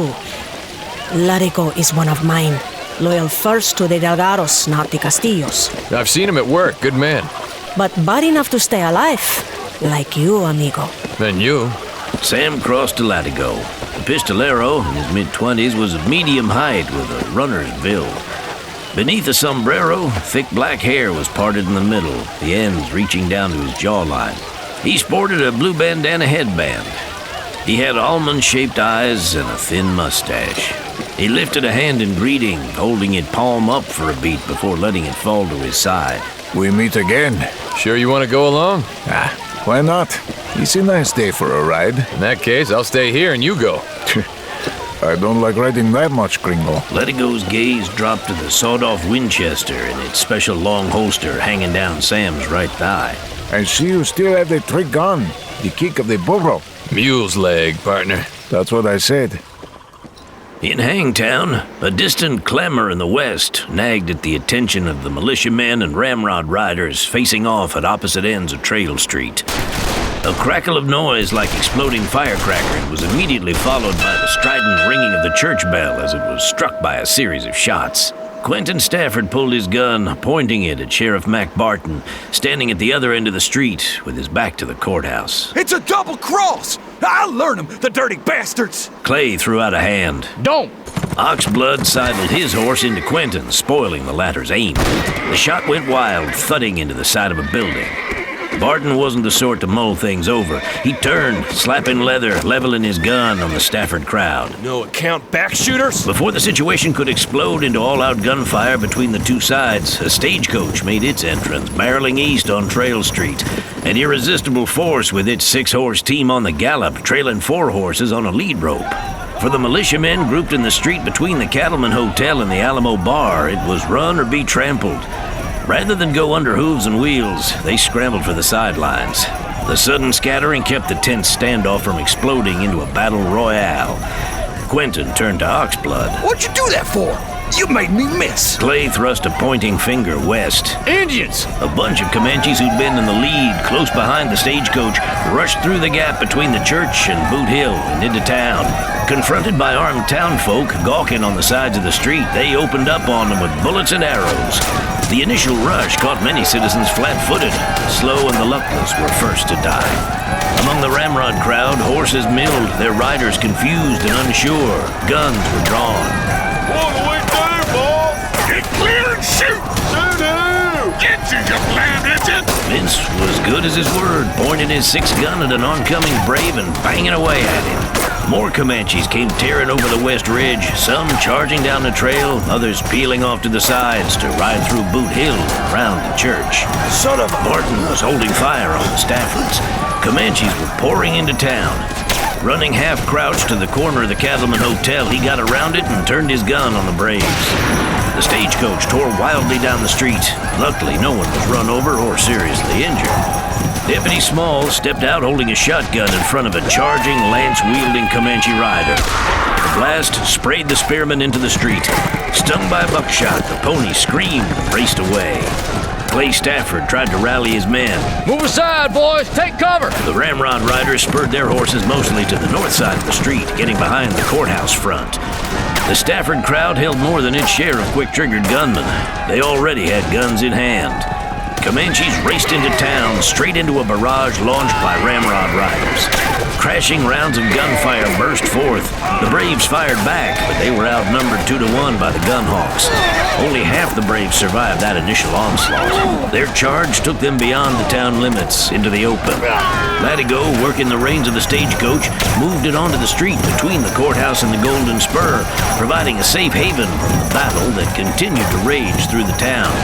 The vehicle jostled to a halt. Recovering from the shock of the surprise attack, the townfolk had begun to regroup and return fire. The number of militiamen already grouped en masse in the street quickly mounted an effective counterstrike against the raiders. Also well armed and geared for trouble were those of the Ramrod, who fought back hard and fast. In the grid of streets and cross streets comprising the heart of town, more Braves spilled into the dirt, their ponies bolting free. The tide was turning. Quick to adapt, the Comanches retreated from the costly fusillade on Trail Street. Their fight was not yet done, however. Breaking up into small groups of 2s and 3s, they spread out through the rest of town in search of less well-protected citizens. A woman in a boarding house on a cross street north of the Alamo Bar went to the window to investigate the source of the racket. Standing at an open second-floor window, she was shot by a Comanche rifleman. She fell to the floor, sinking out of sight below the windowsill, and died. Gunfire continued to pop elsewhere as the main clash on Trail Street subsided. Wounded Comanches stayed grimly silent, due not only to their stoic nature, but also the certainty that they would live longer by not calling attention to themselves in the midst of their enemies. A hardcore group of militiamen formed around Sheriff Barton and Boone Lassiter, Hutto's top gun. Among them were Hutto himself, Russ Lockhart, Deputy Smalls, and a steadily growing number of others. Lockhart was lining up another shot. The Red Devils? Well, they haven't so much as shown their faces in Hang Tree since before the war. Barton reloaded his 6-gun. Well, they're here now. Looks like we got them on the run. Keep your gun ready and your eyes open. You can't count on nothing where Comanches are concerned. Be like them to fake breaking off the attack only to regroup and hit us again one more time. Hutto looked down the street. It could have been worse. If we hadn't gathered to buck the ramrod, they would have fallen on this town like wolves on a sheepfold. Wonder how Stafford's bunch made out. Well, if Vince caught a bullet, it'd solve a lot of problems. Hutto's man, Lassiter, grinned. Hey, you won't be rid of Vince so easily. He's too blamed ornery to be that obliging. We don't want to lose Vince just yet. We'll need every man jack we've got if the Comanches return. They wouldn't dare. Why not? Nobody had an answer to that one. Deputy Smalls looked distinctly unwell, pale, pasty-faced, and beaded with cold sweat. Hell, they ain't quit yet. You're showing a little green around the gills, Deputy. I got excited and swallowed my chaw of tobacco by mistake. Oh, I'm feeling mighty low down in the belly. Barton peered east on Trail Street. Vince made it. He's still with us. Someone will have to speak to him to arrange a truce until the Comanche threat is done. Someone, huh? Who could that be? As if I didn't know. You're doing a fine job, Mac. You're the only one can handle Stafford. He respects you. Respects me enough to put a bullet in my back. That wasn't Vince. Looked like Quint shot at you. Oh, he did he? Let's get squared away first. I'll square Quint away. We'll have to comb the town street by street to make sure the Comanches are all gone. Lassiter shook his head. Street by street? Hell, house by house. It'd be just like those devils for a few of them to find a hiding place to set for a few hours, let things calm down before cutting up again. On the side street, Sam finished reloading his Winchester and climbed down from his perch. Latigo reached into the box under the seat, hauling out the carbine, which had remained unfired since he first took the reins of the stagecoach. Sam put his face in a window of the coach. How you folks doing in there? Sally and I are all right, but Junie started bleeding again. Bad. Mary Anderson's dark eyes stared out of a strained white face. The front of June's dress was soaked with dark, fresh blood from the arrow she took in the initial attack on the stage out on the trail. We've got to get her to a doctor. We will, Miss Anderson. A Comanche rode west on Trail Street, flashing past the gap between the courthouse and the Golden Spur. Latigo fired and the Braves spilled into the street, lying motionless. The horse kept going, running out of sight. Sam eyed the broken lead line tied to the rear of the stagecoach. Looks like Don Eduardo is out 4 horses. Oh, he will love you all the more. Blame the Comanches, not me. He has love enough in his heart for both. Though he will be quick to point out, you did not have to help the stagecoach fight off the raiding party. A door in the east wall of the Golden Spur creaked open. Sam and Latigo spun, pointing their rifles at it. Don't shoot, it's only me. Standing in the doorway, Johnny Cross raised his hands and smiled. Sam and Latigo lowered their weapons. Trust a Yank to be in the middle of all that shooting and whatnot. The bad penny always turns up somehow. Sam looked him over. I was thinking the same about you. The girl, June, was dead. Sometime during the chase into town, the rough ride caused the arrowhead to cut something vital, and she'd bled to death. A stricken Mary Anderson and her sobbing 12-year-old niece were taken in tow by some of the women of the church committee and escorted to a place of safety. At least as safe as any in Hangtown. But how safe could that be, Sam wondered, with Red Hand's Comanches on the warpath within striking distance. He hoped he wouldn't find out, but he knew better. The rest of the passengers made their way to the Cattleman Hotel. Sam and Latigo sat at the front of the stagecoach. Could be a reward from the stagecoach line for bringing in their property. If there is, we'll split it. If not, we'll sell the coach and horses and split the cash. That sounded good to Latigo, who moved the team out and to Hobson's livery stable south of the jail. Hobson had survived the raid intact and unharmed, as had his son and principal helper, a red-haired, freckle-faced kid. Hobson, a brawny titan who doubled as town blacksmith, wore a pair of holstered six-guns. He made arrangements to board the stagecoach team and the string of 6 horses. He asked no prying questions as Sam paid in hard cash, including something extra for the trouble of securing the coach.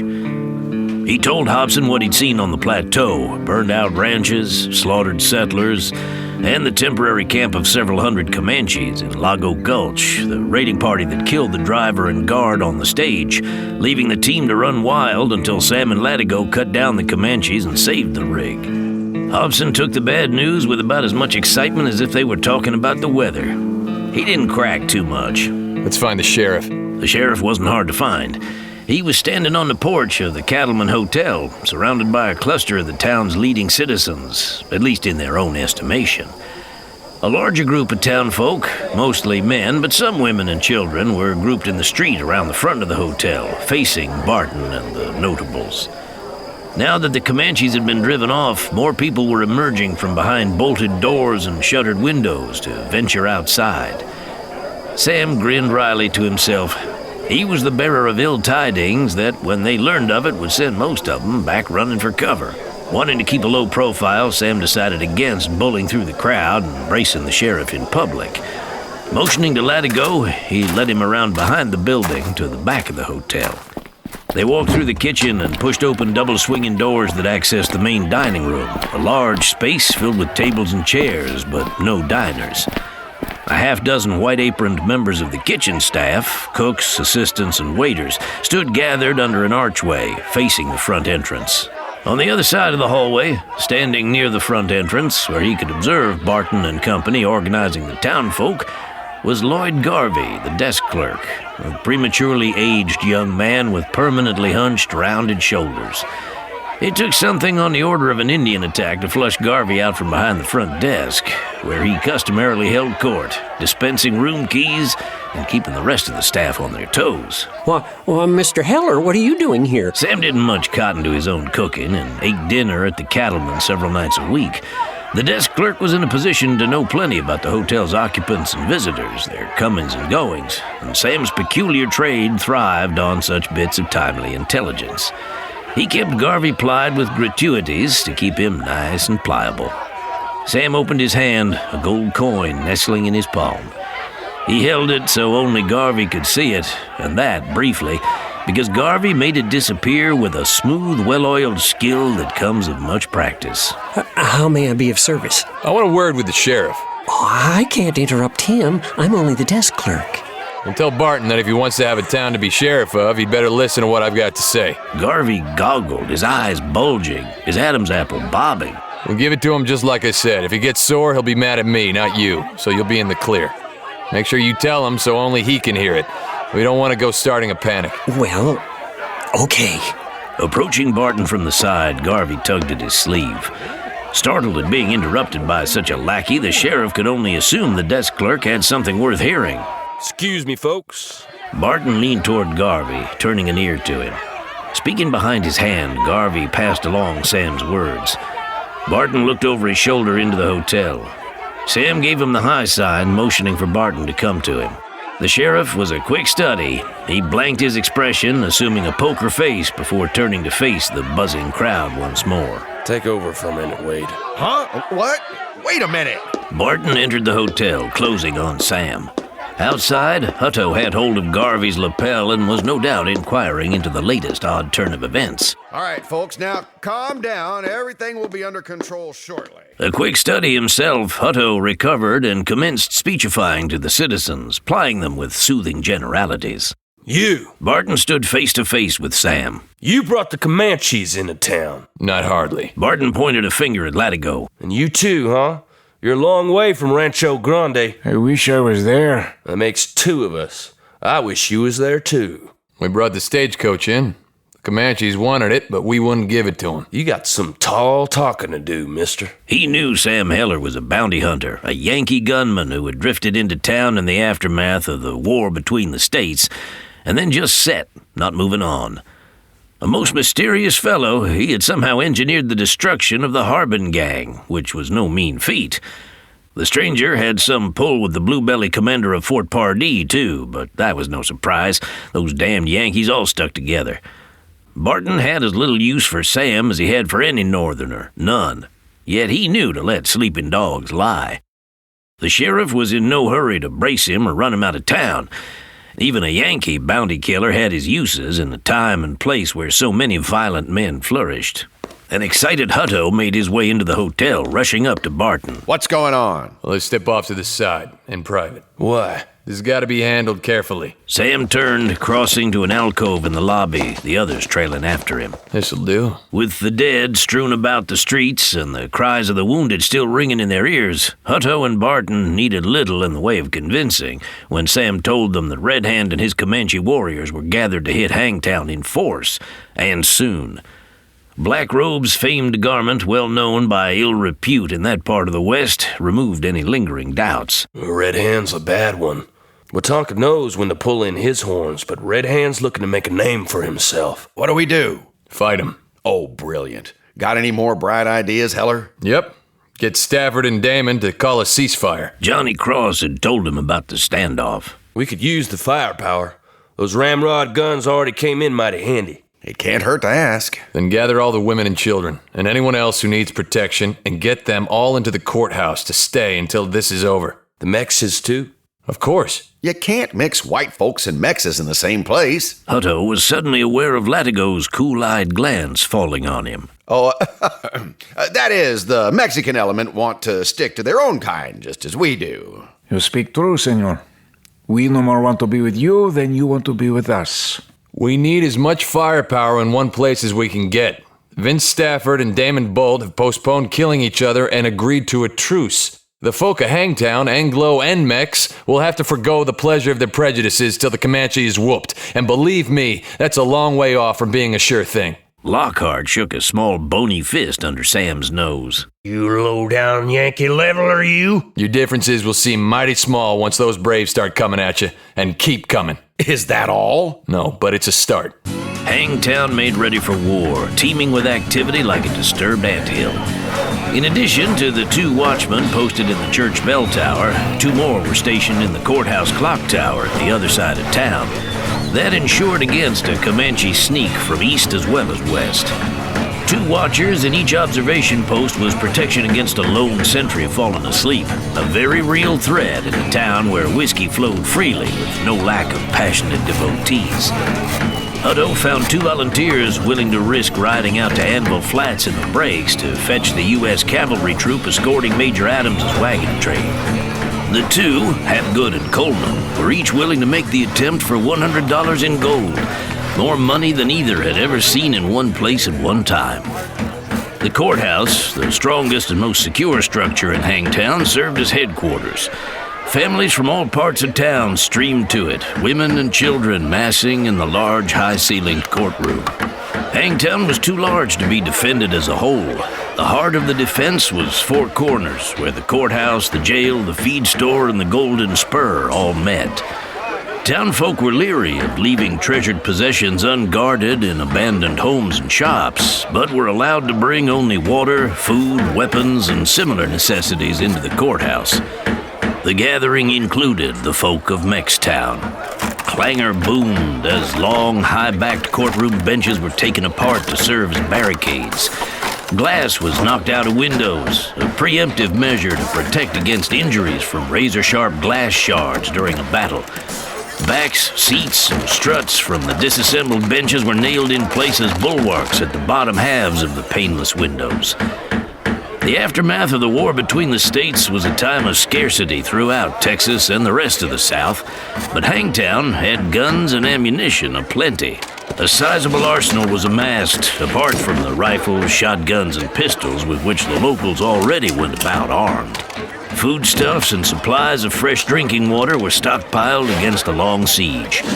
They were kept in a storeroom under lock and key, under the watchful eyes of guards posted by Barton. Buckets of water were distributed throughout the building as prevention against fire. Buckets of sand were also in place to soak up slippery blood that might coat the floor. The flat roofs of the jail, feed store, and carpenter shop would serve as platforms for riflemen, as would the loft of the stable barn. Quantities of hay, oats, and water for horses were massed inside the enclosure, serving a double purpose of reinforcing makeshift walls. Scores of horses were gathered for the penning. The big corral, as it was called, thronged with horses, a wealth of prime horse flesh, an irresistible target for Red Hand and his warrior braves. A reserve stock was set aside to serve as a mounted force against the Comanches and to carry out errands and make the rounds of the town. The Staffords and the Ramrod bunch set up in the feed store. Store owner Dickerson grudgingly consented to house the Ramrod riders in the building. Vince Stafford had come out in favor of it, and Dickerson didn't want to go against him. Few did. A big building, the feed store stood alone, sharing its lot with no adjacent structures, and almost directly opposite the Golden Spur and Damon Bolt, the special object, though not the only one, of Vince Stafford's ire. It was the prime reason Vince proposed the arrangement. He could keep the gambling house under observation while waiting out the Comanche onslaught. The sun had set, purple dusk deepening into night. Barton stood outside the barricade smoking a cigar. He looked around. It was risky, putting the Ramrod bunch so close to the Golden Spur, but it kept both parties well away from the women and children forted up in the courthouse. Closer to home, he eyed the Dog Star troops, shaking his head in mock disbelief. What a crew. Looks like a posse should be chasing you, fellas. Squint McCrae grinned. Funny, huh? Us boys making our stand here at the jail, that is. Why not? For most of you, it's your home away from home. I ought to charge rent for all the time you renegades have slept off a drunk back in the cell. Rent? What do you think them fines were? Where else are you and your crowd gonna lie? Not in the courthouse with the respectable folk. They won't have you. Not in the Spur. Damon wouldn't chance all you booze hounds getting so close to his fine, high-priced liquor. Hard words, Sheriff. Hard words. But true. And you sure don't want to bed down with Vince and his friends. Shoot, I wouldn't piss on him if he was on fire. Maybe Red Hand will do just that and set him on fire for you not to piss on him. I can hope. Anyhow, the jailhouse is the place to be. Good solid walls. You ought to know. You've been behind them enough. Dark was the night, and long, as Latigo and Sam worked on a special project. Do you know the truce of God, amigo? No, can't say as I do. At midnight on the cloudy night, the moon played peekaboo with the clouds. Bright silver moonlight alternated with ghostly silver-black gloom.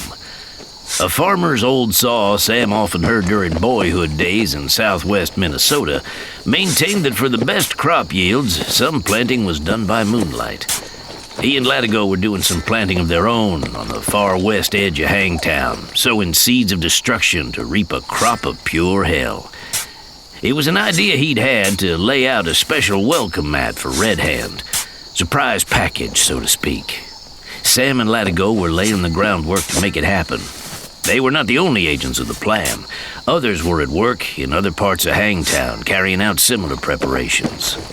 Moonlight or shadow, which is best, Sam wondered. Moonlight meant he could see better, but he could also be seen. Shadow hid him, but also hid others who were lurking. Comanches, it was said, didn't attack at night.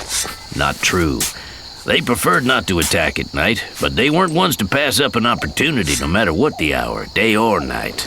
Sam and Latigo labored on the flat below the church and Boot Hill. With them were 2 horses and a mule laden down with sacks full of hardware, bundled sticks of dynamite, wooden stakes, digging implements, and strips of cloth. We've got our necks stuck out a country mile. 2 men in the church tower kept watch for Comanches, but Sam preferred to trust his own perceptions. Not that he trusted them so well. A breeze was blowing from the west, making the night air cool and fresh. Latigo held the horse's reins and the mule's lead rope. Sam was down on one knee beside a shallow hole in the ground. A wooden stake had been hammered part way into the hard-packed clay. A narrow band of cloth 12 inches long was knotted around the top of the stake. In the moonlight, the cloth looked gray. Its true color was red. Sam placed a bundle of dynamite in the hole, laying it on its side lengthwise. Rising, he took up a spade, sticking the blade into a pile of dirt that had been excavated from the hole. Carefully, very carefully, for all the sticks of dynamite were fitted with blasting caps, he sprinkled the dirt over the bundled explosives. The dirt mound disappeared quickly as he refilled the shallow hole. Using a leafy branch he'd broken off a bush, he evened off the dirt on top of the hole to disguise the marks of digging. Only the stake with the strip of cloth tied to it marked the spot where the dynamite had been buried. 5 more such banded stakes were studded at regular intervals across the broad apron of ground fronting the rise to the church. Sam put the spade and the leafy branch in one of the burlap sacks slung across the mule's back. He rubbed his palms together, wiping the dust from them. That'll do it for here. Do you know the truce of God, amigo? No. What is it? In Mexico, in the swamps around Veracruz on the coast, they say that when there is a great flood, all the animals in the jungle flee to higher ground. Trapped all together, the creatures do not follow their natural way. El tigre, the jaguar, falls not on the sheep to kill and eat it. The snake preys not on the rabbit, nor the fox on the chicken. All are at peace with each other until the waters go down. This is the truce of God. Tell me, Latigo, have you ever seen this truce of God? In flood, no. For I have lived most of my life here on the plains of Tejas, where the floods are not so much. But with mine own eyes, I have seen something like it during prairie fires. When animals flee the fire, none attacks the other. Because they all fear being eaten by the flames. So it is with the folk of Hangtown, no? Fear of the Comanche is stronger than their hate for each other. It's a truce, maybe, but not of God. The Lord and Hangtown are pretty far apart. Quien sabe, amigo? Who knows? Well, that's the way to bet it. Sam brushed over the filled-in holes with a leafy branch, smoothing out the dirt. The 2 men mounted their horses. A good trick, that dynamite. If the Comanche come this way... If they don't, the other approaches to Four Corners are planted too. We'll get them coming or going. Is it that you like Hangtown so well, or hate the Comanche so much? I like living. If we beat Red Hand here, we live. If not... Red Hand was wary of mysterious activities his scouts had observed going on around town in the hour before midnight. The Texans were up to something. Groups of 2 prowled around the edges of Four Corners for reasons unknown. His men were unable to get close enough to determine exactly what it was they were doing. He would give the Texans something to think about during the long hours of the night watch. He sent in a band of skirmishers to start trouble on the west side of town. The moon came out from behind a cloud, shafting silver rays. Sam and Latigo continued on Trail Street. What now? We get something to eat and drink, maybe catch a few hours of shut-eye, and wait for sunup. They neared the Alamo Bar. Strange to see the Alamo dark, shuttered and locked up, Sam thought. Ordinarily, it would just be hitting its stride, riotous and ablaze with light. But it was black and silent as a tomb, as was the rest of Hangtown outside Four Corners, itself dimly lit with few figures showing. Something burst out of the north side street, streaking overhead. Great wings beat the air as an owl soared up and out of sight. Startled, Sam's horse upreared, forelegs leaving the ground. He clung to the animal to keep from being thrown. Unseen objects whipped past him in the dark. Arrows. Latigo was hit. Sam threw himself off the horse on the opposite side from the source of the Comanche arrows. The mule brayed, breaking free and running down Trail Street. Latigo was still in the saddle, hunched forward with an arrow sticking out of his chest. He grabbed his gun and fired at the ambushers. At least one shot scored. Another arrow took Latigo in the torso. He tilted sideways, firing a shot into the air as he fell off his horse. A Comanche darted out of the street, tomahawk in hand. He charged Sam, who lay sprawling on his back in the street. Sam drew the Navy Colt stuck in his belt.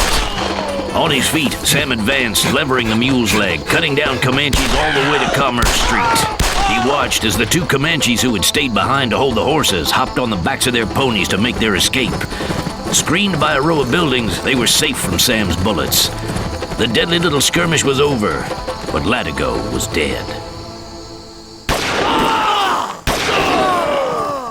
Throughout Four Corners, attention focused on the dark west side of town from where the shooting seemed to have come.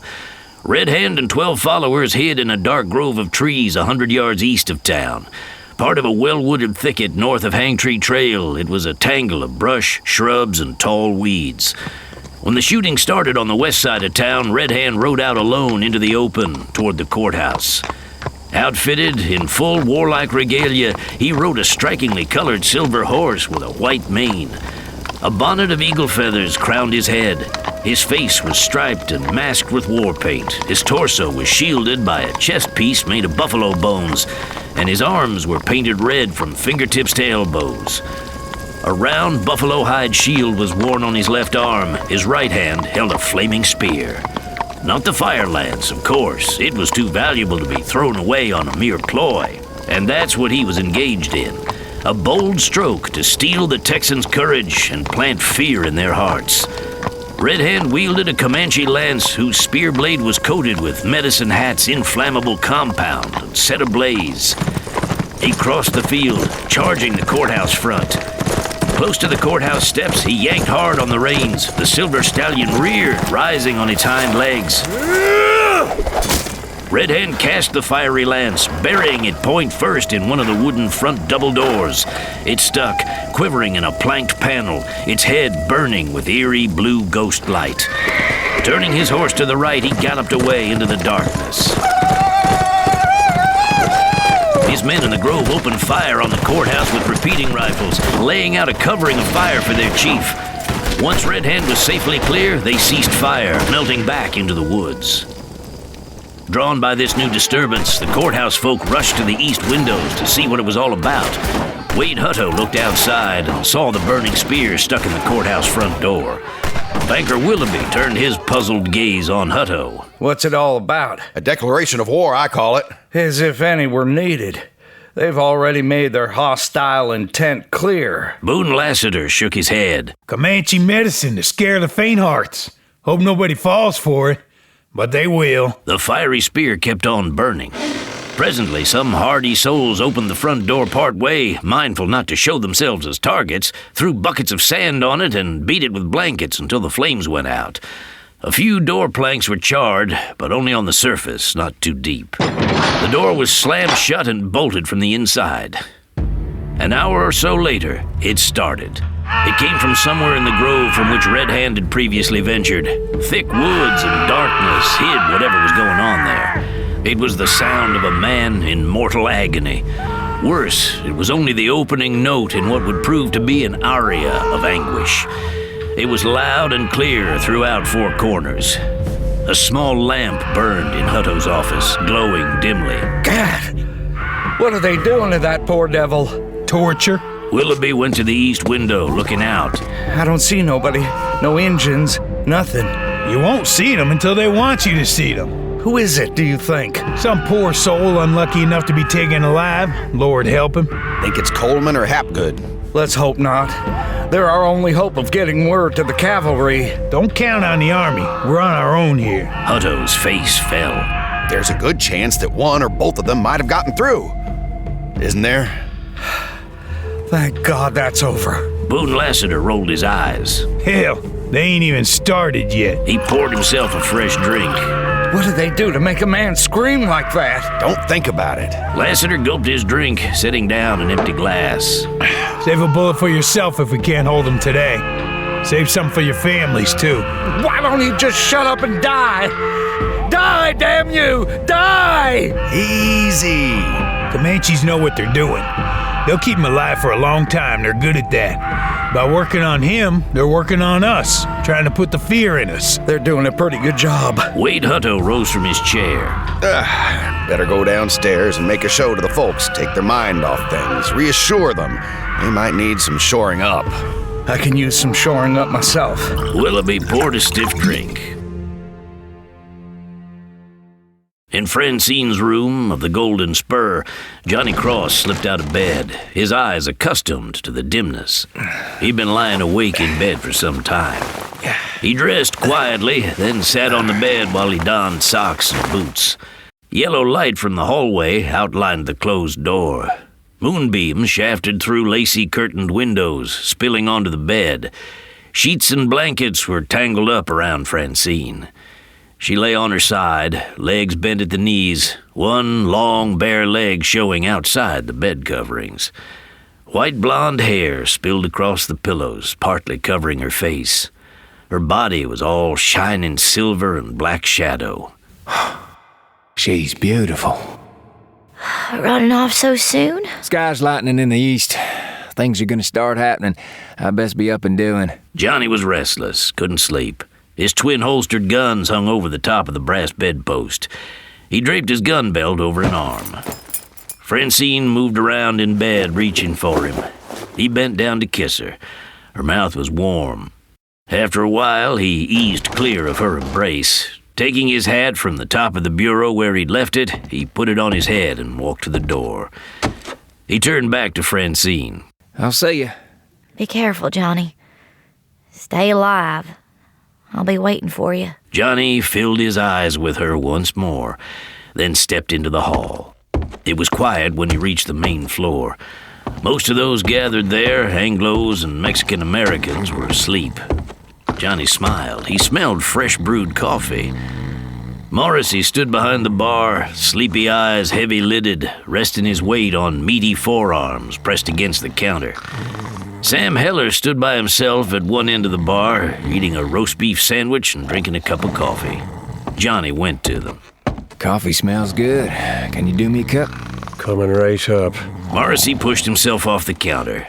A shot of whiskey would go nice in that. You got it. Morrissey splashed whiskey in a cup, filling the rest of it with a hot black brew from the coffee pot. He set it down on the bar in front of Johnny. Thanks. Swirls of steam rose from the surface of the liquid in the cup. Johnny held it under his nose. It smelled good, the rich, pungent coffee aroma mingling with raw whiskey fumes. It tasted even better. He picked up the cup and took it down the bar to stand beside Sam Heller. Latigo? Dead. Sorry. Me too. He died game. Can't ask for more than that. I reckon not. Sam finished up his sandwich and drained his cup. What's next? I'll be heading for the church directly. Want to get there and be in place well before sunup. I'll tag along if you don't mind. Sam's eyebrows lifted. In a hurry to get yourself killed? I'm not one for sitting around. I like to take the fight to the enemy. Besides, a Yankee son of a gun like you is a natural-born magnet for trouble. Figure I'll stick to you and get me my share. I don't mind. Glad to have you.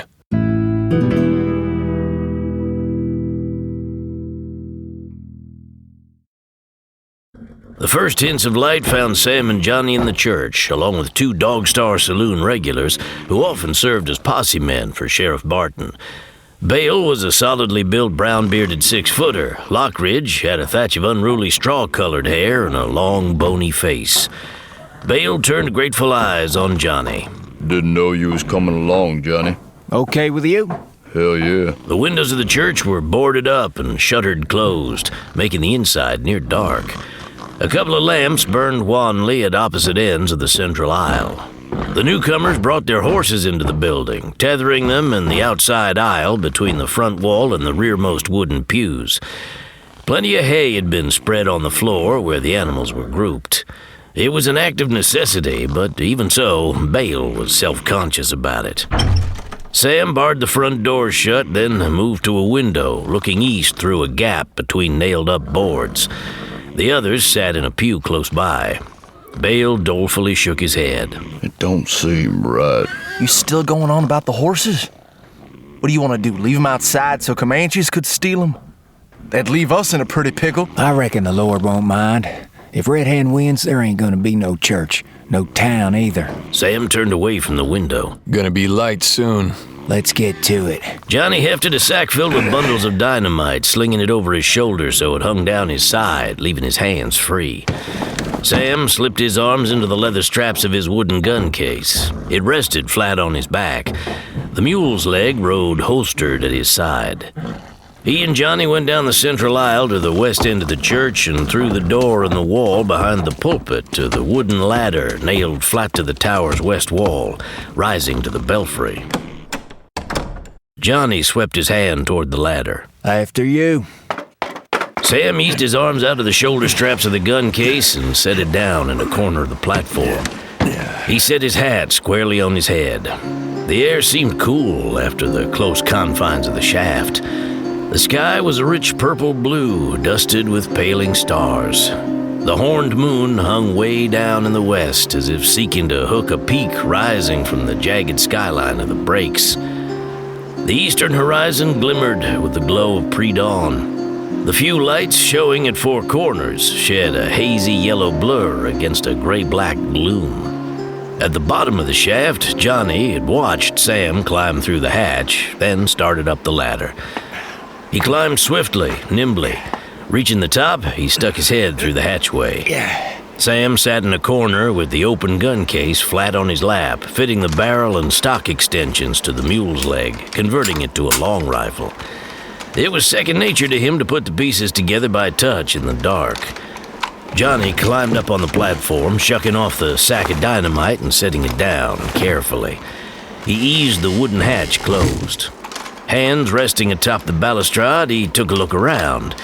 It was still dark enough to keep him from outlining against the night sky. Sam finished assembling the long rifle. Closing the case, he set it down on its side against a wall out of the way. And now we wait. The wait would not be a long one. Darkness faded. The pre-dawn sky took on a clear, colorless hue that was not white, not gray, but a mixture of the two. In Wade Hutto's second-floor office in the courthouse, the air was thick with cigar smoke and whiskey fumes. Banker Willoughby stood at a window looking east. He stuck his nose in a space between the nailed-up boards of a barricade. The morning air smelled fresh, clean in comparison with the stale smokiness of the office. Willoughby breathed deep. White light seeped into the sky, the view gradually brightening. Veils and streamers of mist drifted above the ground. The thicket of trees east of town and north of Hangtree Trail was a black-green wall of foliage. At its base were flickering flashes of motion, flitting shadows that showed so quickly before disappearing that Willoughby was unsure of what he'd seen, if he'd seen anything at all. The screams from the thicket had ended an hour or so earlier, a blessing for the unseen sufferer as well as for those forced to listen. The rim of the eastern sky took on faint shadings of yellow, the first herald of sunrise. A dark blur detached itself from the gloom of trees, crawling west toward town. Willoughby tensed. I see something. What? Hutto started from a fitful half-sleep. Don't know. It's coming this way, though. Hutto, Lassiter, and the others went to the windows, crowding around. It's a rider. Boone Lassiter stood at the window, rifle in hand. One side, man. Give me some room. Don't shoot just yet, Boone. Something about that rider doesn't look right. Don't look like no engine. The figure on horseback advanced toward the courthouse at a slow walk, almost a crawl. Moving out from the trees, it crossed the fields at a measured pace. The image blurred as curtains of mist rolled across it, clearing as the mists moved on.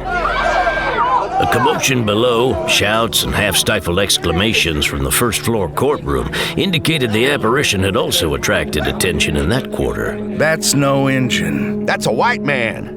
It was. His brow furrowed, his lips tightly compressed, Lassiter eyed the oncoming rider. The man on horseback closed on the courthouse. He was lashed to a framework of 2 vertical wooden sticks with crossbars tied to the back of the saddle. It held him upright. He was bare from the waist up. Below, he wore brown pants. His feet were bare. A rope tied to his ankles ran under the horse's belly. His head hung down, chin resting on his chest. The horse wasn't much to speak of. It was old, sway-backed, heavy-footed, crowbait. A disposable animal, one the Comanches could do without. Its legs were hobbled with lengths of rope, allowing it to take only slow, plodding steps. The rider, tied to the saddle framework, swayed and lurched according to the animal's gait, as much as his bonds permitted. Who is it? Stillman, one of the merchants in town, thought he recognized the apparition. Coleman. Coleman was one of the 2 who would set out after dark to try to reach the cavalry out on the plains west of the breaks. The other was Hapgood. Coleman? Is that Coleman? That's not Coleman. It's a big man. Coleman's a big man. Hapgood's a little fella. In the dawning light, it could be seen that the field fronting east of the courthouse was studded with a number of irregularly spaced 14-inch wooden stakes with red strips of cloth attached to each one. Banker Willoughby gauged the horse's path. If he keeps coming straight on, he'll cross one of those dynamite pits. What happens then? Nothing. The dynamite's safe. Unless the horse steps on a blasting cap, maybe. You're a cheerful soul. You think that could set it off? I don't know. Blasting caps are awful fluky. They can't be that fluky if our people set them out without any of them blowing themselves up. Something definitely wrong with that, Jasper. The mounted man seemed to have been hung with what looked like strings of gray-white sausages in thick, ropey loops circling his neck and shoulders, hanging down on his torso, gleaming wetly. What's that hanging around his neck? His guts. Stillman gagged. He put out a hand, palm flat against the wall, bracing himself. He'd gone weak in the knees. No. Oh, no. It can't be. They pulled out his guts and hung them on him like ribbons. Coleman's head lolled to one side. His eyes opened, his jaw dropped. Good Lord, he's still alive. No, he can't be. Not after that. Must be a trick, the way the horse is moving. Something. Coleman's body jerked, a hole showing over where his heart would be. He slumped against the bonds securing him to the upright framework, sagging. The shot startled everyone in Hutto's office, all but the man who fired it. It came from the rifle in the hands of Boone Lassiter. He's dead now. You did the right thing. The only thing. It was a mercy. Hutto and Lassiter were alone in an office down the hall from Hutto's own. Fronting east, it was in the center of the building under the clock tower, below the face of the dial. This'll put a twist in Red Hand's tail. The 2 men were hunkered down below the windowsill. The glass had been knocked out of the window earlier, its bottom half boarded up. Lassiter was putting the finishing touches on Blackrobe's garment, rigging it for flying. Sam had left it earlier at the courthouse for safekeeping. After the Coleman horror, Hutto came up with an idea for the defenders to get back some of their own against Red Hand. Lassiter fitted a broomstick inside the shoulders of the robe to open up the garment and spread it out. He tied a short rope to each end of the broomstick, so the rope came out of the ends of the sleeves. He tied a somewhat longer rope to the middle of the short rope where it came out of the robe and secured the other end of the rope to a wall bracket. Hutto sat with his back to the wall, holding a rifle. Lassiter crouched, testing the knots to make sure they would hold. That does it. She's ready to go. Hold on to your hat, because when Red Hand gets a good look, the fur's gonna fly. Lassiter rose, the black robe bunched up in his hands. Holding it over the top of the boards so it was outside, he let it unfurl so that it hung loose and free. The broomstick inside the shoulders spread out the garment so it could be fully and clearly seen for what it was by those outside. He lowered it by the line attached to the ropes tied to the ends of the broomstick until it hung 5 feet below the windowsill. The black robe hung like a banner out the second-floor window, below the clock tower. A ragged black flag, trimmed with buckskin fringe and boldly blazoned with sun, moon, stars, lightning bolts, diagonals, and zigzags, all picked out with yellow, white, and red beadwork. It stood out in the dawn light, shining on the east face of the courthouse. Lassiter grabbed his hat and rifle. He and Hutto ran for the door, bent almost double. They ducked through the doorway into the hall, peeling off to the sides to put a solid wall between them and the room they had just quit. The Comanches held their fire while they got a good look at the banner hanging below the clock tower. A banner that until the day before had been the potent medicine shirt of Black Robe, a mighty warrior and one of Red Hand's inner circle. The display was a way of stealing Black Robe's power, his magic, as the Comanches knew it. Gunfire popped in the woods east of the courthouse. In a few beats, the shooting sounded like a string of firecrackers going off. Hutto had passed the word in advance, alerting those in the courthouse to his stratagem so they could take cover before the Comanches loosed the anticipated barrage. Riflemen among the defenders were on the alert to look for telltale puffs of gun smoke among the thicket of woods to pinpoint the location of concealed enemy shooters. The defenders returned fire, crackling reports rising and falling in waves. A large force of Comanches massed in the thicket was the source of much of the enemy's firepower, but the infiltrators who'd sneaked into town at night were proving to be a more potent and deadly threat. They'd slipped in on foot, alone or by twos and threes, archers and riflemen taking up positions around the four corners. They struck from all directions, steadily moving in closer, tightening the noose. They blooded up the defenders, keeping them off balance and uncertain. Several storerooms on the west side of the first floor of the courthouse building had been set up as infirmaries to treat the wounded. They began to fill up as the early morning assault opened. Vince Stafford's ramrod riders were astir at the feed store, positioned at the windows and outside at the barricades. Demery and Carney were huddled at the northwest corner of the store, behind a makeshift barrier bordering the boardwalk. Demery thrust out his left arm, pointing at the top of the building across the street. Engines!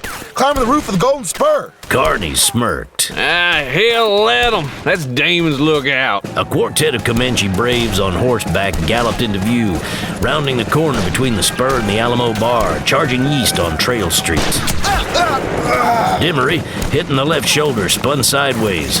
Bullets whizzed past Carney on both sides. One clipped off an earlobe.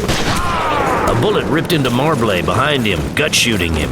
He doubled up, grabbing his belly, and fell to the floor. A rattle of gunfire ripped out, venting from the blazing pistols of Kev Huddy on the wing of the barricade.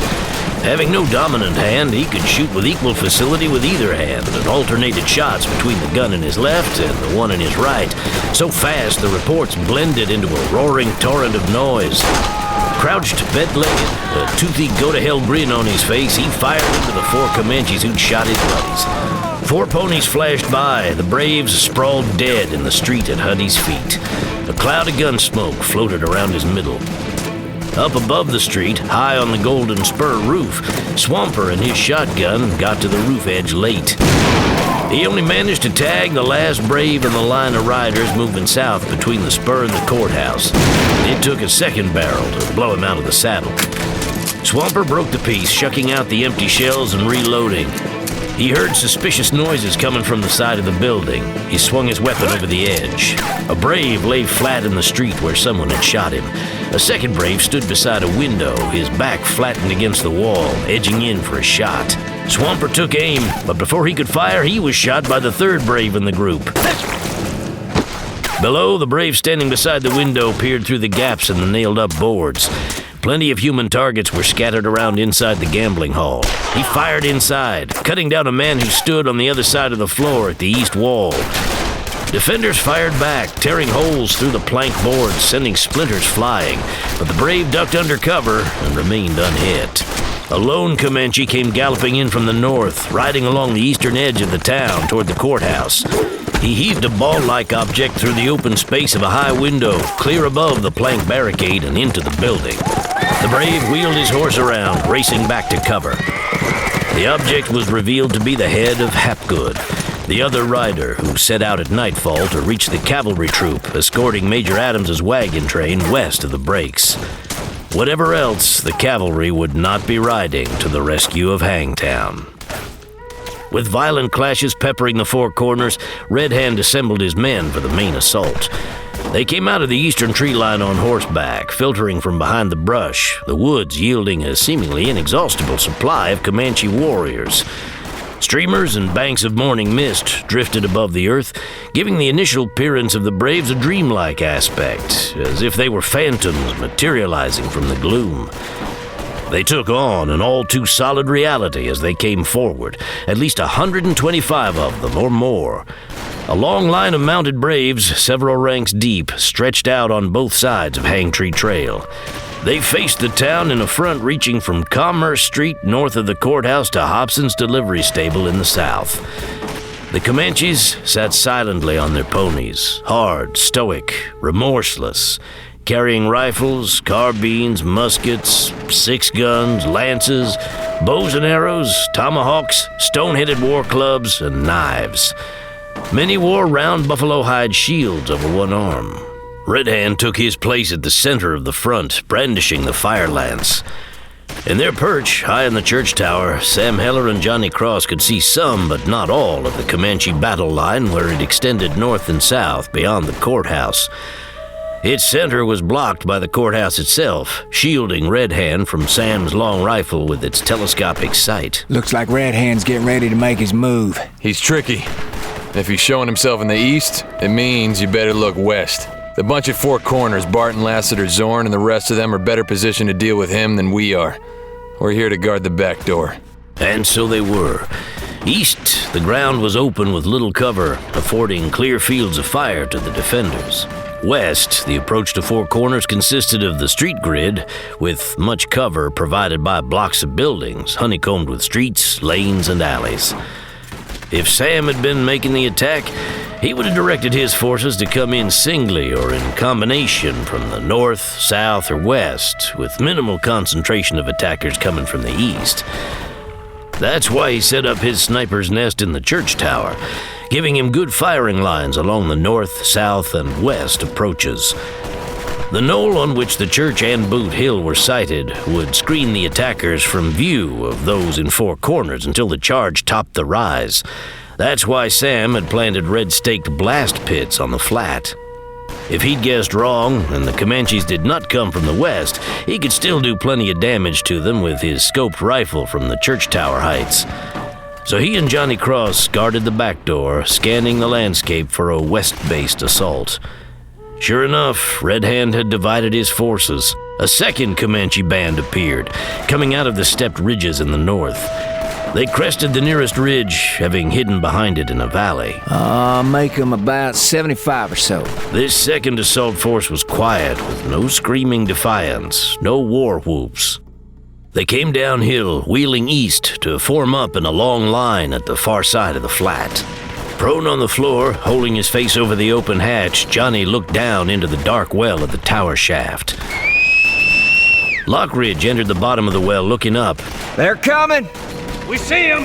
Hold your fire till the first blast. Okay, but don't wait too long. At the center of the Comanche line, leading the sortie, was a Titan figure with lines of scalps hanging from the reins of his horse. It was 10 Scalps, a bison eye who'd been with Red Hand since the beginning.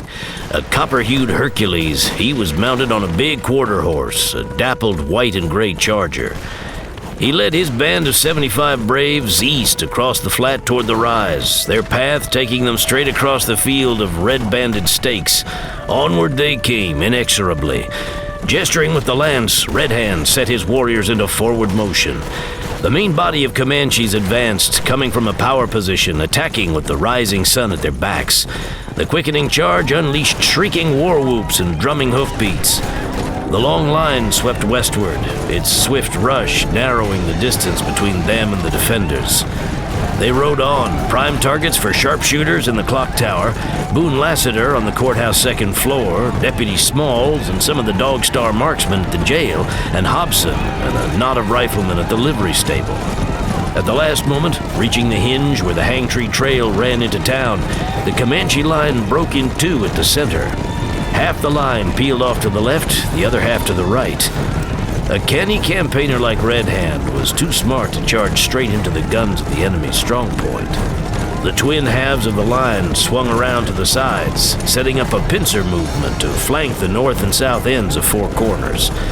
The objective, surround the stronghold and arrow in, swarming it where it was most vulnerable. Sam's nerves were taut. The issue would be joined directly in a matter of seconds. 10 Scalps and his 75 Braves were fast narrowing the distance between themselves and the knoll. Come on. Let them come on. Sam timed his move with nice delicacy, waiting until the thundering herd was deep in the red-staked field. At the head of the charge, 10 Scalps was almost clear of the flat. Sam took a stance in the belfry, using the square upright column for cover. Shouldering the rifle, he pointed it downward at the near end of the field. Sighting on the red-staked center of the closest dynamite pit, he squeezed the trigger. Caught in the middle of the blast, 10 Scalps disintegrated along with his horse. Shockwaves ripped through several dozen Braves riding nearby, obliterating them and their mounts in an upthrust wall of yellow-red glare. They were hurled skyward in a heap of body parts. No sooner had he popped off the nearest blast pit than his rifle swung toward the next. The blast blew a big hole in the stunned and stricken Comanche charge, shredding men and mounts. Sam sighted on a red-staked pit toward the left rear of the mass of Braves. Curtains of roiling black smoke rose up, wrapped with writhing red serpents of flame. Dirt, smoke, and debris temporarily obscured part of the scene. A fresh explosion surprised Sam, detonating in the northwest quadrant of the field of death. It was one he hadn't triggered. Johnny Cross had, tagging it through the open sights of his rifle. He flashed a tight grin at Sam. Hangtown had no cannon. Such heavy guns had been confiscated or spiked by Union troops in the unhappy aftermath of the war. Yet the Braves' charge was ripped and rended as if shattered by cannonballs. The field was an annex of hell, scored with blast craters and scorch marks. Smoking craters vented black-gray pillars of smoke, creating too much murk and chaos for Sam or Johnny to see the red-tide stakes for a moment. But they could still see plenty of Comanches, outlined shapes streaking through the palls of smoke and fire. A cluster of them changed course, charging the church. Johnny waved a hand, getting Sam's attention. He held an unlit bundle of dynamite. Sam nodded. Pitching it overhand, Johnny heaved the bundle at the oncoming attackers below. Sam fired, hitting the bundle and detonating it in midair above the attackers. Bodies arrowed outward in all directions from the center of the blast. The charge in the west was broken, its force crushed. Survivors scattered, fleeing the killing field. Red Hand's man Sundog led the Comanches' right wing north, his kinsman Badger taking the left wing south with the all-important task of stealing the horses penned in the big corral. The prime stock fenced in behind the barricades was as attractive to them as a bank ripe with gold bullion would have been to outlaws. Irresistible. The big corral thronged with scores of horses. They were penned in the center of the enclosure, secured by hitching lines and hobbles. Badger's wing of Braves swung north to charge the rear of the livery barn and south wall of the big corral. The Braves massed in a column 6 mounted warriors wide, 10 ranks deep. The charge whipped into open ground south of the pen. It was ground marked with red-banded wooden stakes laid out at regular intervals. The vanguard of the column churned north into the red-staked field. Squint McCrae aimed his rifle through a gun port in the rear wall of the loft, lining up the dynamite pit. The world blew up, and Badger along with it, taking many others at the tip of the Comanche spear. In the loft, Hobson and other sharpshooters pumped lead into red-staked patches. Having been at the center of the front when it broke in half, Red Hand found himself at the rear of the right-wing column as Sundog raced north. His column's left flank, raked by gunfire from the courthouse front, he rounded the structure's north end and bowled west onto Commerce Street. Solid ground turned into a torrent of hellfire, blasting the band. Shockwaves pulped the Braves, pulverizing them into white-hot jelly. Men and mounts went up like dead leaves tossed into a bonfire. Red Hand and those at the tail end of the column were stunned by the sudden fury, dazzled by flashes of white light bursting on every side. Ever alert, Red Hand swiftly reined in his silver horse, curbing it violently. For most of the column ahead of him, it was too late to turn back. By the time the last dynamite pit had been detonated, the main attack was blunted and broken. With much of Hangtown a chaos of fire, smoke, and carnage, the citizens unleashed their counterattack. Rifle squads fired fusillades through swirling smoke, dealing mass death to the stunned Comanche survivors of the dynamiting. Pistols were pressed into service for close-in work. With Red Hand's horde decimated, discouraged, and disoriented, the townfolk were able to complete the rout, cleaning up isolated pockets of resistance. Even the most fanatic bison-eyed stalwarts, those few who remained, lost heart. The truth was plain to see. The raid was a failure. Red Hand was unlucky. No more devastating indictment could be leveled against a war chief than to be unlucky. To have bad luck was to be in disfavor with the gods. That was all it took. It was more than enough. The great raid was over. The great flight began. Braves pointed their horses' heads at open spaces and raced toward them, eager to put as much distance as possible between themselves and the avenging guns of Hangtown. Red Hand's luck had not totally deserted him. He managed to stay in the saddle through the last blast. This was no battle, it was a massacre, and not the one he'd planned. Those of his warriors who'd survived the explosions were being cut down by gunfire. No fool, Red Hand knew that death ruled in Hangtown. Death for his war party and his dreams of conquest. His silver horse was near out of its head. Its bulging eyes rolled, its mouth foamed. Red Hand could not restrain it. All he could do was hang on tight and fight to keep from being thrown as the animal galloped blindly into Hangtown. He felt he was riding into the whirlwind, yet his gods were still with him. Miraculously, the horse avoided falling into bomb craters. The silver horse broke through the gap between the jail and the courthouse, plunging west.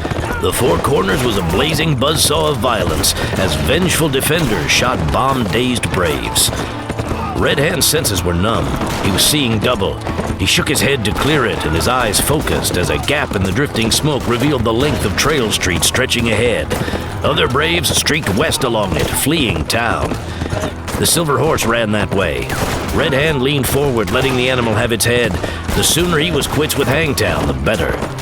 A long, hard ride lay before him if he hoped to reach Comancheria. The defeated must slink home.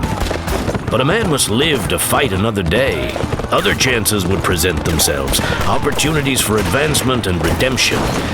New great deeds would wipe away the stinging defeat, winning fresh acclaim.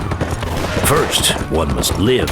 Then all else would follow, sure as the turning of the earth. So Red Hand told himself, taking heart. The front doors of the church crashed open and Johnny Cross came riding out. Cross was loaded for bear, and his fighting blood was hot. If there was one thing he hated above all else, it was being crowded. Since coming to town with Luke on Saturday, was it only yesterday, he'd been crowded by gunmen, lawmen, and Indians. He'd had a bellyful of Red Hand in his war party and of being pinned in the Golden Spur, unable to come and go as he pleased. Now, his mission was to clean up Comanches. No longer a leader, but a follower, Red Hand regained control of his horse and raced to join the group of braves riding fast out of town. Through the murk of smoke, the lone figure of a mounted man emerged, a Texan. Opening fire, the rider shot the two lead braves out of their saddles before his gun clicked on empty. The others rushed him. Quick as a thought, guns filled the Texan's hands and he came at them shooting. Fire lanced from Johnny's gun muzzles, pistols milling out a wall of lead. Bullets whipped past, one creasing Red Hand's left arm. Red Hand gaped in astonishment as those before him fell, torn and mauled under hammering six guns. Red Hand still had his lance, the unlit fire lance. Somehow he'd managed to hold on to it during the rout. His right hand gripped the lance at mid-shaft, pointing it at a tilted angle at Johnny. Johnny's fingers squeezed 3 times. Johnny shot Red Hand point blank in the middle, firing from so close the other's flesh was tattooed by gunpowder burns. Johnny looked around for the next foe. The slaughter had peaked and was moving into a lull. Most of the surviving Comanches had already fled town. 3 stragglers raced up. Johnny shot the lead rider off his horse. He swung his pistol toward the next man, but before he could pull the trigger, a burst of gunfire sounded from behind him, blowing the rest of the stragglers out of their saddles. Their horses rushed past. Johnny glanced over his shoulder to see where the shooting came from. Through drifting gun smoke, he saw Sam Heller on horseback, the mule's leg in his hand. Trust a Yankee to show up when the dirty work's over. You've got to hand it to Hangtown. No sooner does it get shut of one round of killings than it gets set for another. I'm getting set. My name's penciled in on this dance card. They stood near the Alamo bar, off to one side, facing Four Corners, where the next big gunfight was shaping up. Johnny was checking his hardware. One fully loaded gun was stuck in the top of his pants over his left hip. He transferred it to the empty holster on his right hip. Sam stood, his right hand hung down easily by his side, brushing against the butt of the holstered mule's leg. Their horses were tied to a hitching post. Red Hand lay stretched face down across the back of Johnny's horse. One loaded gun. Feels like I'm coming to the party half-dressed. Sam drew the Navy Colt, worn holstered under his left arm, and proffered it to Johnny. Try mine. Johnny took it. Oh, thanks. Instinctively, he checked the .36 revolver, making sure it was loaded. Sam smiled, not offended by Johnny's caution. Only a damned fool took a gun that wasn't his without inspecting it first. Red Hand's carcass should be worth something. Keep an eye on it for me, will you? Sure. See ya. Johnny started across the street. Look. The Comanche raiders had fled. The victorious townsfolk were not minded to take up pursuit. Most were simply glad to be alive. Others had yet to slake their thirst for blood. Chief among those, Vince Stafford. Now that the Battle of Red Hand was done, Vince was moving fast to strike hard against the man he regarded as his main antagonist, Damon Bolt. The sun was up. It was already hot. A light breeze from the west blew much of the smoke and dust out of town. The air was still hazy and stank of cordite, blood, and death.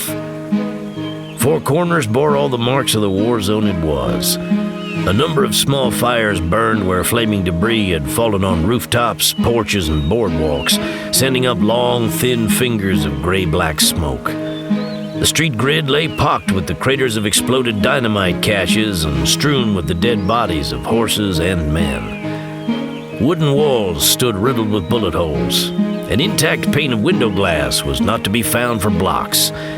Glass shards littered the streets, reflecting sunlight like a diamond mosaic. The Ramrod bunch, what was left of them, mustered in front of the feed store to take their fight to the Golden Spur. They gathered around Vince Stafford as if by some law of gravitation, all the lesser satellites falling under his heavy sway. Vince took stock of the situation, his sons and top guns healthy, and found it good. Most of the citizenry remained off the streets. Sheriff Barton and his men were busy at the big corral, shoring it up to prevent any horses from escaping. Vince gripped a rifle, holding it horizontally across the tops of bowed, spindly thighs. An oversized horse pistol hung strapped to his hip. I come out of that scrap all right, by God. I got my 2 strong sons to side me and more than half my men alive. He squinted across the street at the Golden Spur.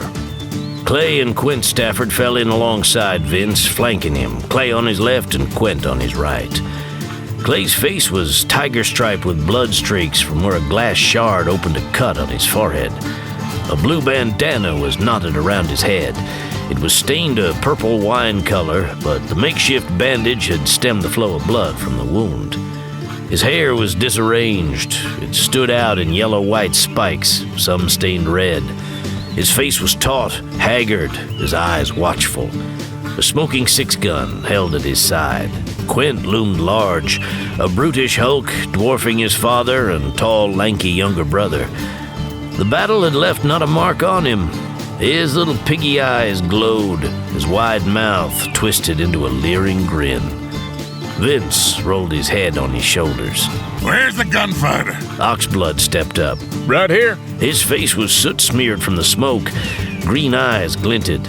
No tremor disturbed those quick gunfighter hands. Get set, man. We're gonna clean up on the Golden Spur crowd. Hell, boss. There'll never be a better time. The townsmen have had a belly full of killing. Them that's still alive ain't gonna risk their precious skins to save the gambler's hash. We finish it here and now. Carney pointed to the Golden Spur. What about all them mixers forded up in the spur? If any of them buck us, kill them. Clay snorted. They won't fight. What's Damon to them? Might as well clean up on them, too. There's already too many of the dirty greasers around. Their money's as good as anybody else's. We got beef to sell them, so... Hell, brother. Them beaners ain't got a pot to piss in. Hell with them. Shooting at them's the best way to make them throw in with Damon. Why go picking fights you don't have to? 'Cause that's what I like to do. Please, right. Don't go burning down nobody. Listen, they're throwing against us. And the girl, Pa? Damon's whore? What about her? I'll tend to her later. You still bulldogging that, Pa? You know me, son.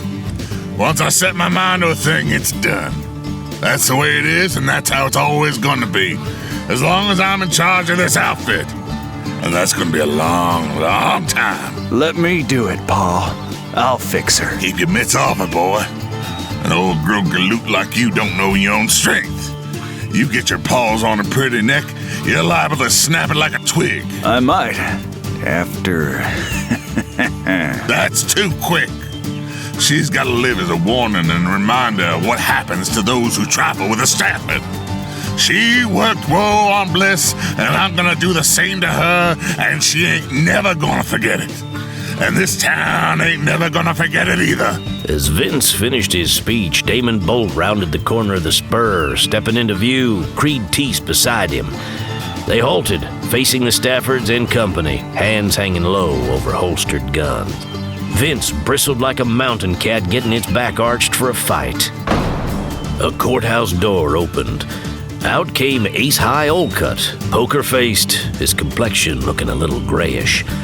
Moving alongside Damon, he stood with him and Creed Teese. Olcutt turned hard eyes on the Stafford crowd. He swept back his coattail out of the way of the gun holstered on his hip.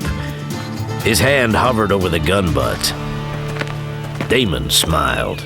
Oh, decided to get in the game after all, huh, Ace High? You know me. I'm a gambling man. I got to be where the action is. I'm glad to have you.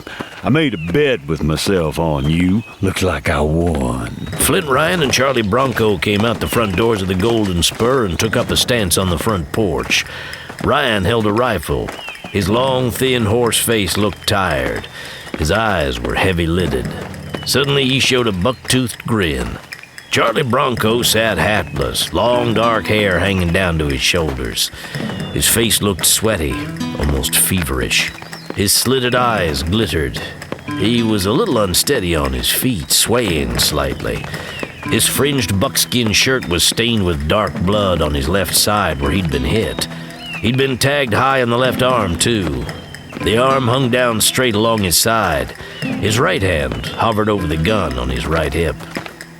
Barkeep Morrissey appeared at the window to the right of the front door, wielding a double-barreled shotgun. Luke Pettigrew showed in the window at the left, thrusting a double-bored shotgun muzzle through the space between a couple of boards nailed across the window frame. Johnny Cross eased into view, anchoring the southeast front corner of the building, a .44 on his right hip and the Navy Colt worn butt out in the top of his pants on his left hip. Hey, Oz! So you made it for the showdown, huh? Sure, wouldn't miss it. Clay Stafford's lips barely moved. Spread out, man. The ramrod gunman stepped to the sides to confront the Golden Spur bunch across the street. You know what to do, Red. Dan Oxblood's left hand hung loosely at his side over his 6-gun in its black leather holster decorated with silver stars and sunbursts. I got Creed covered. You do, huh? That's right. Tell me another one. Gambler? This is Stafford. Vince Stafford. I hear you. I'm calling you out. Well, here I am. The hot morning air quivered with tension, hate, and the promise of more violence. Nerves were stretched thin. The contending parties stood frozen for a timeless instant, like an electrical storm in the gap between a lightning strike and a thunderclap. Sam looked at Sheriff Barton standing midway between Trail Street and the Big Corral. Deputy Smalls stood beside him, his head close to Barton's ear, obviously speaking to him. Barton frowned, eyes narrowed. Smalls pointed toward the ramrodders. Barton's frown deepened. It occurred to Sam it might be a good time to have a word with the sheriff. He untied his horse and Johnny's from the hitching rail. Taking hold of both sets of reins, he walked the horses across the street toward the Big Corral. Sam had a plan, or at least a stratagem. He pitched it to Barton. Barton was game. We've got to act fast. There ain't much time. Smalls rushed to the Big Corral to round up some side men.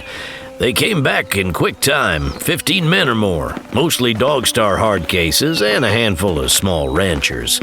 They all hated Vince Stafford's guts. Barton gave them their orders. Sam handed off the horses to Hobson's boy for safekeeping, but not before reaching into his saddlebag. He had a few bundles of dynamite remaining. He took out a spare stick. Sam Barton went ahead of the others, approaching Trail Street. Sam shouldered the mule's leg. Barton held the stick of dynamite. No need to light the fuse. I hope you know what you're doing. I hope you know how to throw. Don't worry about me, Yank. Throw it high. Now! Barton threw the stick of dynamite underhand, tossing it high into the air above the middle of Trail Street. Sam shot it at the height of its arc. It shook things up pretty good. A deafening blast knocked men down, shaking buildings and shattering debris. The gunplay stopped before it could get started. Nobody in the fighting factions knew what the hell was going on. Drawing his gun, Barton motioned for his men to move up. Their guns were drawn too. As the smoke cleared on Trail Street, Ramrodders and Golden Spur faction members began picking themselves up off the ground where they'd been knocked down. No one was seriously hurt, but they'd all taken a bruising from the concussion. They were stunned, shaken, and unsure. Before they could recover their wits enough to get back in and fight, Barton and his men had poured into the street, guns drawn, leveled. They had the drop on them, on both sides. Stand down! Barton stood at the head of the militiamen armed with rifles, shotguns, and 6-guns. Most were leveled on the Ramrod riders, but some covered Damon's faction across the street. Sam kept to the rear, off to one side. The situation was volatile enough without injecting his Yankee self into the picture. He'd done his bit, now it was the sheriff's play. Kev Huddy was one of the first to stagger upright. His front was all dirty and he had a nosebleed. He trembled with a skinful of adrenaline, his eyes bulging and his neck cording. You loco? What'd you do that for? To get your attention. You son of a bitch! I'll overlook that, considering. You crazy Peckerwood! Well, that's one too many. Mind your manners. Barton wagged his gun in Huddy's direction. Big Quint Stafford was one of the few to have remained on his feet despite the blast. I'll kill you. His hand closed on the gun butt, tensing to pull it from the holster. Barton held his pistol at arm's length, pointed at Quint's head. Pull that gun and I surely will blow out what little brains you got, Quint. Quint froze. Don't shoot, Sheriff. Move that hand away and make sure it stays empty. Quint eased his hand off the gun butt, his thick fingers uncurling. He raised his hands shoulder high, holding them there. Barton moved in, shucking Quint's gun out of the holster and tossing it into the street. What do you think you're doing, Sheriff? Calling a ceasefire. There's been enough killing today. Boot Hill's running out of space to bury the dead. Flint Ryan stood in disbelief. You threw dynamite at us to get our attention? Worked, didn't it? What if you missed? We'd all got blowed up. Johnny Cross spotted Sam lurking on the sidelines. Never mind, Flint. They got an hombre over there who don't never miss. Careful how you wave that rifle around, Ryan. It'd be a damn shame for you to get yourself shot this late in the game. We got the drop on all you boys, on both sides. So don't anyone do anything stupid. Vince Stafford stood hunched up in a knot of outrage. I told you we was gonna tangle, lawman. We're tangling now. You want it so bad, quit running your mouth and make your move, Vince. You gonna give me a chance on a fair draw? No, I told you I'm calling a ceasefire. I'll bury the first man to go for a gun. You got the whip hand now, but it ain't gonna end here. Yes, it does. Vince Stafford took a few steps back, hands held, palms upright. No! Don't! You're sheriff. You can't kill him in cold blood. What'll you bet? I've got a proposition. If this is a private war, let's keep it that way. Limited to the interested parties. No sense any of the rest of you getting shot up for no good reason. You're so all fired set on gunning down Damon, Vince. Fight him yourself. I'm talking about a fair fight between the two of you. What do you say, Damon? I'm agreeable. Fair fight, you call it. He's a gunman. I'm just an honest rancher. I make my living selling cattle. What's fair about that? Sam stepped forward. There's a way to even it up so it's a test of nerve rather than who's the fastest gun. Heads turned his way, many with unfriendly eyes. Vince glared, worked up into quite a state. Nobody asked you to throw your 2 cents in, Billy Yank. His idea about the dynamite pits didn't work out too badly. Hear him out. Fight an old-time duel, like the gentry used to do in New Orleans. You ought to know about that, Damon. Well, I may have heard. Each man has a drawn gun. Stand back to back, walk 5 paces, turn, and shoot. That's all there is to it. Who's faster on the draw won't matter. Sounds good. Sure. It ain't your neck. Got a better idea? No? Anyone? Because one way or another, this thing is gonna be settled for good.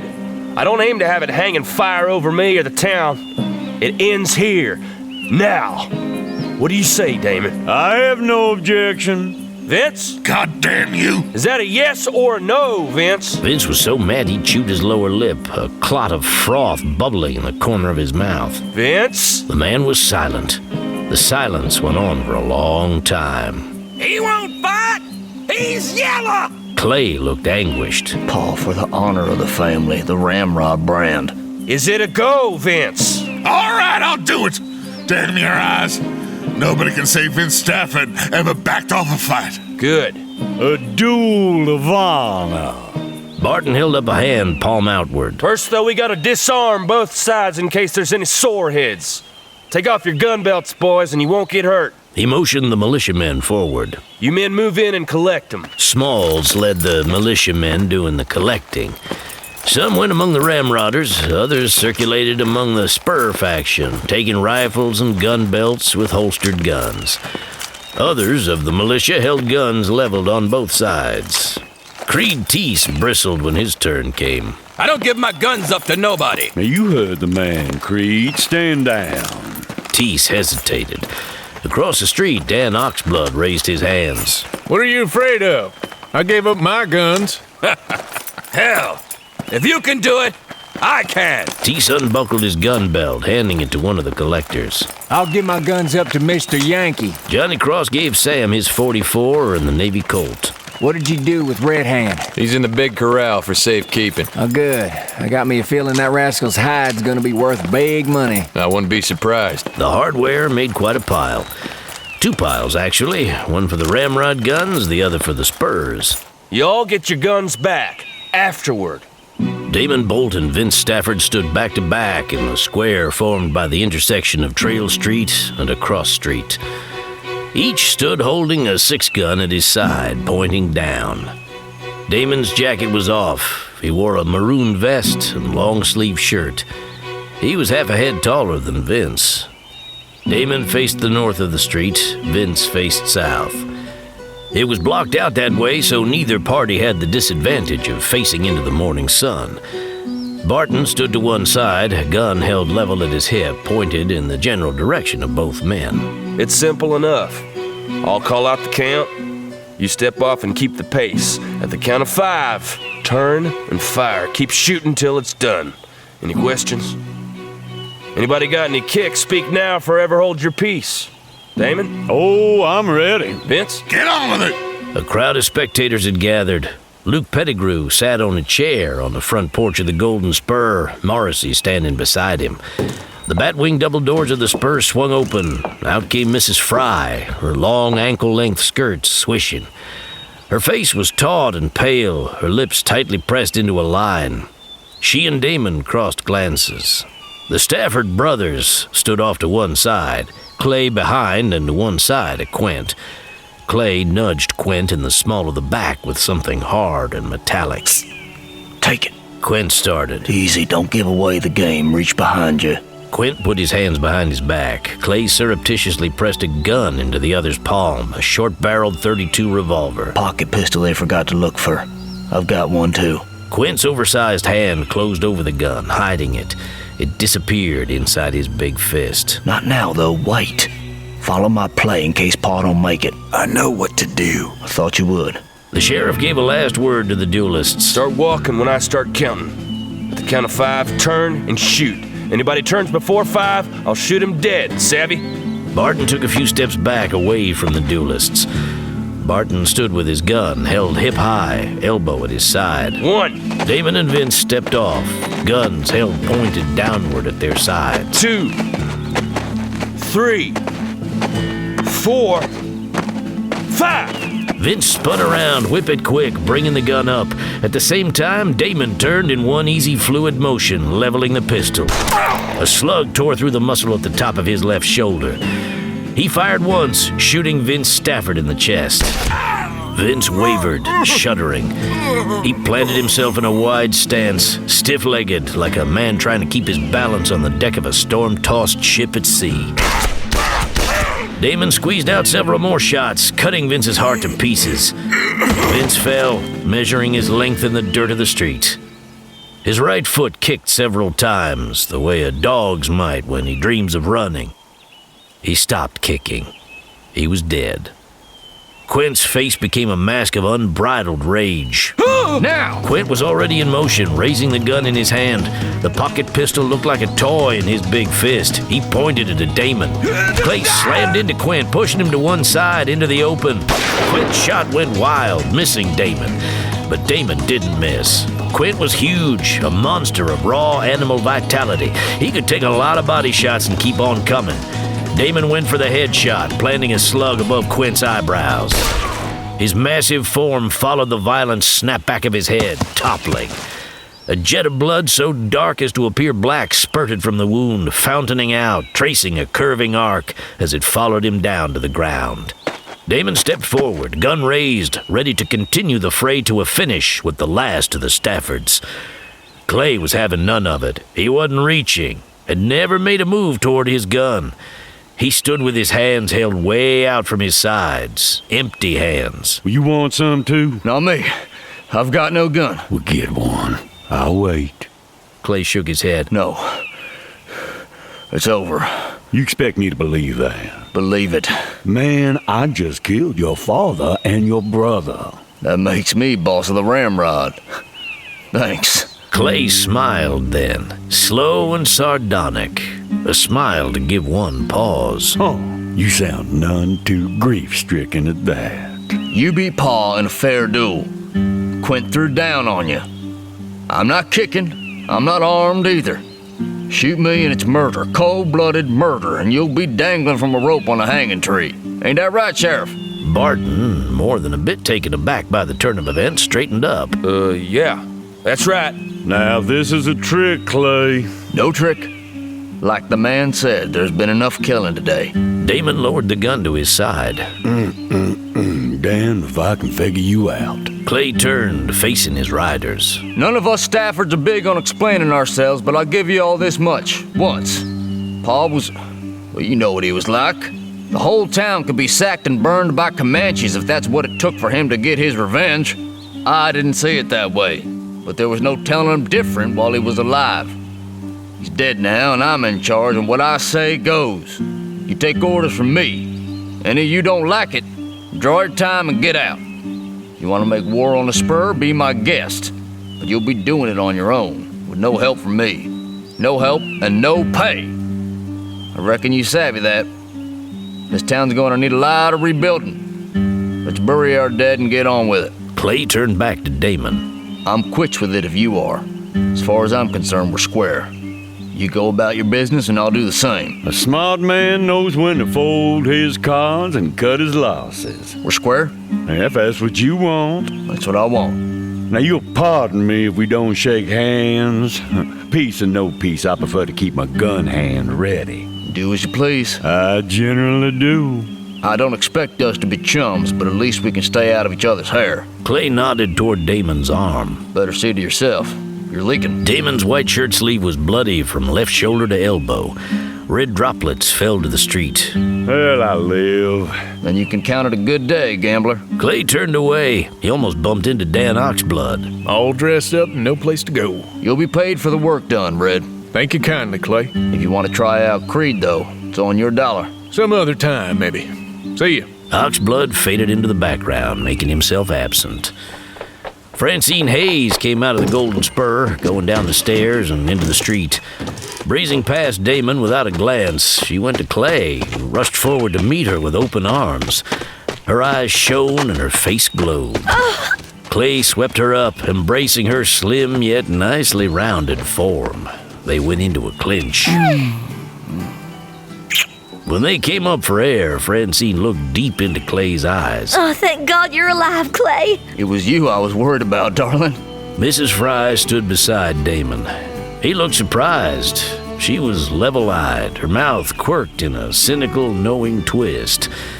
Arm in arm, Clay and Francine went to them. Something you want to tell us, Francine? It happened when Paul sent me as a go-between to buy off Francine to leave Bliss alone. Turned out I had things upside down. She didn't have her hooks into him. It was he who wouldn't leave her alone. That's when I learned what a fine girl Francine is. I couldn't help it. I fell in love with her. I only hope she feels the same about me. Oh, you know I do, Clay. I love you. I mean to make her my wife if she'll have me. Oh, of course I will, darling. I hope that meets with the approval of you two.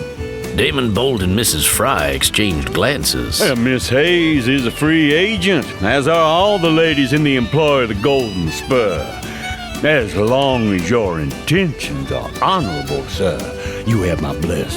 I want to marry this woman. I'll send for Pastor Fulton before you change your mind. No worry about that, ma'am. Francine kept a tight hold on his arm anyway. Now come along, Damon. I'll patch up that arm while you still got some blood in you. She and Damon went into the Golden Spur. A runner was sent out to fetch the pastor. Francine stuck close to Clay, showing every sign of staying glued to him until she was safely wed as Mrs. Clay Stafford. Standing nearby were Sam Heller and Johnny Cross. Now don't that beat all? Women. Who can understand them? Not me. I reckon Clay found something he liked filling his hand with better than a gun.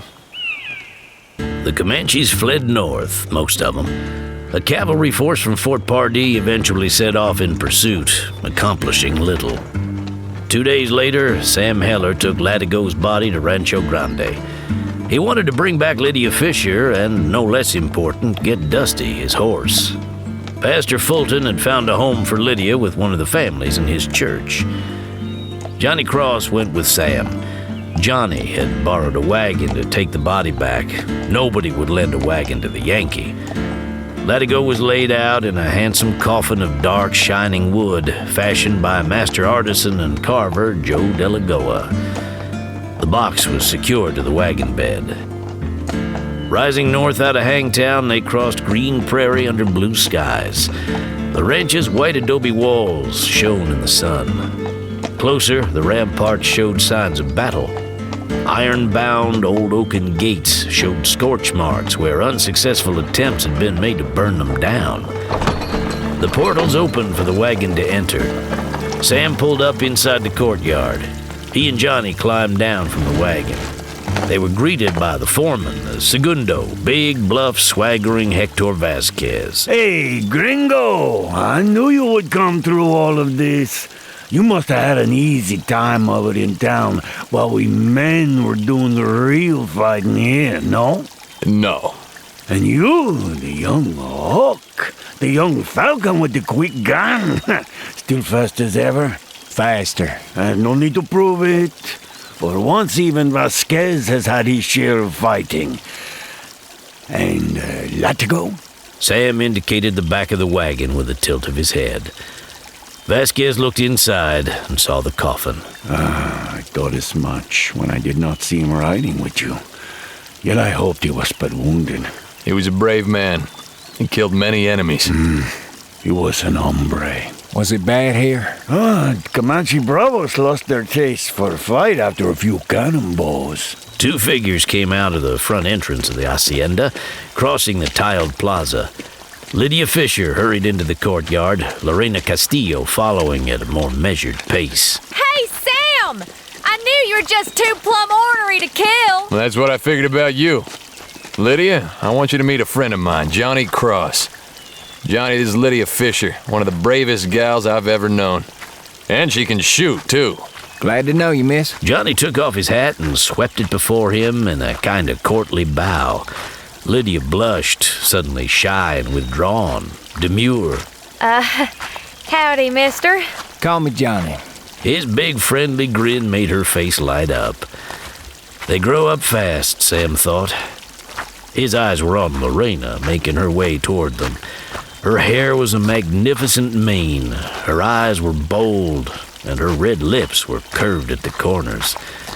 Sam politely touched the tip of his hat. Buenos dias, senora. Buenos dias, hombre. A good day, no? Yes, a good day. They hanged Red Hand. No matter that he was dead as they come, they hanged him anyway, as a kind of object lesson, stringing him up on a limb of the hanging tree. Noose around the neck, he hung with moccasined feet head high above the ground, swaying slightly, pendulum-like, according to the whim of the winds. The taut hempen rope creaked under his weight.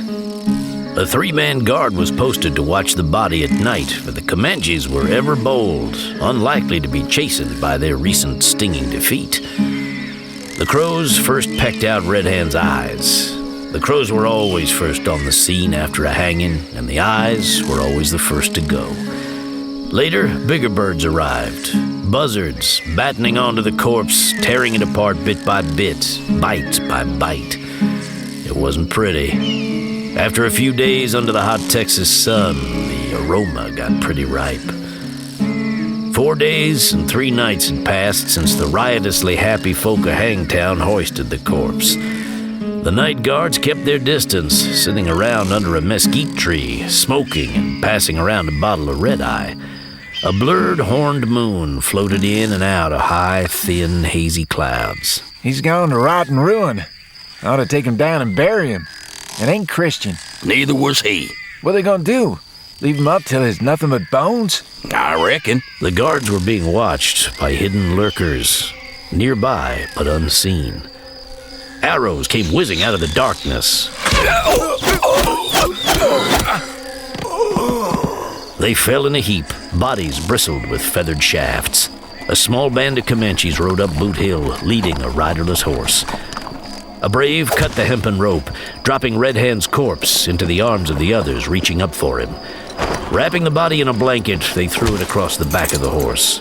The dead guards were plundered of weapons and personal belongings, their hair lifted by scalping knives. Their horses were taken away on a lead rope. The braves fled north, taking Red Hand home.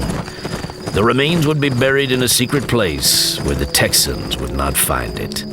In a camp hidden in the heart of Comancheria, 2 aging warriors sat around a low fire late at night. It is well. It was not fitting for the Texans to delight in the birds picking clean the bones of Red Hand. He had a vision of a great slaughter. The slaughter was of our braves, not the whites. The vision was false. It led Red Hand to his own doom. It is so. The fire burned very low. In its wan red glow, the faces of Watonka and Laughing Bear were like a pair of old ceremonial masks. Laughing Bear threw some kindling on the fire. It flared up, burning hotter and brighter.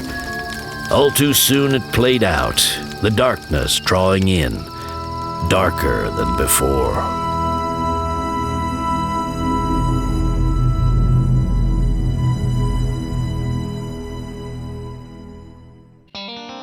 Savage, Texas, A Good Day to Die is a graphic audio production. Copyright 2012, William W. Johnstone, all rights reserved. Published by arrangement with the Kensington Publishing Corporation, all rights reserved.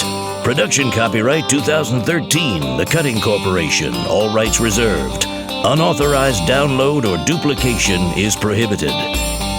Performed by Terrence Aselford, David Coyne, Danny Gavigan, Bradley Smith, Casey Platt, Michael Glenn, David Harris, Scott McCormick, Evan Casey, Tracy Lynn Oliveira, Alyssa Wilmuth, Thomas Keegan, Eric Messner, Richard Rowan, James Lewis, Tim Carlin, Gary Tells, Dylan Lynch, Nanette Savard, Jonathan Watkins, Tim Pabone, Christopher Graybill, Tim Getman, Kimberly Gilbert, Drew Copus, Michael John Casey, Colleen Delaney, and Mort Shelby. Additional red shirts by the Dead Giveaways. Directed by Terrence Aselford. Produced by Rick Rowan and Dwayne Beeman. Executive producers James Cutting, Mary Cutting, and Angie Cornett. Dialogue editing and graphic audio sound design by Thomas Hogan. Book adapted for graphic audio by Timothy Lynch. With original music by Thomas Hogan and Johann Detweiler. If you enjoyed Savage Texas, read the Pinnacle Edition. Visit www.kensingtonbooks.com. And be sure to look for William W. Johnstone's Eagles series, available from Graphic Audio at road stops everywhere at 1-800-670-5220 or at www.graphicaudio.net, where you'll find samples of all our Action Pump titles, as well as free downloadable extras, audio guides, and podcasts. Keep listening for previews of other thrilling titles in Graphic Audio. You just cannot stay out of trouble for any time at all, can you, boy? Preacher, you sure have good timing. I always have. Might have showed up a few minutes earlier, though, since you only left one of the varmints for me to kill. Graphic Audio presents William W. Johnstone's The Family Jensen, number 3, The Violent Land. Preacher, it is so good to see you again. Well, it is mighty good to be here. I'm glad the two of you were able to make it here today. I have a big supper planned. While you two were flapping your gums, that varmint was about to shoot Preacher in the back. Oh, no, he wouldn't, Matt. I figured you'd take care of him. What if I hadn't been paying attention? Well, I knew you would be. Smoking meat taught you well enough. Where'd you say you were from? Germany, Prussia to be precise. What's this about a wagon train? Baron Friedrich von Hoffmann is our leader. He's taking a large group of settlers to the American state called Wyoming. The Baron has bought a ranch there and intends to establish a town as well. Sounds like a fellow with big plans. Oh, hell!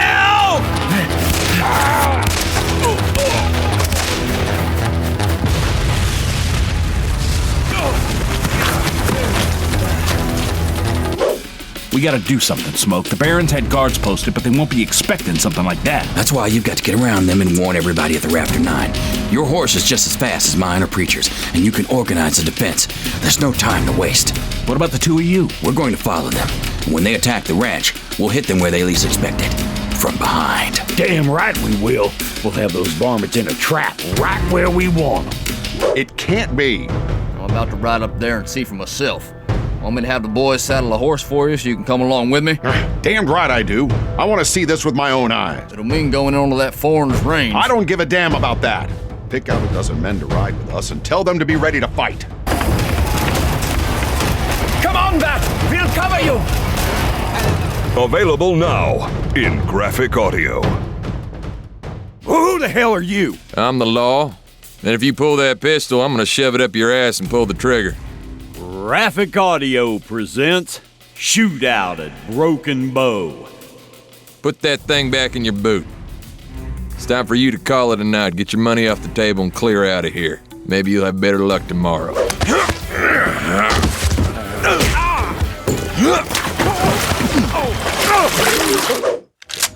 Kind of an unfriendly way to greet customers. Well, I'm sorry, mister, but the past few days around here has got a lot of folks kind of edgy when a stranger walks in. You stay away from my wife! I don't think so. Oh, no! Shut up! He was here. Him and 3 of his boys. How long ago? He left here 2 nights ago. Did he say where he was headed? Nope, and I didn't ask him. Did you see which way he headed when he left here? Yeah, I watched him leave. He started out to the north, following Boggy Creek. So you found us. What are you aiming to do about it, seeing as how it's your gun against our 4? Well, that's just it, damn it. If you'd gone the hell back to Texas after you robbed that train at Durant Station, it wouldn't have caused me no problem. But now I ain't by myself. I expect in about 10 or 15 minutes there's gonna be somebody on that hill above us that ain't looking for no payoff. My God, somebody's gonna pay for this. If I have to ride into Fort Smith and shoot that judge right down in his damn courtroom. It pleasures me to know that you're looking out for us. Available now in Graphic Audio. If you can't find that graphic audio title you're looking for, go to www.graphicaudio.net, where you can order it in CD format or digital download. If you're on the road, call 1-800-670-5220. That's 1-800-670-5220. Or www.graphicaudio.net. And if you're looking for